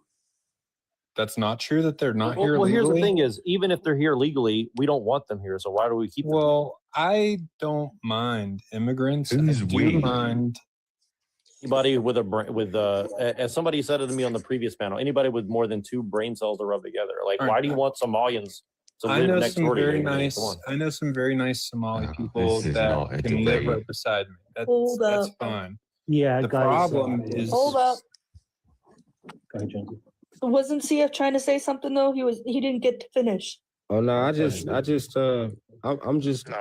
just done with all of it. I feel like the left is being disingenuous. CF is right. Yeah, I He was just feel like letting the left is being disingenuous. Bro, be quiet. Let him finish. Damn it. Anyways, Oh. continue, CF. I'm agreeing with him. Yeah, Well, I'm be not quiet. gonna be You could long. agree. Just shut your ass up. Let him go. I ain't gonna be long at all. I'm just gonna say that. No, you're good. You could you're finish fine. what Go ahead. you could finish what you're talking. I voted to make America great. I voted for accountability, law and order, and I feel that there can be more efficiency from ICE. We've been kicked out of 2 states. That's California and Minnesota. We had surges there. They don't only get illegal immigrants. They investigate fraud and lock up fraud people too. And so I feel that we And should drugs. we should have got Bovino out of there way earlier. Tom Homan should have been put in before 2 people lost their life. And the fact that Trump didn't make that call, the fact that these people aren't doing this on time, we have to hold them accountable for it. And if you don't, Exactly. if you don't do that, then I feel like you're doing the same thing that the Democrats did for Joe Biden when he was sleeping in the office and shit was going to shit. I'm not going to let that happen, especially when I voted for it. I feel I don't, my thing about this is I agree. I got to follow what goes on in California because I'm not that educated. Mind you, they're a state over, but I got to educate myself and see what's going on and all the corruption that's going on over there. It's just going to be a big old. It's pretty bad, Jonesy. Yeah, we'll have another talk about it another time. It's like Gavin, and this goes out to everyone. Like you need Gavin Newsom. My gut feeling is that he'll probably be the very likely running for the presidential race for the next election. He's such a piece of shit. Like Hopefully no not. matter how you feel about Trump, well, do you no know matter how he you won't feel be. about like whatever Republican Democrat, you have to understand like he's such a corrupt piece of shit. It's unbelievable. And this whole thing where he's trying to basically act like Trump, like tough and mock him and play to, it's the most like under snaky, shitty, conniving. Like he's a piece of shit. And you do Cringy not as let fuck. that. Like get AOC for God's sake. Do you, Go- do you go know for why it. they're going to run her? I mean, run Gavin is because he's basically like the prison state guy. He knows how to run California like a prison. He's going to run America like a prison. That's the reason why. There's a lot of negative things, SVS. So yeah, I would not be surprised. Dolce, do you want the big screen? I don't know what you're trying to show there. Was that your porn collection and you didn't mean to show us? Yeah, he's on mute. Yeah. No, I got muted. No, I mean, I'm just upset that we moved What was your on from point, the Blake? conversation we were just having, but whatever. All right, man. Well, I mean, that was so played out, that conversation. Thank you, CF, for being another moderate, sane voice on this panel, and getting us back to a debate rather than an argument where everyone's just speaking over each other. I mean, this is the thing, guys, with your country. The average American, they do not care about these things you're talking about. And, you know, again, the liberals, they served up a second Trump presidency on a silver platter because they cannot get themselves together and organized and give us a sane point of view on how to run this country. I should send King Charles over there to smack your bottoms. Jonah, you're a real wanker, is what I got to say, buddy. What's Isn't King Charles' brother a Hold up, no, don't pedophile? don't disrespect my British. I'm just My making British a folks over joke, here. guys. Lighten up. Yeah, Lighten come up. on. Well, I got to use the Did you word see? wanker. We don't Did get you to use see? I brought I'm up just King joking Charles, too. and he goes right to the PDF stuff. Just because dry Yes. humor. Did you guys see the? Okay, hold up, Somehow hold the up. Brit doesn't. Hold up. PDF Dry filing is humor. no. PDF filing or labeling someone as that is never funny, no matter what situation. Come on, bro. We're Prince grown-ups here. Charles? Okay, We're hold on. grown-ups Hold on. here, No, though. Prince Andrew. Well, Andrew. really quick, I just want to say two things. The Prince Charles movie that he put out on Andrew. Prime is really weird. But secondly, we should all watch it. But the second thing is this, that it is really interesting what you're saying, because people don't care in America, I guess. But I don't know. I lost my point because I was trying to talk. Sorry. People don't But, care yeah. about what? Well, he was saying Law that like and order. Americans don't care about the stuff, but I think it's also like, well, okay, I remember now. So let me give you an example. Like, here's the thing. Like, I don't know how many of you guys have kids, but here's the thing: is like, I was talking to this guy who's 19 in Canada yesterday, and he told me that they teach like 5, 6, and 7-year-olds that you have to use everybody's pronouns and all this stuff. Oh God. And I didn't know it was that far gone, but I guess I shouldn't be that surprised. But I mean, this is what they're trying to do. And again, like, here's the thing: is like it's never about respecting people. It's always about indoctrination to the point where it's like it's insanity, right? And you look at the young people now, and they're so, especially the young women, because of the way that they, interact with people socially, right? There's so much pressure on them to like conform to this nonsense But that. then why is your solution not to reform education and rather to provide authoritarian centralized power? Because to you guys the won't let government? us, you guys will not let Exactly. us reform education without centralized authoritarian power. Well, you want to get rid of the Department of Education overall. Yeah. No, great. no. At this point, I don't think we could do much worse than what we've done. I mean, honestly. Yep. Are you serious? I mean, the Department of Education pretty much fixed the literacy problem that we had in the U.S. in the 60s and the 70s. And now nobody has That's kids oh and my nobody has gosh, a family. that and is the everybody's- Not 60s, true. buddy. Hold up, buddy. That is the 60s and 70s. Our education level right now is so low, it is laughable. We are a laughable country because of how low our education is. And it's just, as a 24-year-old, yes. as Then a we should 24 go ahead. as a 24-year-old, I understand that because I'm in college right now and I see all the rhetoric they're trying to push towards. They're like, hey, we got college kids not knowing how to make a freaking paragraph, bro. Yeah. I agree. But the solution isn't taking money away from public education. Which No, nobody's doing. Nobody anyway. took money away. We've Well, getting rid of if the you want to federal. disband the Department of Education Correct. and money goes to the decentralize states. money, no, I mean, look, the money is still dispersed the same. It's still, or it's not dispersed the same, but it's still there. It's still No. appropriated for education. The only thing that we don't have anymore is this big department that basically says that no child left behind is a good thing. You know, I grew up in an impoverished Black neighborhood, and literally we were in danger of losing our accreditation at our school. So for the ITBS, the Iowa Test of Basic Skills, they gave us the fucking answer key because they needed us to pass the test. Now, I didn't need the answer key, but they wanted us to do well. And this you're going to hear more people say this. You know, this is going to come out more. This is what happened to impoverished schools all across America, and this is why our literacy rates are so low right now. We pass people who didn't learn a damn thing.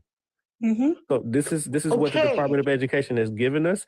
It's given us basically money based on your academic level. Now this administration that I voted for, that I have some issues with, is saying that we're going to give you money just for being a child, just for being a person going to a school.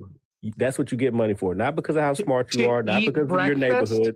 I think that's the fairest thing that we can do. And the Department of Education was a tool of systematic racism, if you want to be honest. Since we're gonna play it how like is that, because eating it affected Black free people breakfast terribly. and lunch? How is a free lunch a tool of oppression? It's not a tool, my guy. What do you? No, but I'll tell you I'm how. talking to Because CF. I mean, because shaping the minds of the young is what people have always done when they want how to does free lunch control people. But that's the thing. When we're talking about money allocated towards public school districts, right? What are we saying that we need to take away? Why do hold on? Take But away free lunch programs? But here's the thing: is why do you want a bunch of blue-haired, insane people to teach your children? That's the real question, right? What the fuck? I would love if some no. Look, I would love if some conservatives would go back to academia, would go back to the arts, because all that the right look, let me finish. All that the right does is complain about the arts being skewed to the left. Academia is all about the left, and I think it's because the right has chosen to view that as a left wing. No, the left let me introduced- the left let me introduced finish, blue please. Let me tell you. Hold on. I'm begging. Let me tell you. Wait. Let me tell you what you're saying. Let me tell you what you're saying. Let me tell you what you're saying. You're saying. Why are you? You're basically saying the equivalent of I like. would love No. Let him finish. conservatives. We can do a minute apiece if Jonesy. We can do minutes if. I would love for conservatives. We need to go to minutes. back. We need to go. I'm gonna hold up, Free. I'm gonna put what should I put for his time? We can just do a minute. Do you not? Can you do it on your end, I think Jonesy? I can. I can do it in 30 seconds if you let me talk. All right, go. We have a minute. I would love for there to be a conservative opinion artistically on the right, an opinion from the right in the arts, an opinion academically.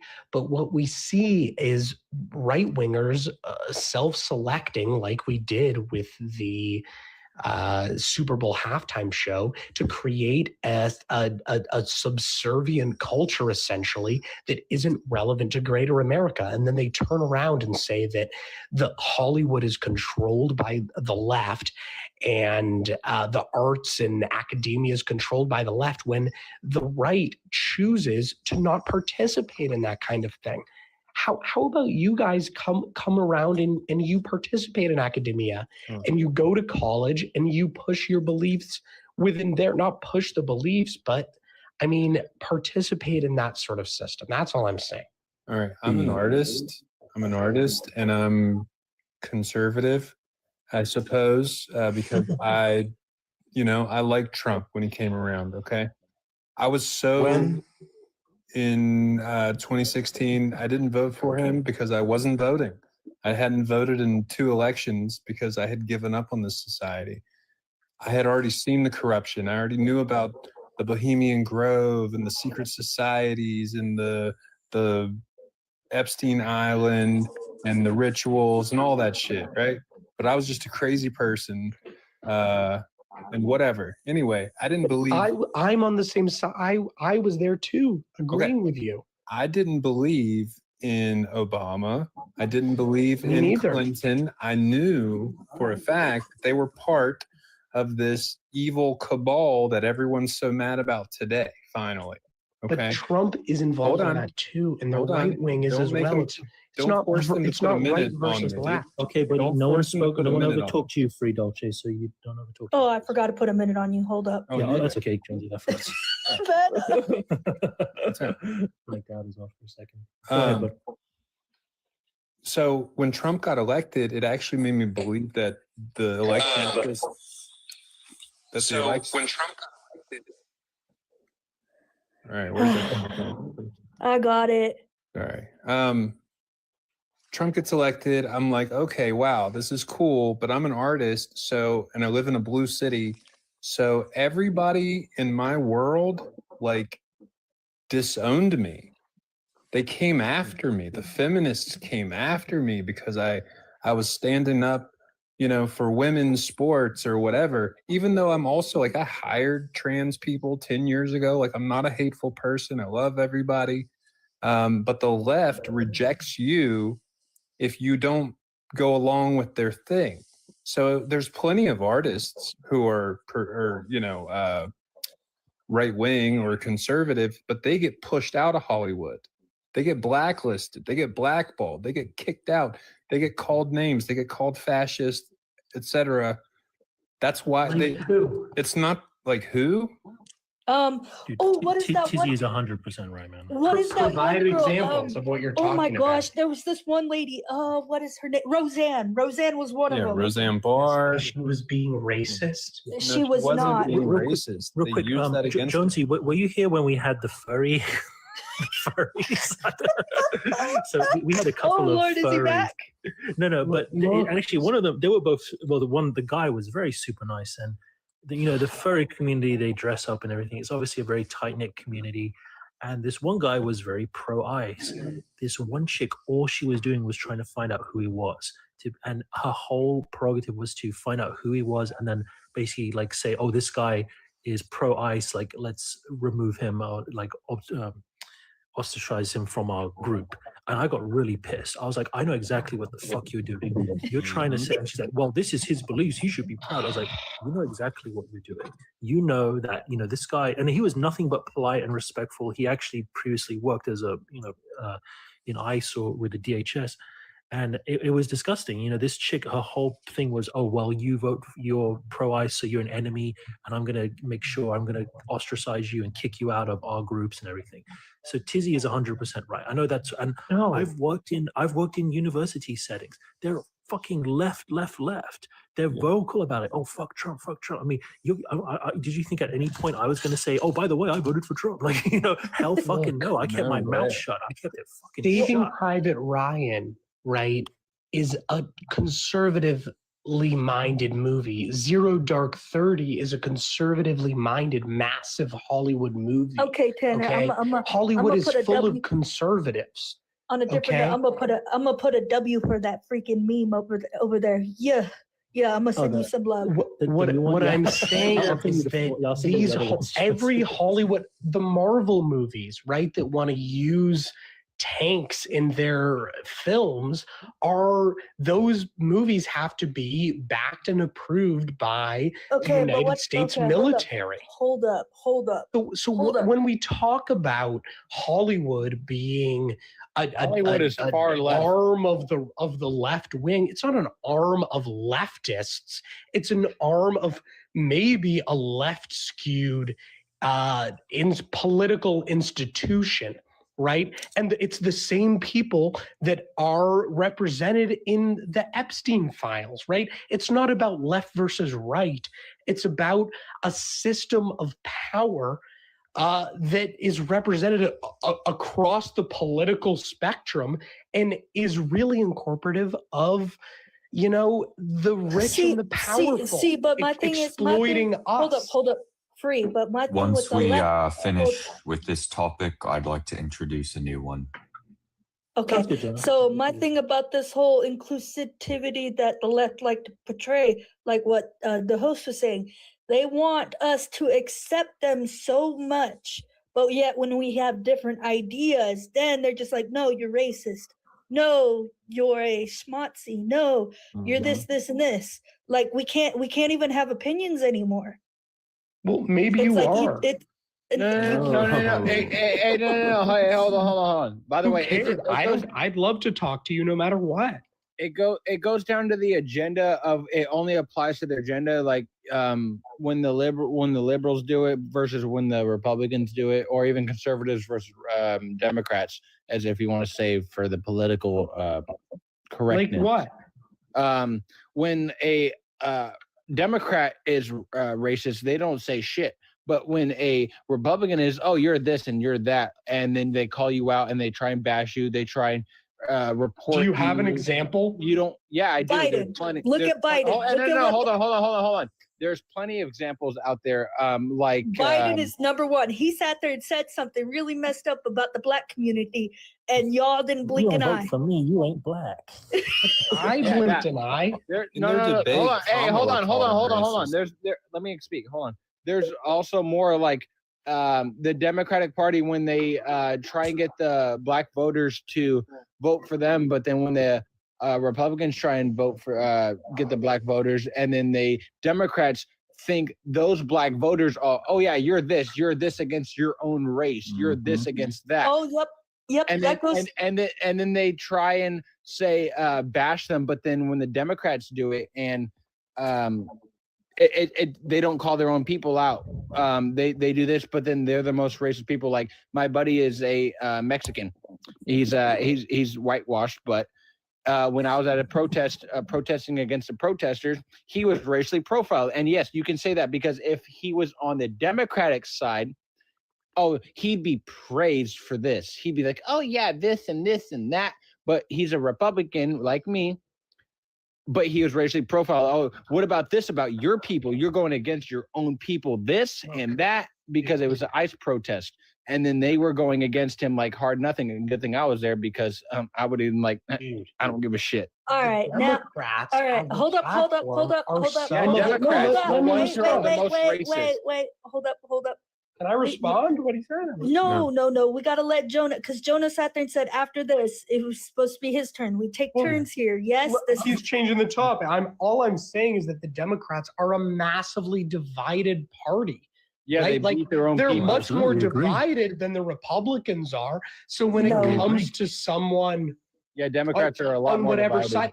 That's the issue with being on the left right now, is that if you are a liberal and you come out and say whatever you want, you're going to get attacked by the right as well as the far, far extreme left.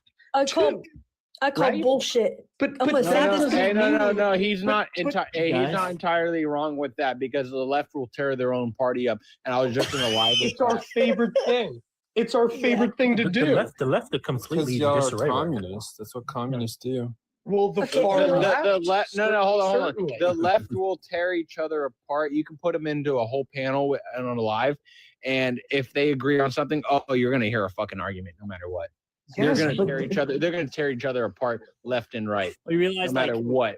You realize, realize like, they there's a- disagree there's on a something. more- But then They how disagree does on that something. viewpoint? But then how does that viewpoint support the sort of oppression that you're saying that you experience? That you're oppressed for your viewpoints because the look- left doesn't want you to say what you want to say in public, when we can all acknowledge that the left as a whole Well, is can I answer you that? fucking- Can I answer that? So the reason why, so like I'm all for patriotism. I want to put my flag all over like my vehicles and stuff like that. But if I do so, I'm gonna get it spray painted or something will happen because people don't like America. Or if you have a Tesla. There's no way Charge you it up. know that. I don't like freaking Tesla. Okay, my buddy literally had a Tesla and someone keyed it. I like a because good of old Elon. 454 gas motor.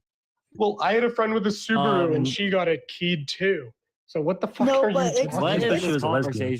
It's That's just a lesbian thing. but it's more likely that no, but it's more conversation? it's more likely that lesbians. Yeah, it's let's more move likely on to okay, whatever the other guy wanted to say. yeah. Also, you guys, by the way, you realize Democrats disagree more than Republicans. Real quick, we have to check you in. Yapkin, can I get your age, who you voted for? Yeah, I'm 26 and I voted for Kamala Harris. Okay.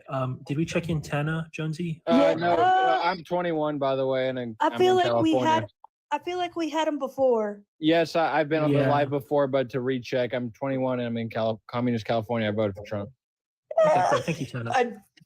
Yeah, Jonah, you've been very kind, quiet and respectful. Yeah, go ahead, Jonah. What's on your mind? You want to shift the topic? Oh, thanks, guys. All right, I'm going to try this. I'm going to pose this question to you all. I'm not sure this group is mature enough to handle it, and you might make me regret it. But I let's, love the let's see how this condescension goes. right at the beginning. Jonah, do you go to many Very lives? Because I British honestly, thing I to mean, do. I've been to many lives. Jonah, Hey, can you guys shut the fuck up? Hold up, hold up, I hold can't up. even. How about that? It's like, why isn't this Oxford? No wonder he said that. No wonder he prefaced with that. Just Jonah, get are you on from with the it, United mate. States? Mate, just get on with it. Don't do that. Don't be racist. You guys are. That's not ridiculous. racism. That's just called fucking another white man against another white man. No, that is racism. Shut the fuck up. No, he is from the UK. They are majority white, unless he was. No, Indian. but you don't speak. It does. Yeah, you are. Yeah, You're going against- you're a lefty. You're No, but you're calling literally- me hold up, hold up. racist. No, Jonah, no, but- Jonah, go ahead. Jonah, go ahead. No, she's right. You're literally like, if you're attacking someone because You're of their literally culture, racist. Nah, shut the. I'm a So you're doing that, like Hey, as mocking someone someone because of who their accent is is a racist. Irish, You I personally don't give goddamn two shit. shits. Okay, no, but can we let racist. hold up? Can we let Jonah go though? He was trying to say something. Go ahead, Jonah. I don't think they want me to. Well, if you Go come ahead. out the gate Now we calling all do. of Take us, a bite of your chips. Take the chip bite and go ahead. So, Free, if you said that to try us, not if to CF was insult here us and you'd say, right go, at the okay, take a beginning. bite of your fried chicken. Let him do you think talk. that would Oh, go Let him down come talk. on. I'm Or is that not why doing that multiple times, insulting you. It's How just about a just joke, try to say it again guys. without the condescending attitude and just I don't ask care us a about question. Fizzy, stop feelings. stop Feelings don't crying, matter. Fizzy. You guys Stop are crying. Go so ahead, stop crying. serious in here. So Feelings serious. don't No, matter. but no, actually, Jonah, wait, go. hold up. Let him Fizzy's speak just getting though. offended Everyone, liberal. let the Jonah speak now. Now we've all said our shit. Yeah. Jonah, go Okay. ahead. All right. So, what qualities or attributes would you like to see in whoever your next president is? I'm not asking a specific person. I'm talking about Ooh, I know. what kind of qualities do you think the leader of the free world should have? All right, we're gonna put a timer Hold on, this. hold on. One at a let's answer hold one up, at hold a up. time. I'm the mod. We're gonna put Thank you, Jonah. we're gonna start at the bottom from Yap, and then we'll put a minute timer on each and every one of you. All right? That works. All right, Yes, let's do that one at a time because I would like to Perfect. I have a don't even good say need a on that, minute. too. Give me like 5 seconds, okay? I You need ready? 30 seconds. There's no. I don't even need 30 seconds. I just need like 5. Literally, like, I want the next president to not be a PDF file. Go ahead, Tanner. All right. The All next right, one. that's not really what I was asking. like that. Hold on. Hey, Well, you now said it's my what turn. That's impossible. Now, hey, now it's my turn. Let's start this one at a time. Now he answered. Now he answered. So It's Tanner's turn. It's Tanner's turn. For me, America first. Yes, I'm gonna say what. There's nothing about the files. I'm not gonna say anything about that because it's a totally different topic. America first, mainly for me, one who is mainly about American conservative values, Christian values, and one who does not does not have the balls to say shit whatever he thinks because you need a president who does not give a crap in this generation. All right. Bagel, you could go next. Yes, for the next president, I'm quite young, so I don't really have a big view on this, but I would like them to be very anti-war, very investing in one's own country. I would appreciate open borders and a fast-tracked immigration process. I would love them to not be part of the Epstein files. I would also appreciate if they invested in industry and increasing in manufacturing within our own country so that we can improve and not outsource a lot of our work towards other countries.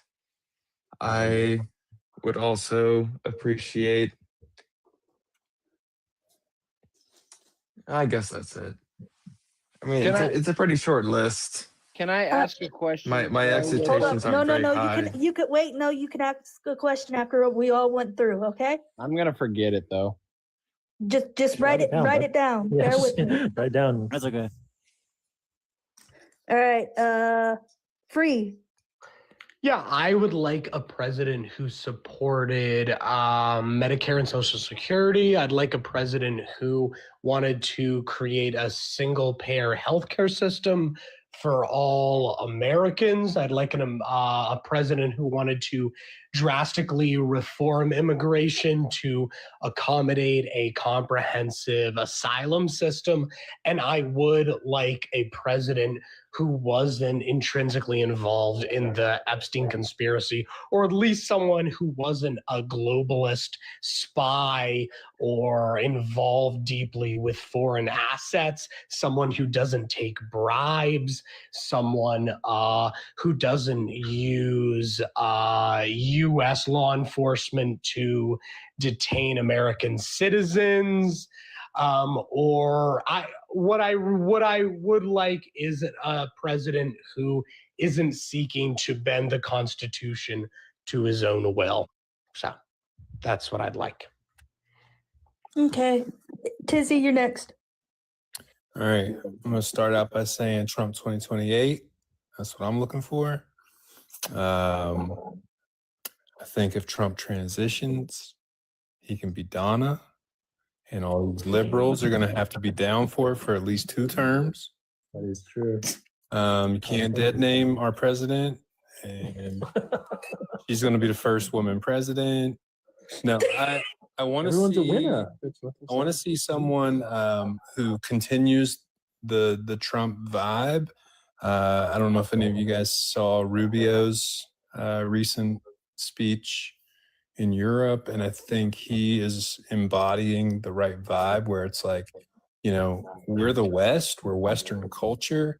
We are going to be America first. We want all of our allies to be strong and love their nation and proud of themselves and proud of what we've built and preserve it, keep it safe, not fall victim to this like self-loathing hatred and depression that people are in. I think people on the left have this like hatred of like Western culture and, you know, our whole land is stolen and everything's racist and we should just let, you know, everybody else in the whole world come to our place that we made, and they can just have it. And I don't care how bad it gets because they deserve it. I don't like that vibe. So whoever's coming up next, I want them to keep this vibe going. And if we can do that for 10 years, like our country, we're going to be rich. People are going to be healthier. People are going to be happier. And that's what we all want. Oh yeah. Anyways, next, Jonah. I mean, I know you're not. Thank you. You're not. I don't understand like the whole immigration with the Brits and all that stuff. But I mean, if you were to have a president, go ahead and answer. Go ahead and answer. No, well, first of all, thank you. I really underestimated you all. Real simple. I mean, I would like someone who's got a bit of humility, who is accountable, respects democracy, you know, respects expertise, doesn't think that they just know everything because they say so. I think those are some good qualities for someone to have. And before we go to you, Jonesy, to give your answer, after we're done with this, host, I have a question for you just to follow up on something that you said. I'm just curious about. Okay, so what I want in a good quality president is the visionary leadership. So has to be, or they have to be able to read the current situation and like the course of the future. So what goes on, integrity and ethical conduct, which of course you would need. You need to have morals. That's the if, ands, or buts. Effective communication. So the thing that I don't like about Trump is he posts too much stuff on the internet. He posts too much, and that's what drives me insane. I'm like, come on, guy, you need to be silent. That's what drives it the greatest. If you do it silent, no one will know what you're doing. Another thing is resilient and composed. You got to be calm, whether you're dealing with any situation. Like and you also have to have confidence. Like if you don't have confidence in what you're doing, you're not gonna be able to do what you do, I guess. And the last thing is you have to have a strong, faithful, and spiritual connection of something, whether it be, especially if you believe in God or something like that. That's what I'm looking for because I want to bring back to a Christian-like country. We need to bring that back. No, that's really well said, Jonesy. So you hit on some of those really major points, and I agree with you on a lot of those. I did want to add, the old saying, good times create weak people. And I think that's really, in the last 20 years or so since I've been in the States, I think, at least in my opinion, that's basically what happened. at some point it became either fashionable or cool or trendy to become a loser, to become a victim, to act like you're insulted, or to act like you're, constantly being attacked and you're the one who's the underdog. And, there was a time that wasn't the case. You wanted to be a winner. You wanted to be a fighter. You wanted to be, the person who gets ahead. And that was what I liked about Trump. There's a lot I don't like about him, but his attitude of, okay, all right, dude, his attitude of, not taking shit and, working hard, pushing. I see that a lot in JD Vance. I am actually I think it's very likely he'll be the nominee, and I'm looking forward to that. I do like the fact he's younger. A lot of the stuff you said, Jonesy, he's a bit more. He's not on TikTok constantly or on Twitter or whatever. And the fact he's younger as well is definitely more appealing. I think having that younger blood in the White House is, kind of like Trump. He's benefiting from Trump's experience and knowledge, but he's kind of young enough that he's doing his own thing. So I'm actually looking forward to JD Vance. I think he would be a good candidate for the next election. Okay, Jonah, you had a question for the host? And then after that, we could have. And then after that, we can have an open panel. Yeah, sorry, real quick. I just thought it was funny, host. You made some mention or a question to me saying I must be new here or not been in many lives on TikTok. I just want you to expand on that. I thought that was funny. It is true. I am been on this app less than 24 hours. I think these. Whoa. This explains everything. What does that mean? You can still be saved. You're still nice. There's still time for him. Yeah. You're still a nice guy. He's okay. No, you're but good. I have to say real quick before host answers me, this has been the nicest panel of people that I've met on here so far. Oh, that's wonderful. So thank you for that, because I have had nothing but black women screaming at me for my opinions. Welcome to America. You know what? You're not wrong. If we're the nicest people this guy's ever met, that's the most British thing I've ever heard, right? Jonah, thank you so much. I actually really appreciate that. So, and this is for the other guys too. One of the reasons I kind of put together this panel, and have a lot of good mods helping me out, was a big reaction to a lot of the rooms I'm in, and that's not only leftist rooms; it's the hardcore MAGA rooms. I've been kicked out of all of them, and I don't do anything particularly bad. I don't troll. I do a little bit in the past, but I'll go to these rooms and then they'll introduce you, and they're just echo chambers. They'll say, well, who did you vote for? And I'll say, well, on this one, I voted for Trump. And they'll say, oh my God, you voted for PDF and you're a piece of shit. Get out of my life. And they'll either kick you out or they'll gang up on you, etc. So I really tried to have this, and I'm not always successful. I mean, we're all human. I get pissed off and things happen, but for the most part, I try to have everyone say their piece. I've had everyone from communists to fascists to socialists. Don't even get me started. Yeah, don't even get me started on the communist, the niche communist, I'm a Maoism with a dash of Trotskyism. I don't even give a fuck. I let them come up and say their point, and I let them say their point as long as it isn't too goofy. But I appreciate that, man. That's really nice for you to say. Yeah, and let me give you all an example, and maybe you all have encountered this as well. I went into one of these lives, I guess you call them, and the prompt was something like, trans women are, or transphobia. I'm trying to remember what it was.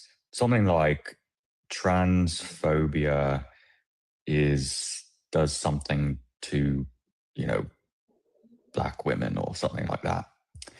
And I got up in the box and, they asked me, oh, what's your age, blah, blah, blah. Read the prompt and tell us what you think. And I, just to see what would happen, I agreed with the prompt, which was, the opinion they were trying to express. And they got mad at me for agreeing with them. They kicked me out. Thank you, Josh. They wanted me to get up there and have an opposing point of view, and when I didn't, they lost their minds. Can't win, huh? So I guess that I'm learning that that's typical here, but yeah. No, what gets me is when they always try to victim blame themselves and they're just like, you're white. I'm like, no, I'm Mexican. What do you mean? I got the worst of the worst. They're just like, oh, well, then you're against your people. I'm like, what do you mean? My people didn't do anything. And Joe, I'll tell you also something from the English perspective. Prepared to go to a lot of these lives and have people to quote tell you to fuck off back where you came from. I get Or you're not I get a lot of American. that. Or you're not American because of your accent. Yeah. Which Yes, I've had that already actually. As soon as I started talking, this was the same one I was just talking about actually. Before I even said anything, they just started laughing at me because they were not expecting me to sound like that. no, and me personally, I love it when British and like Jonesy the hates Irish. the English accent. She hates it. No, I love it. I love it. George, I'm telling you, I'm telling you. request that, please. No, I'm telling you from a woman's perspective. How y'all get us is with the Irish and the Brits, man. Your accent really gets us, and it makes us very feral. Like I'm telling you. He's pretty into the accents, is what she That's what I'm just like. Oh, he has Very an happy to have accent, you. and I'm like, oh, I'm interested now. The British are coming. hey, Georgie, hold on. I want to ask Bagel for a question. So hold why up, do you hold up. Hold up. why do Before you- can we Yes. introduce her first? Can we introduce her first, and then y'all can continue? Yeah. Georgie, No, you're all right. You crack on. You crack on. Oh shit, she is English. No, it's fine, Georgie. Yeah, Can no, we just Georgie, get your age Georgie is and- very English. I was just in a panel with her. Can we just get your age and who you voted for, please, Georgie? Oh my gosh, how old am I? Well, I'm 38 just- this May. Okay, just over 18 is fine, but Yeah. Yeah. And where are you on the political spectrum, Georgie? Left, Well, right? now Restore Britain has come into the chat. Because I'm virgin on that. I'm virgin on Rupert, I am. I must admit. I have no idea what she said, but okay. Hey, George, I know what she said. I know what she definitely said. But no. I want to ask Bagel a question. So even goes down to the simplest answer. So why do you guys think you have the best food when you guys have the worst alcoholics? I'd say on quote unquote. You guys say you have quote unquote the worst alcoholics for beer drinkers, but then most of you guys' food is French. Are you talking about Which Well, culture Alfred, is that Alfred, the question you're asking the me? majority of our food was invented in the World War times. I was just, was that a question for me? Which culture are you talking about, Bagel, that has with food?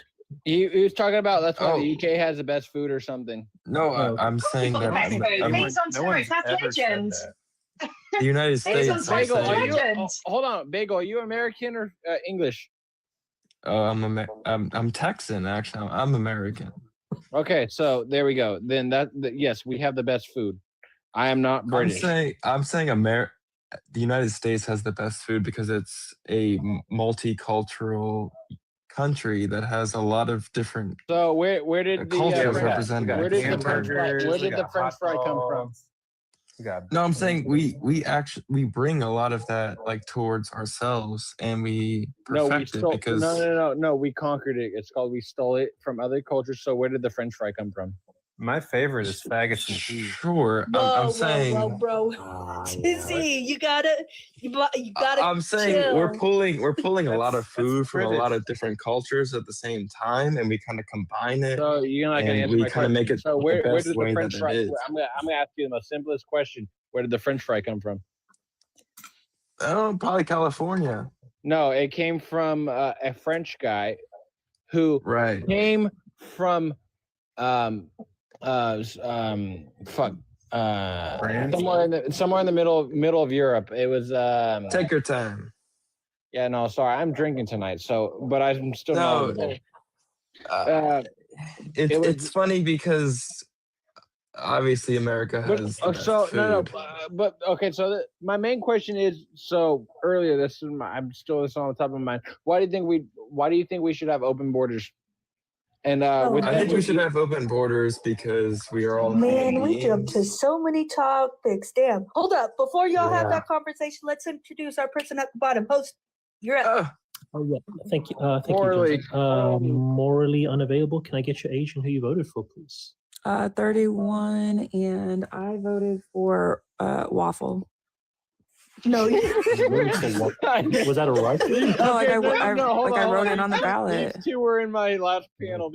I already told them to record. Ohio the blue. Ohio waffle. Waffle. Wait. There's an actual person named Waffle. I'm really lost. Or you're like rage baiting for real. No, we're not. Actually, they were in my last panel. We were all talking crap and shit. So, but no.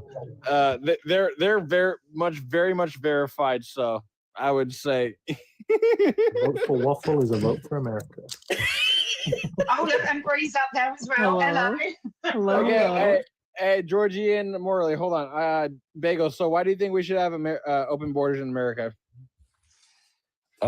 Because first of all, as coming from someone from Texas, and I live in communist California, so go ahead and say your part. Tanner, hold on. From Texas, you can hear your fucking autism. First of all, Morley, hold on. Oh, damn, Morley. Bagel, go ahead. I mean, you there's can hear his autism right now. That's all I said. Zero they've been giving me shit my last panel, so I don't care. Because the more he drinks, the more autistic he sounds. Who crosses the border? The youngest I am in the panel, the more shit I get. Dude, anyways, you're not the youngest. Bree's younger than you. China, come on now. She's 21 too. Okay, yeah, but she just turned 21, didn't she? Yeah, November. I just turned 21 in last June. Okay, right, so why are she's you younger than you? Wait, so why are you? Okay, hey, this is not the one. This is a debate. Can't even. Let's go. Hey, Sorry. Bagel, go ahead. I mean, I'm from Texas. Texas has a very large border with Mexico. I feel like we should have an open border. I feel like, okay, but Texas has a larger border than California. Okay, but let him speak, Tanner. Damn it. Go But ahead. I'm saying, his Don't let autism your gets the best of him. makes- Hold up, no, it you makes gotta, almost zero you difference gotta to say me. tism. Just say tism and you'll be all right. Quit letting your tism with the come up. rhythm. Go ahead. Yeah. the United States of America has always been a melting pot. Texas has always been kind of Tex-Mex mixed with Mexico, and it kind of doesn't make sense. It doesn't really make sense to me to like restrict people from coming over and across the border for work or for family or for opportunity, because we're all kind of the same human species. And we kind of just like made these borders based on war and based on money and based on democracy and whatever. And we're kind of just we're restricting people from living their best Bagel, I'll open lives up to and the living the panel. safest lives and living. Is it open panel yet? Yeah. 1 second. So I'll open up before I open up to the panel, Bagel. I just want you to realize that people coming in unvetted can, number one, be violent criminals. They could number be, two, but they could also not be, and most of the time they're not. True, but they could also most have. of the time they are. Most of the time they're not violent criminals. One at a time. And you're kind of just classifying immigrants as a criminal. One at a They all time. came here The illegally. Bagel, they could be violent criminals. They could have some sort of diseases. They could also not that be. could be passed in. Okay. So you're right, but Yeah, a you great never way know would be to unless you vet do the them full and find background out check. first. Yes, Here's correct. the We should thing. They do are that. criminals Okay, because they panel, all go ahead. came here illegally. Wait, here's the thing, Bagel. So we should kind of make that. We should make that Bagel, process. we have Hold up, borders one at a also. time. But there One is at a a legal time. process, They Bagel. might not be violent criminals, they might not be whatever, but you live in La La Land if you don't see the importance of having like a country. Hey, If Breeze you don't in have here. borders, you don't have countries. Yeah, It's We like have a country. You laws. should all just We be able have to laws travel. in this country. If you break the law, then Wait a But if you don't have borders, if you have an open border, you don't have a country. Hello. Exactly. we don't need countries. Yes, All right. we do. Yes, we do. Yeah. The bagel. That's not how bagel. it works because if Why you would don't we have a ever country, need what do you the think is going to happen? Bagel. The only way for us to have no borders would be for every other country, all 190 of them or whatever, to agree to also not have borders, right? Correct.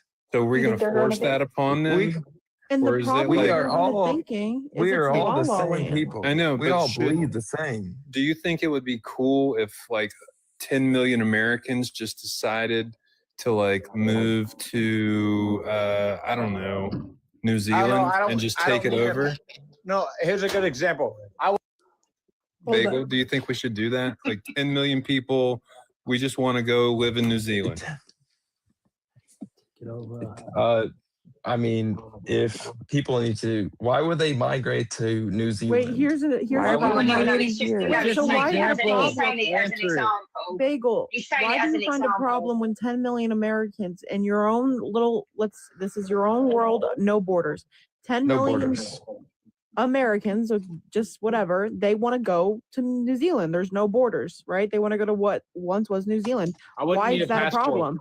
Why is that a problem? Why is it only a problem when it's Americans that want to do it? You don't have a like logical view on this. You have a I'm just mad at the world and I May I think say everybody something? Obviously, like, I saying that's just not a want to problem. make everybody feel welcomed, and you fail to look at how illogical your belief is. May I say something after what she said? So, as an American, I'm saying Hold that up, hold America up. Let me- itself Okay, should Jones is allow focused for- the Bagel. immigration process. No. Oh, so America's the that's- only th- country. this Jones is is going this to say is something. Then you can. okay. So my I'm not thing saying about it's the America's the hold up, only hold up, country. hold up. Bagel, stop, dude. My thing about that logic is you're sitting there talking about like letting them in, but yet when we go and protect our border, that's where y'all have a problem with. So like it baffles me with the security because you need security in order to like prosper I don't with need your land. security. Yes, you do. You Yes, just you said do. America. Wait, Bagel, you just said that America doesn't need borders. Your problem is that you just seem to dislike America so much. You find everything America does to be a problem. You don't America is a melting pot. No, it's not, dude. Yes, it Dude, is. It that has is that always is just been a melting that has pot, been and it pushed by always will politicians. be. That was pushed by politicians. Hello. Bree, hold on. Since when? Bree, here's a better You example. haven't. The Democrats have been 1800s? pushing that for years to try to get more lenient immigration so they can win more No, elections they are because not. Bagel and Bree, immigrants hold usually on. vote Democratic. Hey, Bagel, No. and Bree, here's a better Yes. example. So That is not if true. Bagel, Look it up, dumbass. Bagel, Sorry. Bagel. Hold on, no, you're good. But no, America has here's- always been a melting pot. Bagel, Jesus, here's a Brother, better. you're gonna get us kicked out of here too. Bagel, here's a better example. Stupid, Alyssa. You're pretty nice. You're You good. just you're called good. America a melting pot and then I said know, but politicians like- haven't been Always been a pushing it. melting pot. But What are you you can't. talking But you. about?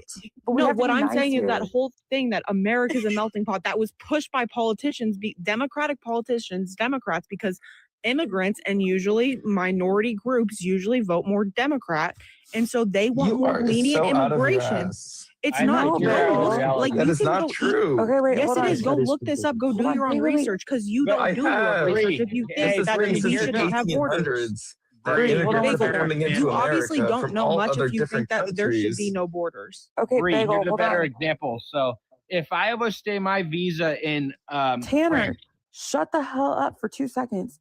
Bagel, listen. I get Immigrants have always built First of all, America. That's first the of all, I entire have a point. hold on 1 second. I have a beagle No. that is actually named Bagel, so I feel like I'm yelling at my dog. But also, like, I'm just saying, like you said that, or you tried to say that, like we don't know if they're fucking criminals coming. Sorry, freaking criminals coming over here or whatever. No, you can But, curse, like, man. You can curse on this. America we needs just to make the can't say what we immigration usually say process on, easier. But what I'm saying is like there's a law saying that people can't come here illegally and when they do, that automatically makes them criminals. Yeah. So morally, they could Yes. also be So it should be harboring some easier. sort of disease or infection. Yeah, for sure. They could be. Yeah, so you should be able to make So it here in the easier UK, for screening. so you know, I mean, here Can I in the call you something UK, other than Bagel? I feel like I've been it's, yelling at my little dog, Baggy. it's a very, very bacon. You call him bacon. it's becoming an No. issue here in the UK. You were saying about like the diseases prior.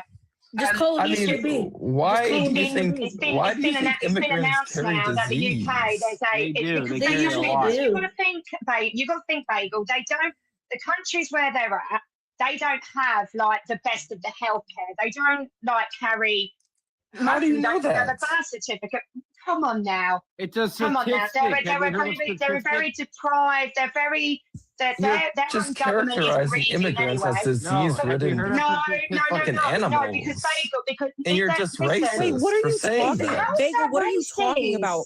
When That is you- so okay, wait, racist. Georgie, the Georgie. word Oh my racist. God, you're saying Georgie, these I'm people just- are it's carrying not- disease. Hold up, No, we because gotta they're bring from it in. different Wait, countries. Bagel. It's just, Bagel, that's just that. Wait, It's a hold no-no. up. You're It just is so throwing Bring it racist in. to say that. Everybody, It's not racist. No, it's everybody not bring it in. racist. Everybody bring it in. It's Everybody not bring it in. racist. That Thank you, now Jen. is just Oh, they becoming a carry buzzword. disease because they're It's from a becoming different a buzzword country. Wait, you now. do Carry a understand when becoming disease. a Out of buzzword. reality. That is Bagel, now you are becoming a out of buzzword. reality. And pride, you know what? Here in the UK, it's been announced that there is My a God, the high UK is level. Bagel, shut up. Stop.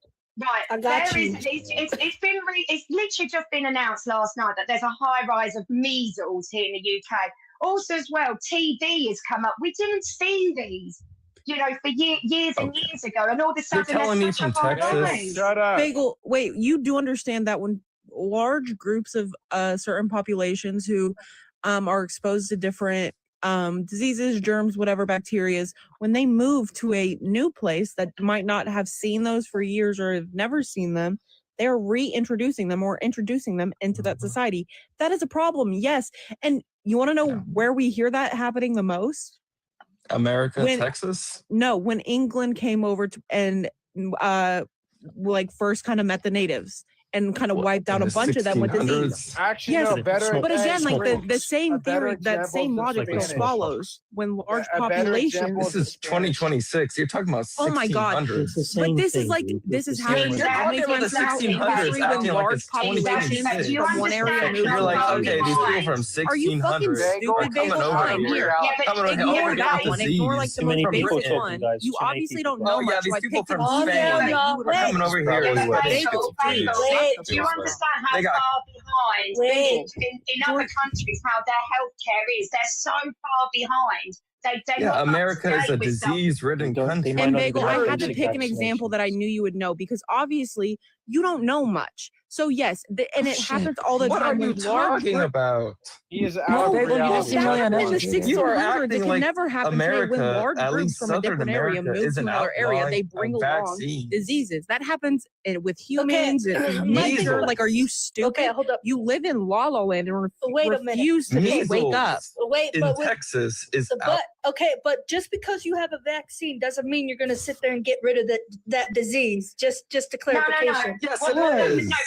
but what it means though, you're not going to be. That's why the not gonna be measles heading are to spreading hospital. in Texas It right doesn't now. cure it. It doesn't cure it. It's just you're less risk of getting super ill. Exactly. There are Yeah, kids it's not curing things. It's that are- just lessening it. Listen, listen. Bagel, Back you're out of in the reality. early 90s, the school the primary school. You got to think I'm an old woman, right? When I was at primary school, I we had to have the understand chicken. that. We had to have the chicken pox vaccine because there was such a high rise on chicken pox. Back in the early 90s, and it was I just remember we that, all had to Georgie. have it just to strain it down a little bit. Okay, the problem. Hang on a second, Axel. Yeah, the problem is now is that when we have got this overcrowding of immigrants coming through, no one even knows. Hang on, Axel. No one even knows That's why what we their give name is. vaccines to Yeah. immigrants. No. Why are you talking about free? You're Sorry, hang on a uneducated. second. My boys are shouting for me. That's why I'm What are you talking a little talking bit about? That's why we make Vaccines are the not a immigration cure. One at a Vaccines are time. not a cure. One What the at a hell? time. Calm down, y'all. Sorry, I'm not trying to use my big girl No, voice, My but thank one you. at a God. time. Yeah, guys, we need to rein it in. a bit. Bagel, you're the problem here. It's not for free. My taxpayer dollars do not pay for immigrants who come across here. Yeah, it pays illegally. for war. We It have pays for war. There's hey, 1.5 hey, trillion. hold on. I let you speak now. We have immigration laws. We have border laws. We have border patrol. We have shit that comes across this country. Mute him again. We have shit that every other country has. We are more strict against what we used to have than what other countries have now. Sorry that it does not abide by your agenda, but if I went to Germany, Is it better now? if I went to